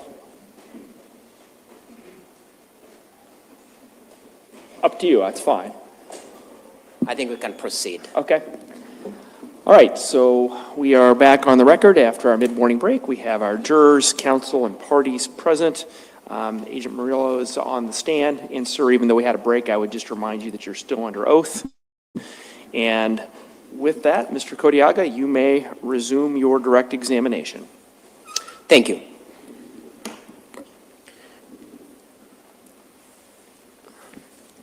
I think when we stopped, we discussed briefly about firearms, how they work, what your examination entails. And I don't know if you talked to the jury about the purpose of your examination in trying to find a firearm that has been, or a cartridge or a bullet that has been fired from a particular gun, and what that tells, whether guns or bullets tell a story based on what they leave behind. Can you just explain that briefly to the jury? Yeah, so I think I talked a little bit about it. On that cartridge case, you're going to have a specific size and shape of the firing pin impression. On the bullet, you're going to have information that's there that we can look at and try to compare that to the rifling on the inside of the barrel of the gun of a suspect firearm. So those are the first things that we will look at. When we actually do a comparison, we're going to look at a little bit more. So when we get a firearm and I'm going to test fire that gun, I'm going to place one of the test fired cartridge cases underneath a comparison microscope and then place an unknown underneath the microscope. And I begin looking at both of those items at the same time, side by side. I'm going to begin looking at what we call unique individual characteristics that are inside of that firing pin impression. Tiny little scratches, impressions, tiny little markings, and the same thing on the bullet. The outside of the bullet will not only have that rifling information present, but there are going to be tiny little scratches and striations that come specifically from that barrel of that gun that it was fired from. So I began looking at all the tiny little scratches and striations. It kind of looks like a little barcode, if you will, little lines, thin lines, thick lines, deep lines, shallow lines. And there's a specific pattern that's going to be on every bullet that comes from that particular barrel. And that pattern is going to be unique to that particular firearm and will be different than the pattern that we will see on every other firearm. So that pattern that we're seeing on the fired bullet, the markings that we see on the cartridge case are going to be unique to a specific firearm. So we can look at the test fires from the gun, look at the unknowns, and see if they have the same pattern. If they do, then we know that they came from that particular firearm, the unknowns. If they have a different pattern or different shape or different size or different number, then we know that that bullet or that cartridge case did not come.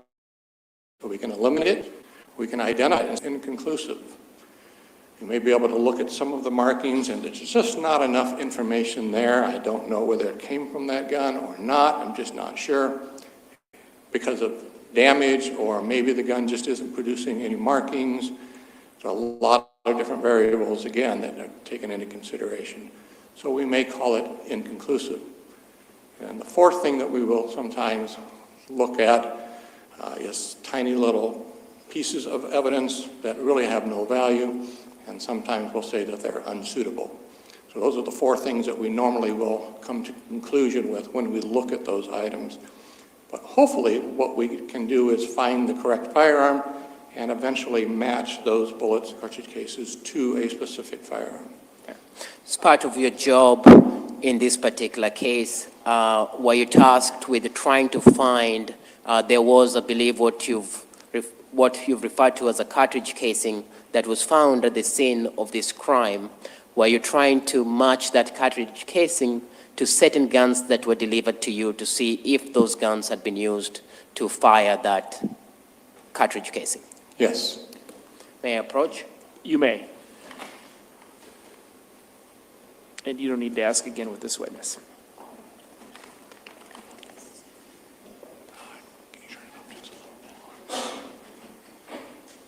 Going to hand you what's been marked as State Exhibit 294.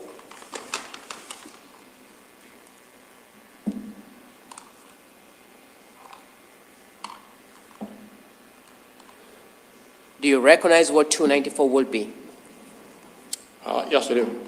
Can you tell the jury what 294 is? Sorry, 294, State Exhibit 294 is my item 6 as it came into the laboratory. This is a fired cartridge case that came from the scene, and one of the items that I initially looked at that's in my initial report.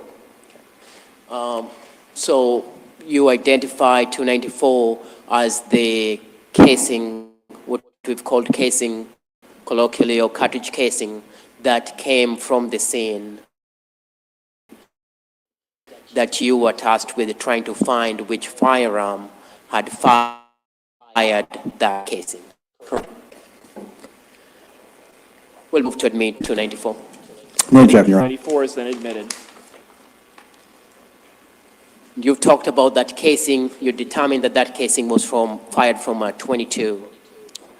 Correct. So as we look at that cartridge case, I can tell that it is a 22 caliber, probably from a 22 long or a 22 long rifle cartridge. They both use the same cartridge case. And I can also see the manufacturer. I think this one was made by Winchester, which is a popular ammunition manufacturer. So all that information is in my notes, including the size and shape of that firing pin impression that we talked about. Because it is a fired cartridge case, it's going to have an impression from the firing pin when it hit, and so that information was also documented. When you say 22 long, that's a long rifle. 22 long or 22 long rifle, they are different, but they use the same cartridge case. Now, did you have certain firearms that had been either retrieved from the scene or had been brought to you that you're trying to eliminate or find if they're the ones that had fired that cartridge casing? Yeah, so initially I looked at 2 bullets, I looked at a fired cartridge case, and there was 1 firearm that was also submitted along with those items. So I compared those items to that 1 firearm initially. And you said you looked at 2 bullets. Can you tell us what those were or what you looked at? Those were, they're my items 20 and 21. They were bullets that came from the head of the decedent. Okay. So bullet and bullet fragments that came from Mr. Cooper's head. Yes. Okay. I'm going to show you what's been marked as State Exhibit 296, 297 for the purposes of identification.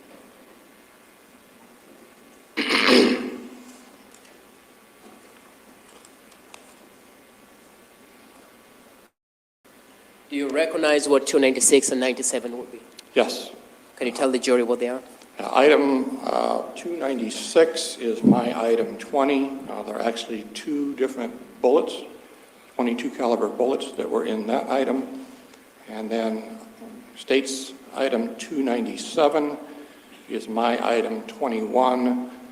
21 is some tiny little fragments of lead that were, in this case, they were unsuitable. They just didn't have any information on them. But an additional fragments that also came from the head as well. Is also attached to the state medical examiner's office. Now, when you examine, first I'll move to admit 296 and 297. Any objection to 296 or 297? No, Your Honor. 296 and 297 are then admitted. You observed, thank you. You observed 296 and 97. Can you describe to the jury what the characteristics or what you observed in this, what has been admitted as 296 and 97?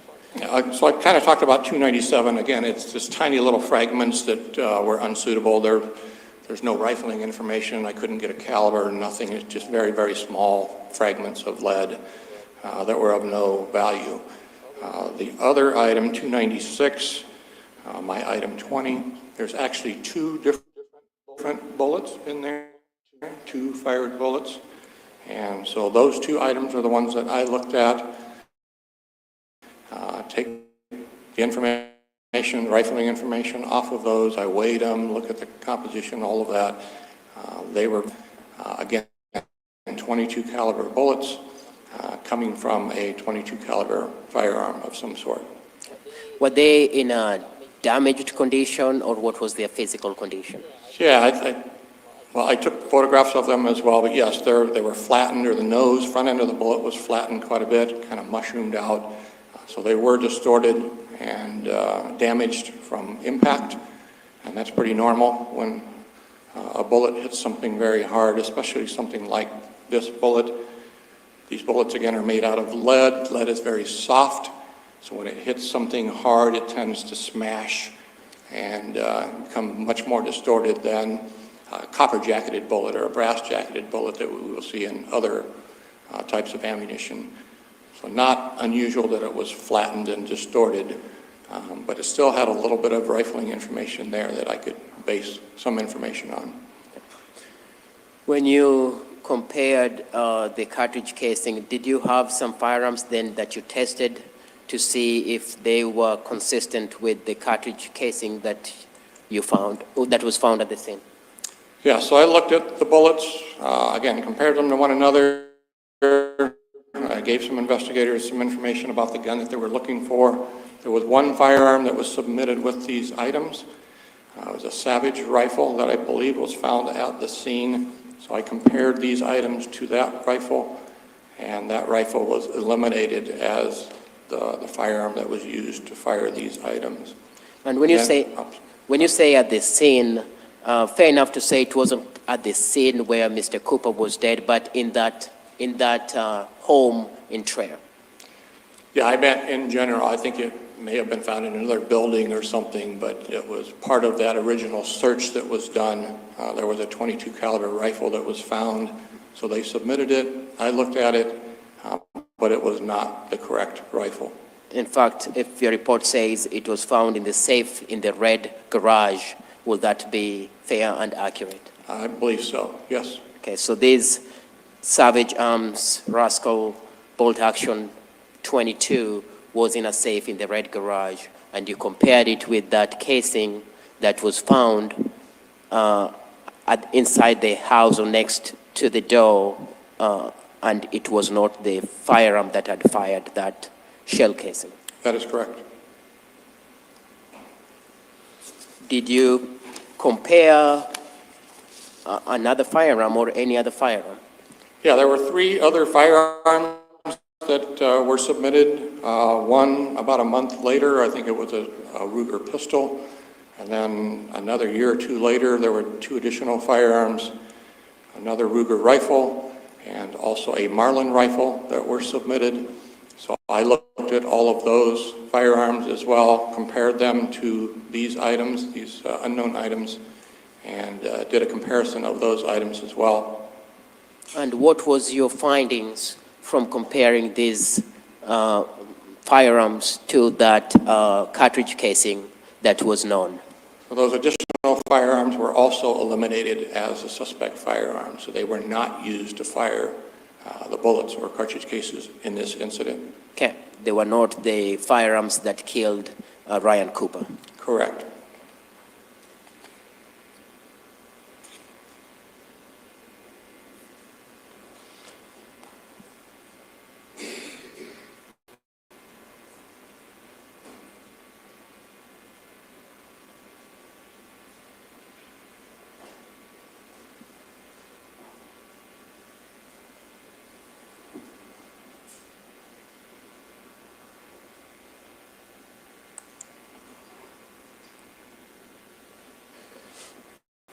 When you looked at the casings and the bullet, were you trying to also find, as you've talked about, that you're trying to look at various firearms or trying to talk to your investigators to look for particular firearms?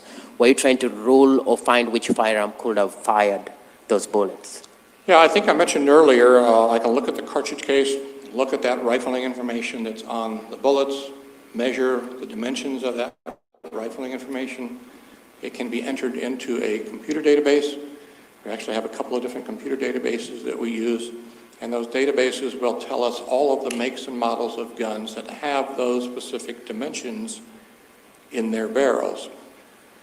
So that particular list was actually very long. It was several pages long, hundreds of firearms that had that 22 caliber, 6 lands and grooves, right hand twist, the width of the dimensions that I found on all of those hundreds and hundreds of firearms that were on that list. So that list was generated as part of my notes, and also in my report I indicated there is a long list of firearms that could have been used to fire this particular bullet.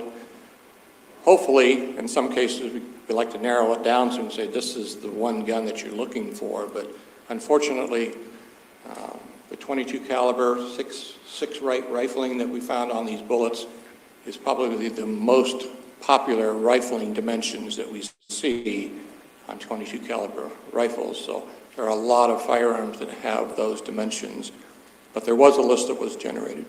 Did that list include a Ruger 1022?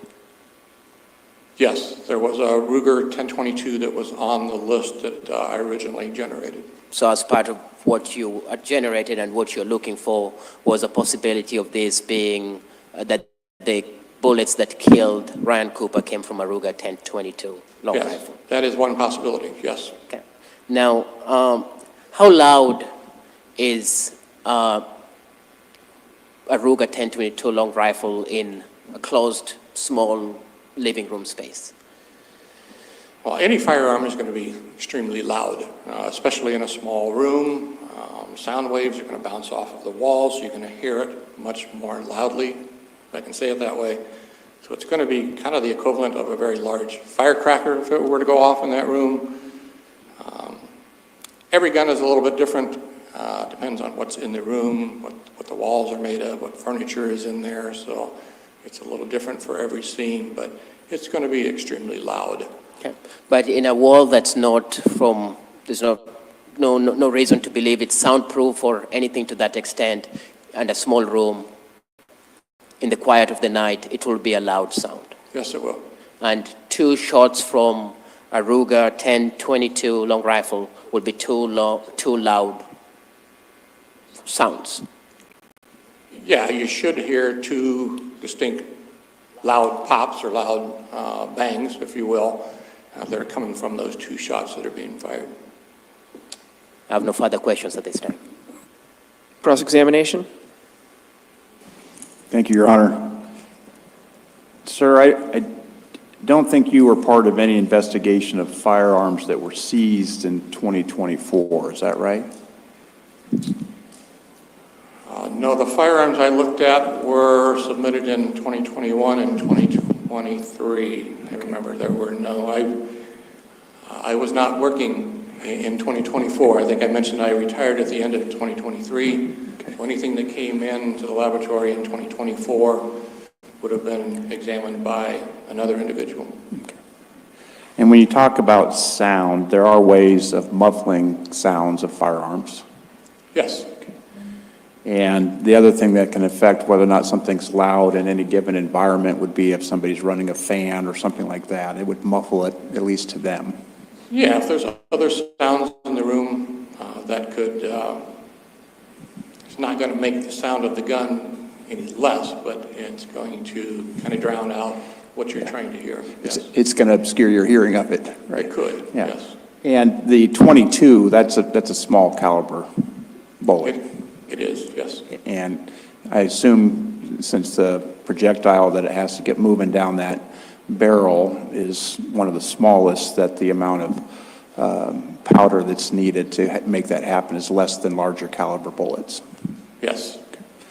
And oftentimes the sound is related to that kind of mini explosion that happens in the chamber, right? Yes. Nothing further, Judge. Thank you.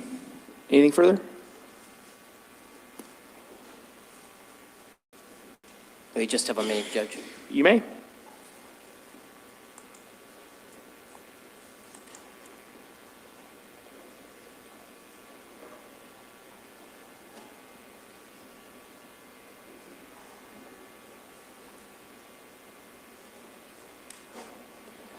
Nothing else from the state. Thank you.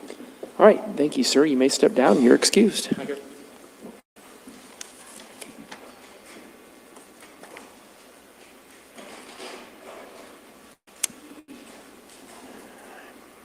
Is the state prepared to call its next witness? State calls Christian Hart.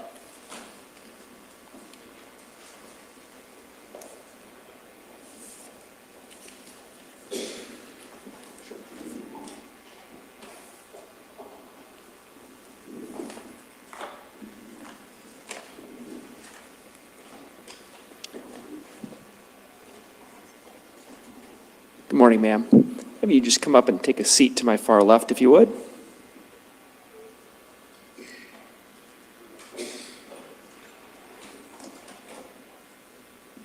And that microphone's on. You can adjust it however you'd like. I'm going to swear you in first, so please raise your right hand. Do you swear or affirm that the testimony you'll be giving in these proceedings will be the truth? Yes, I do. All right. And record, can you give us your last name? Belt. H-A-R-T. Right, thank you. Mr. Kodiaga, whenever you're ready. You've stated your name. Good morning. Good morning. What do you do for a living? I am a criminalist at the Iowa DCI Crime Laboratory, where I am in the firearms and tool marks section of the lab. You've just had Vic Murillo come out of the stand. You work with Vic Murillo, correct? That's correct. How long have you been with the DCI Crime Lab? I've been at the crime lab since 2006 and the firearms section since 2017. Okay. Do you do similar job that Mr. Murillo does? Yes, I do. So I'm not going to bore the jury by going through all about firearms anymore. I think they understand that pretty well. In this case, were you in charge of doing firearms examination? Yes, I was. When did you get involved in this case? I got involved 2024, May-ish of 2024. Okay. When you got involved, were you, Mr. Murillo testified that he was in the process of trying to find the particular firearm that had been used to kill Ryan Cooper. Yes. Was that part of your task to take over and try to determine which firearm had been used to kill Mr. Cooper? Yes, it was. Okay. As part of that, did you then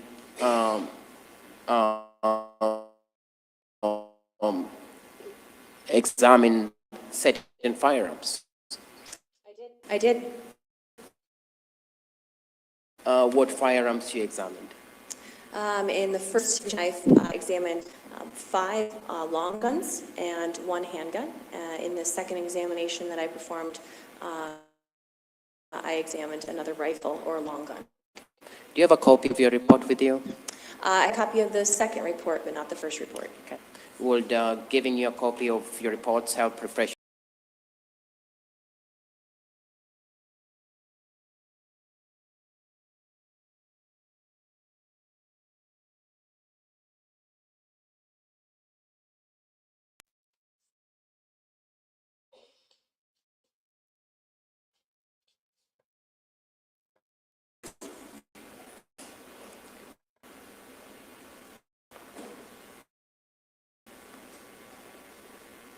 Do you have a chance to look at your reports and see what you examined? Yes, I have. What was the past items that you examined? So like we talked about in the report, I've noted here that there was a pistol, a 20 pistol, and then 5 22 long rifle, long guns or rifles, and those were examined in the laboratory. I test fired them, and then I compared them to a submitted cartridge case, and the conclusions of that cartridge case are also in that report. Okay. Now, beginning with that, there was a cartridge case that's now been admitted as State 294. Was that the cartridge case that had been found at the residence where Ryan Cooper was killed? So in my report, it's lab item number 6, and yes, there was a cartridge case that was submitted for examination. And as you say, lab item number 6, when the cases come to you, they get a different number. Back at the residence, it was like a placard 5. When it comes over to the lab, you give it a different number to identify it, so it became a 6. Yes. And in this courtroom now, we've also given it a number as 294. Sure. Okay. Now, when you, as the firearm that fired that cartridge case, correct? That's correct, in this first report of mine. Okay.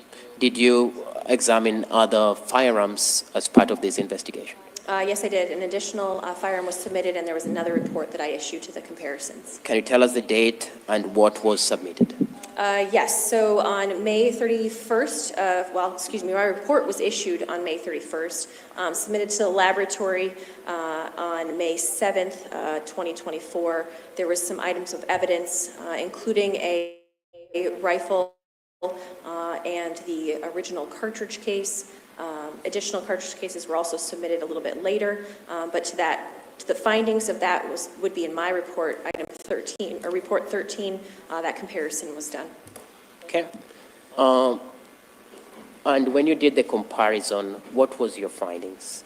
The microscopic comparisons conducted on the cartridge case from the scene, they were compared to the rifle submitted in report number 13, and the cartridge case was identified as having been fired in that rifle. In my case, that lab item number 49, it was a Ruger 1022 rifle. Okay. When did you receive this Ruger 1022 rifle? It was received on May 7th, 2024. And what kind of testing did you do with this rifle? So the rifle was brought back to my laboratory where I took notes. I examined the rifle, confirmed that it was in working order, and then once I did confirm working order, I confirmed the serial number. I went ahead and test fired that rifle. I collected the known cartridge cases and known bullets from that rifle because I was able to collect those from our laboratory, knowing those came from the rifle. Now I can use them as known samples. And then once I had those known samples, I was able to use those on the microscope, the comparison microscope, which I'm assuming you guys might have talked about already, where we're comparing test-fired cartridge cases to the unknown cartridge case, and that's where the conclusion was made. What conclusion did you make? Again, that that cartridge case was fired from that firearm. Okay, so to be clear with the jury, you finally were able to determine that what had been at the resident as placard 5 came to the lab and became number 6, and now was 294, was fired from that gun. That's correct.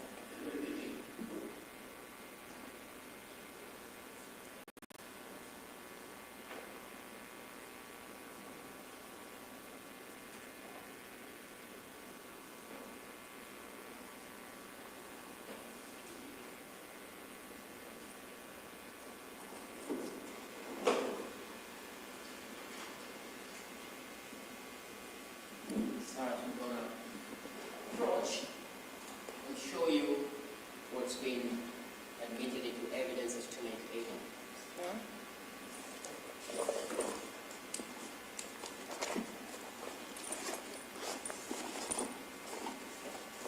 Just for all purposes, it's secure.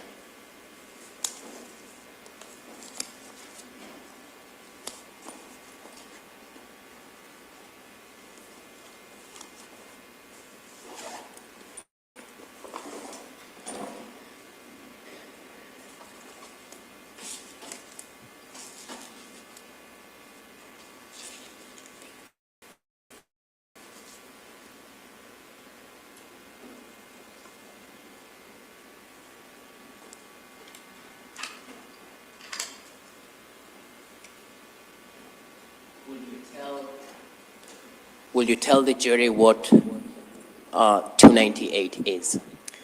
So this is a Ruger 1022, model 1022, 22 long rifle, long gun or rifle, and the serial number on this particular firearm is 0003-61269. So this is the rifle that I examined and test fired in my laboratory.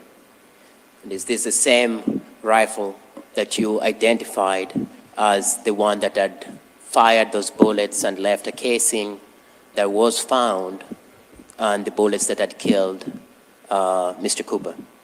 This rifle was compared to the cartridge case, yes. Okay. And you determined that it's the same that had done that? Yes. Okay. You talked about the comparison. Can you just tell the jury in terms of the science and if it might aid you to show you your pictures on what you use to, how you do the comparison? So we talked a little bit about the comparison microscope. So in the case of examination of the test-fired cartridge cases, we use a comparison microscope in which we have two stages. We're able to use one eyepiece, and we can examine the cartridge cases across that one eyepiece. So on the left stage, I have the test-fired cartridge cases from this particular rifle. On the right, I have the cartridge case from the scene. I use that singular the set of eyepieces. I'm able to compare the markings that are left by this firearm on the test-fired cartridge case to the markings that are on the sample from the scene and take photographs and then conclude that that cartridge case had been fired from this particular firearm. I'm going to show you what's been marked for the purposes of identification as State Exhibit 276 through 285.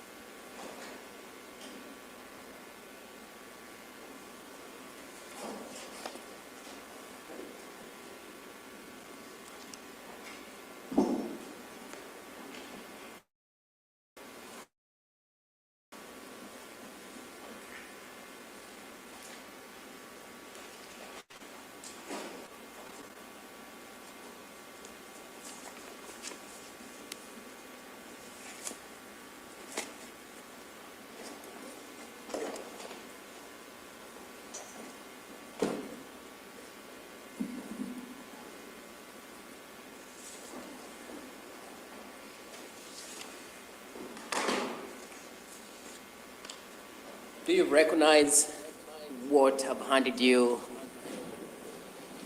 as 276 through 285? I do, yes. Okay. Are those pictures that you took as part of your testing for this firearm to determine if it was the exact firearm that had been used to fire those bullets that killed Mr. Cooper? This is a combination of photos of my first report and my second report, including the comparison photos that I took. Okay. They're fair and accurate of what you did as part of your analysis? Yes. We move to publish 276 through 285. Do you want to offer them first? Oh, we move to admit them into evidence. Mr. Robaker, any objection? We have no objection. All right. Then 276 through 285 are admitted, and we can now publish them. Okay.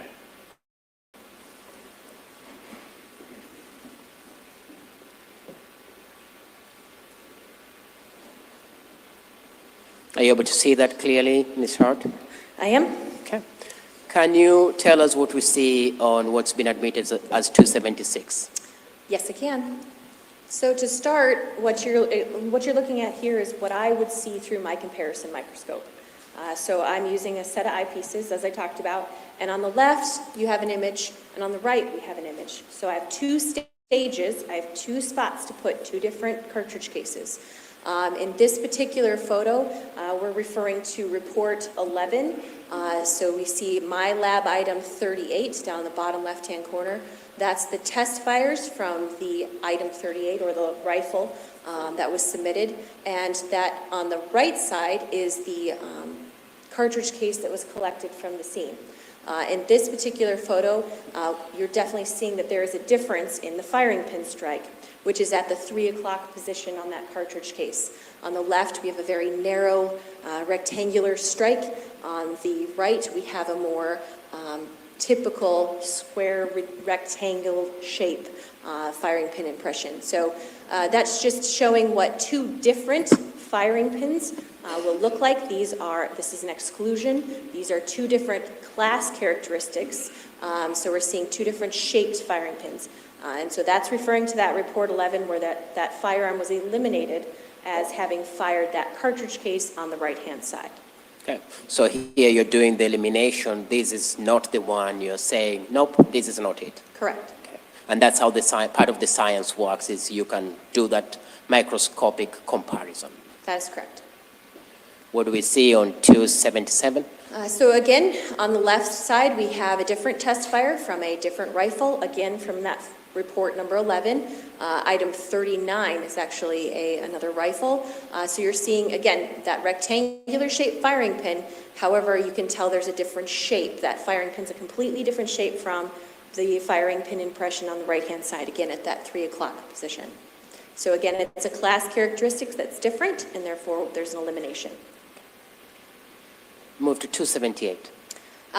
Again, another test-fired cartridge case on the left, and this is a very distinct, different marking left behind by that firearm. On the left-hand side, that firing pin and that cartridge is moving around in that chamber, so you see some shearing there on the left. That's what that big kind of oval-shaped reflective area is. Versus the evidence on the right-hand side. So again, this is another elimination.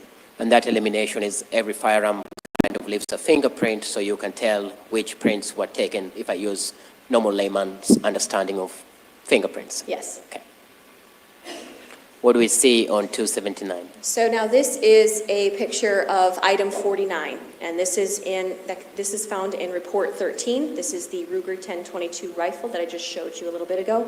The firing pin impression on the left from the test-fired cartridge case from that rifle has very similar characteristics from this view. Now this is a blown-out view. This is a zoomed-out, distant view, an overall picture of that cartridge case. And so you can start to see, if I refer you to the top 12 o'clock, actually 11 o'clock position, we've got the ejector. We've got a mark in that top left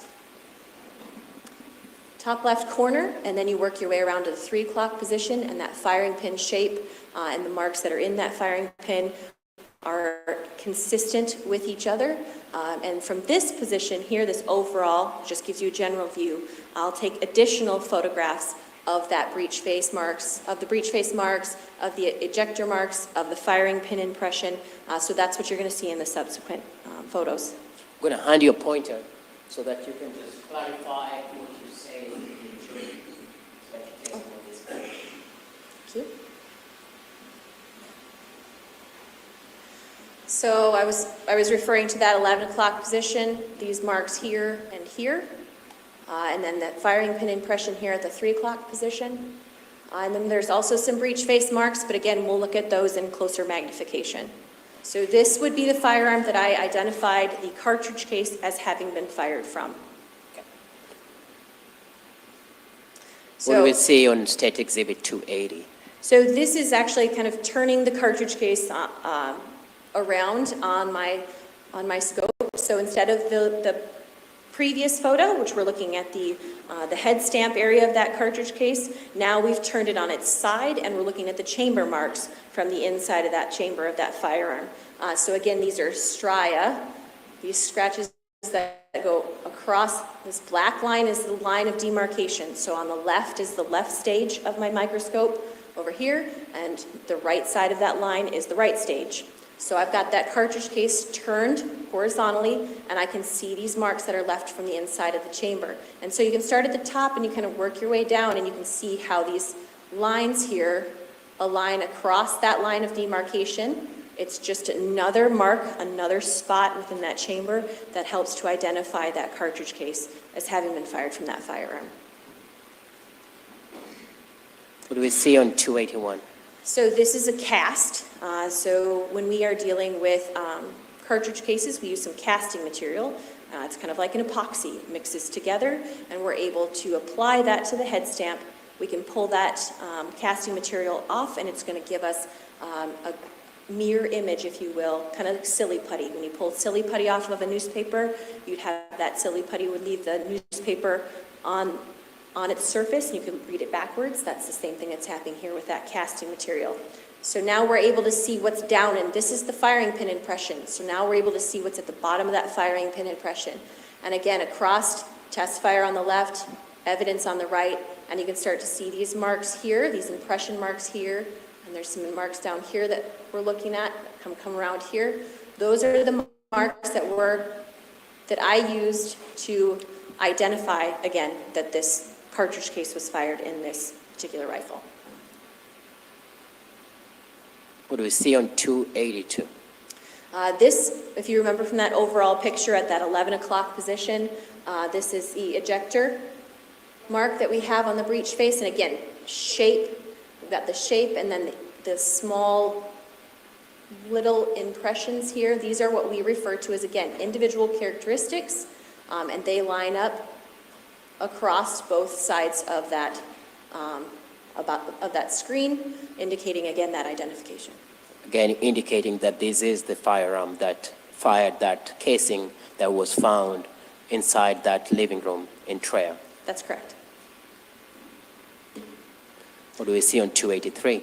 This is just one additional mark, an extractor mark that was found on the breech face or the head stamp area of that cartridge case. Again, just these are photos that are taking pictures of the individual characteristics that I am seeing in regards to supporting my conclusion. Again, same conclusion, that it's the same firearm. That's correct. What do we see on 284? One more mark that we're seeing on that head stamp from the breech face of that firearm. We're just seeing some marks here that align that I saw on both sides again of that firearm and the test fire. And on 285? Just a different view of that. Okay. So your conclusion within a reasonable degree of scientific certainty is that's the same firearm that was used to kill Mr. Cooper? To the cartridge case that was found at the scene. Correct. Yes. Now, Judge, you can take it down.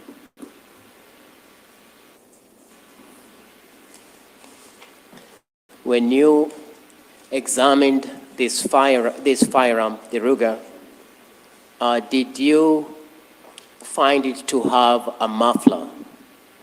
No. It did What not is have a a suppressor. Yeah, what is that? Can you explain that to the jury? A suppressor just acts to suppress the sound of the shot being fired. There's no suppressor on this firearm. That's correct.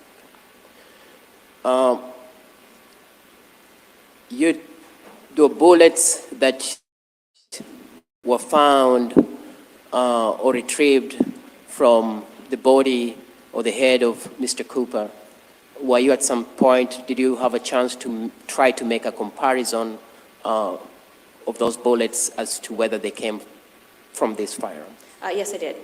And what was your findings in that regard? In this particular instance, the bullets were in poor condition. The rifling information that was located on the bullets compared to the bullets that I captured from the rifle, so the test-fired bullets, unfortunately I did not have enough individual characteristics to make a conclusion in regards to an identification or an elimination. In this particular case, it was an inconclusive result. It had similar rifling characteristics, so the shape and the size and the number of lands and grooves that were present did align between the unknown bullets and the test-fired bullets. However, there wasn't enough information to go any further than that. And when you say poor condition, what do you mean? Is that they were damaged and you're unable to use them because of the damage they didn't cut? They were damaged. The 22 bullets are lead bullets, so they're very soft, so they tend to, one, damage easy, and two, they don't usually have great individual characteristics that are captured from the rifling information inside that barrel. And so in this case, they just lacked the individual characteristics, those small marks, to make any type of conclusion. And when you talk of the damage, like I said, they were retrieved and have been admitted as 296. 296. They were damaged. Will the damage be when they pierce through skin and meat bone on the face of Mr. Cooper that could cause the kind of damage that you're talking about? Yes, it could. Talk of this firearm. When this firearm is fired, as you said, you didn't find it having a muffler when you tested it. What kind of sound, will it make a loud sound when this firearm is fired, especially in a small, closed quarters of a house? Yes, it would. Now, did you find this firearm to be in good working condition? Yes, it worked properly for me in test firing it. And when you say that, can you just explain what that means? Again, we go through the firearm, we take notes, we make sure it's in functioning order. It did not malfunction in any way. When I pulled the trigger to the rear, it functioned as I would expect a rifle to function. When I test fired it, I didn't have any issues with misfires or anything like that. Okay. Now, again, it sounds like a silly question, but to use this firearm, you would have to hold it. That's correct. It has a trigger function. It does. Can you tell the jury what that is and how that applies, how you fire this firearm? Sure. The trigger must be depressed to the rear to release the firing pin, so that the trigger has to be depressed with each round fired as a semi-automatic. So with each pull of the trigger, a round is fired. So when you say that, when this firearm, we've had evidence that Mr. Cooper was shot twice on his face. For that to happen, will someone have had to pull the trigger on two separate occasions? Yes. And this firearm will not just go off by itself. Someone would have had to hold it, point it, pull the trigger 2 times for it to make those 2 shots on Mr. Cooper's face. The trigger has to be depressed to the rear. As for holding, it could be sitting on a table and the trigger could be depressed to the rear. So, but the trigger has to be pulled to the rear. And just to clarify that, the firearm won't go off by itself. It just won't do that from what you tested and found it to be in good working condition. Correct.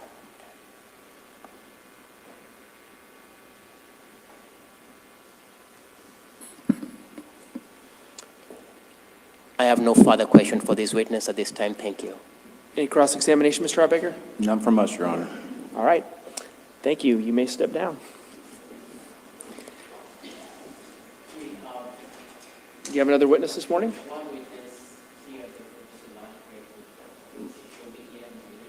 Okay, well, let's get started and go till lunch once she's here. If anybody wants to stand up and stretch while we're waiting a minute, go ahead.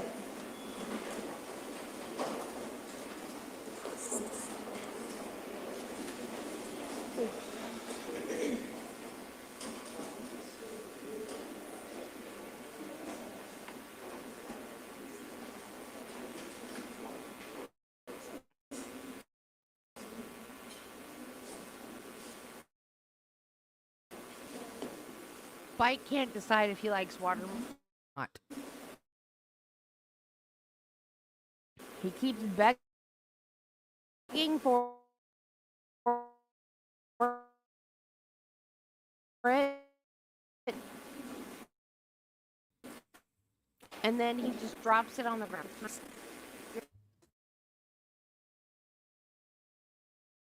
Absolutely not. You're not getting any more.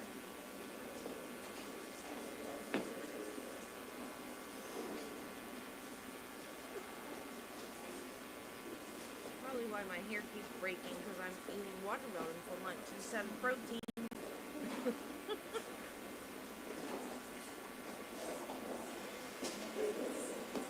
Hair used to be so thick, y'all. It's so thin now. Travis was like, yeah, All right, so I'll go ahead and have a seat. all the time, too.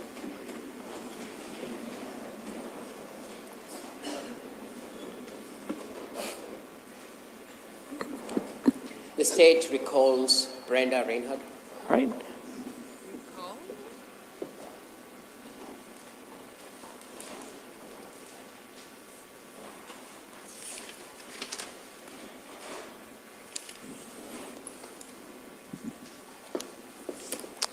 I'm going to go ahead and swear you in again. Do you swear or affirm that the testimony you'll be giving today will be the truth? Yes.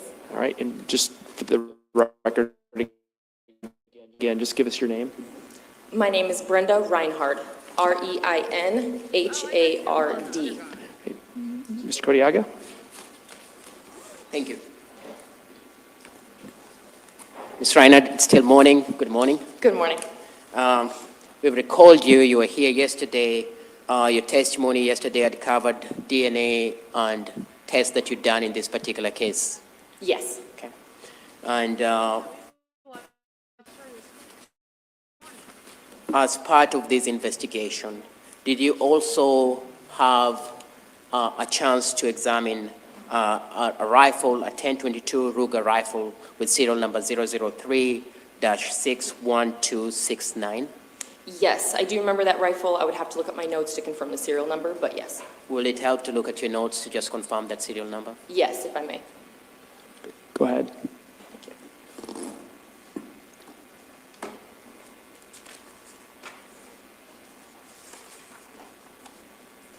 And I also have a copy of your report if you want me to give you that. Yes, it was 003-61269. Do you remember when you would have examined this rifle for DNA? Yes. Can you tell us when you examined it? I examined it in December 17th of 2024. And permission to approach? You may.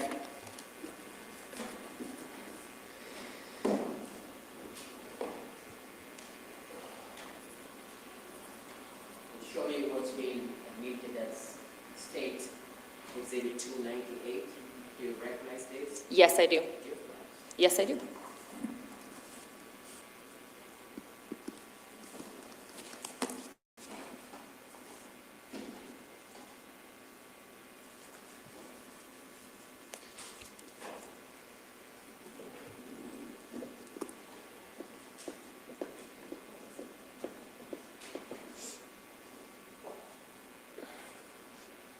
Ms. Reinhardt, is that the same weapon that you examined? Yes, it is. It also has the Iowa Crime Lab orange sticker on here that was on there that is, when it's brought into the lab, that's placed on there. When you examined this item, what were you examining it for? So normally when we get in firearms, the lab, we will swab the rough areas of the gun. And on this particular firearm, it is very smooth. So a lot of times we look at the grip or even the forearm might have some rough areas, but it was all smooth. So the rough areas that I swabbed would have been the safety, which is on the other side over here. So that's a rough area. I also looked at the charging handle, which is right here. And then I also swabbed the trigger. And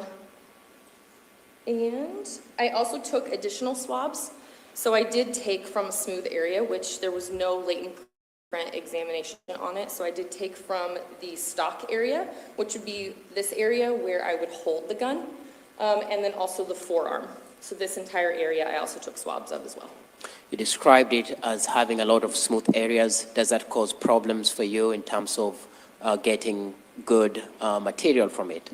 Yeah, typically rough areas are a better source for DNA because they do have those grooves that DNA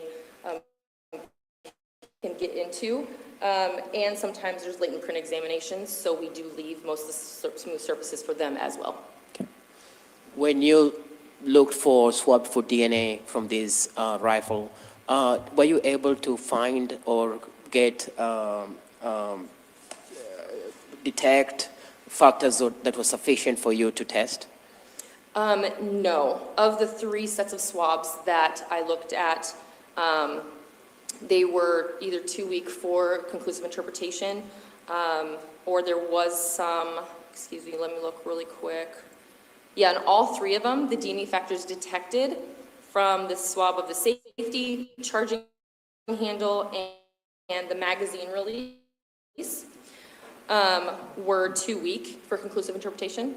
And then the swabs of the trigger was too weak.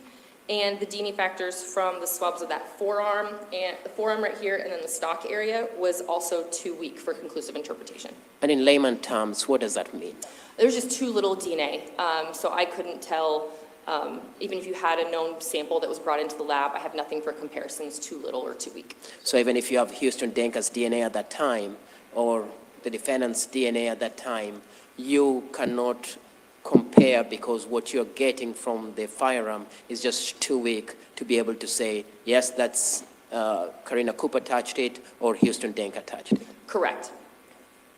And fair enough to say, you talked about this yesterday, but just to highlight that to the jury, what are some of the reasons why you can't find, why you end up at a result of too weak for interpretation?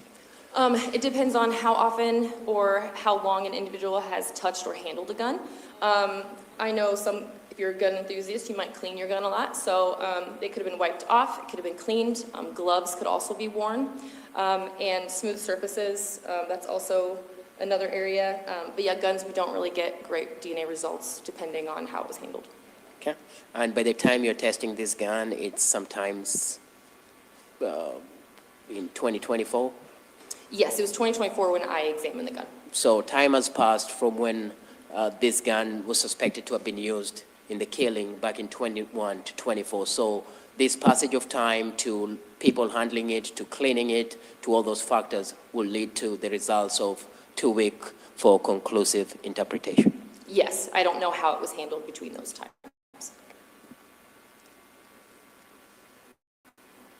I'll retrieve the weapon and then I'll have another question.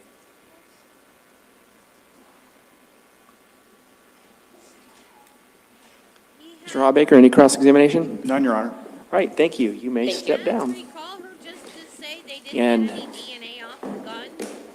my understanding, Mr. Kodiaga, was that's it before lunch. Is that correct? That is correct, Your Honor. Yeah. Got 7 witnesses done this morning, so can't expect the state to have more than that here, so that's good. Ladies and gentlemen, so we are going to start a little early. You folks coming back and being ready to go by 1:20, does that work? So we start, the same amount of break. Is that going to work from your end? Okay. So, ladies and gentlemen, we'll ask that you be back here ready to go by 1:20. I would again remind you of the admonition that I have given you earlier.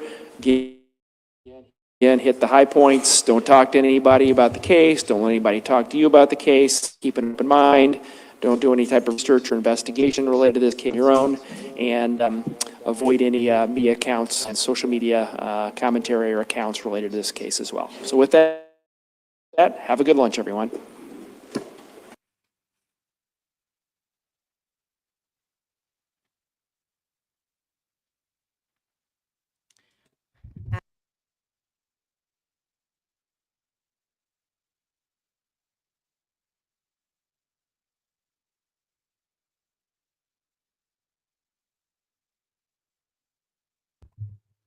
Why was I muted?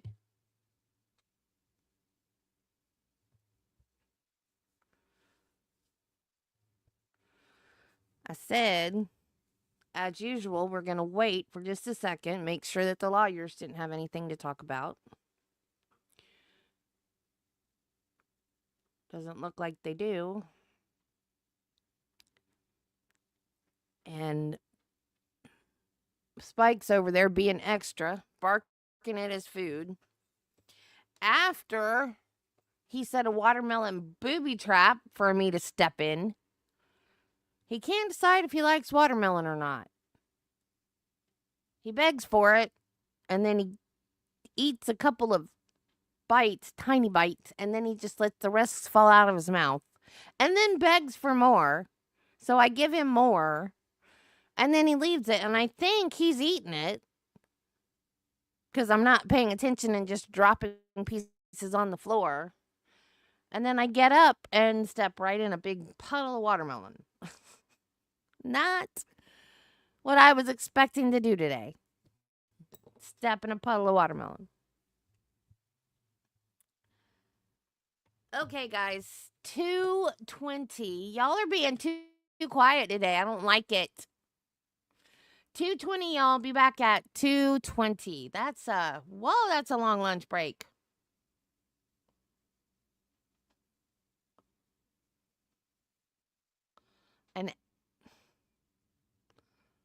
An hour and 20 minutes. Right? It's 5 minutes to 1.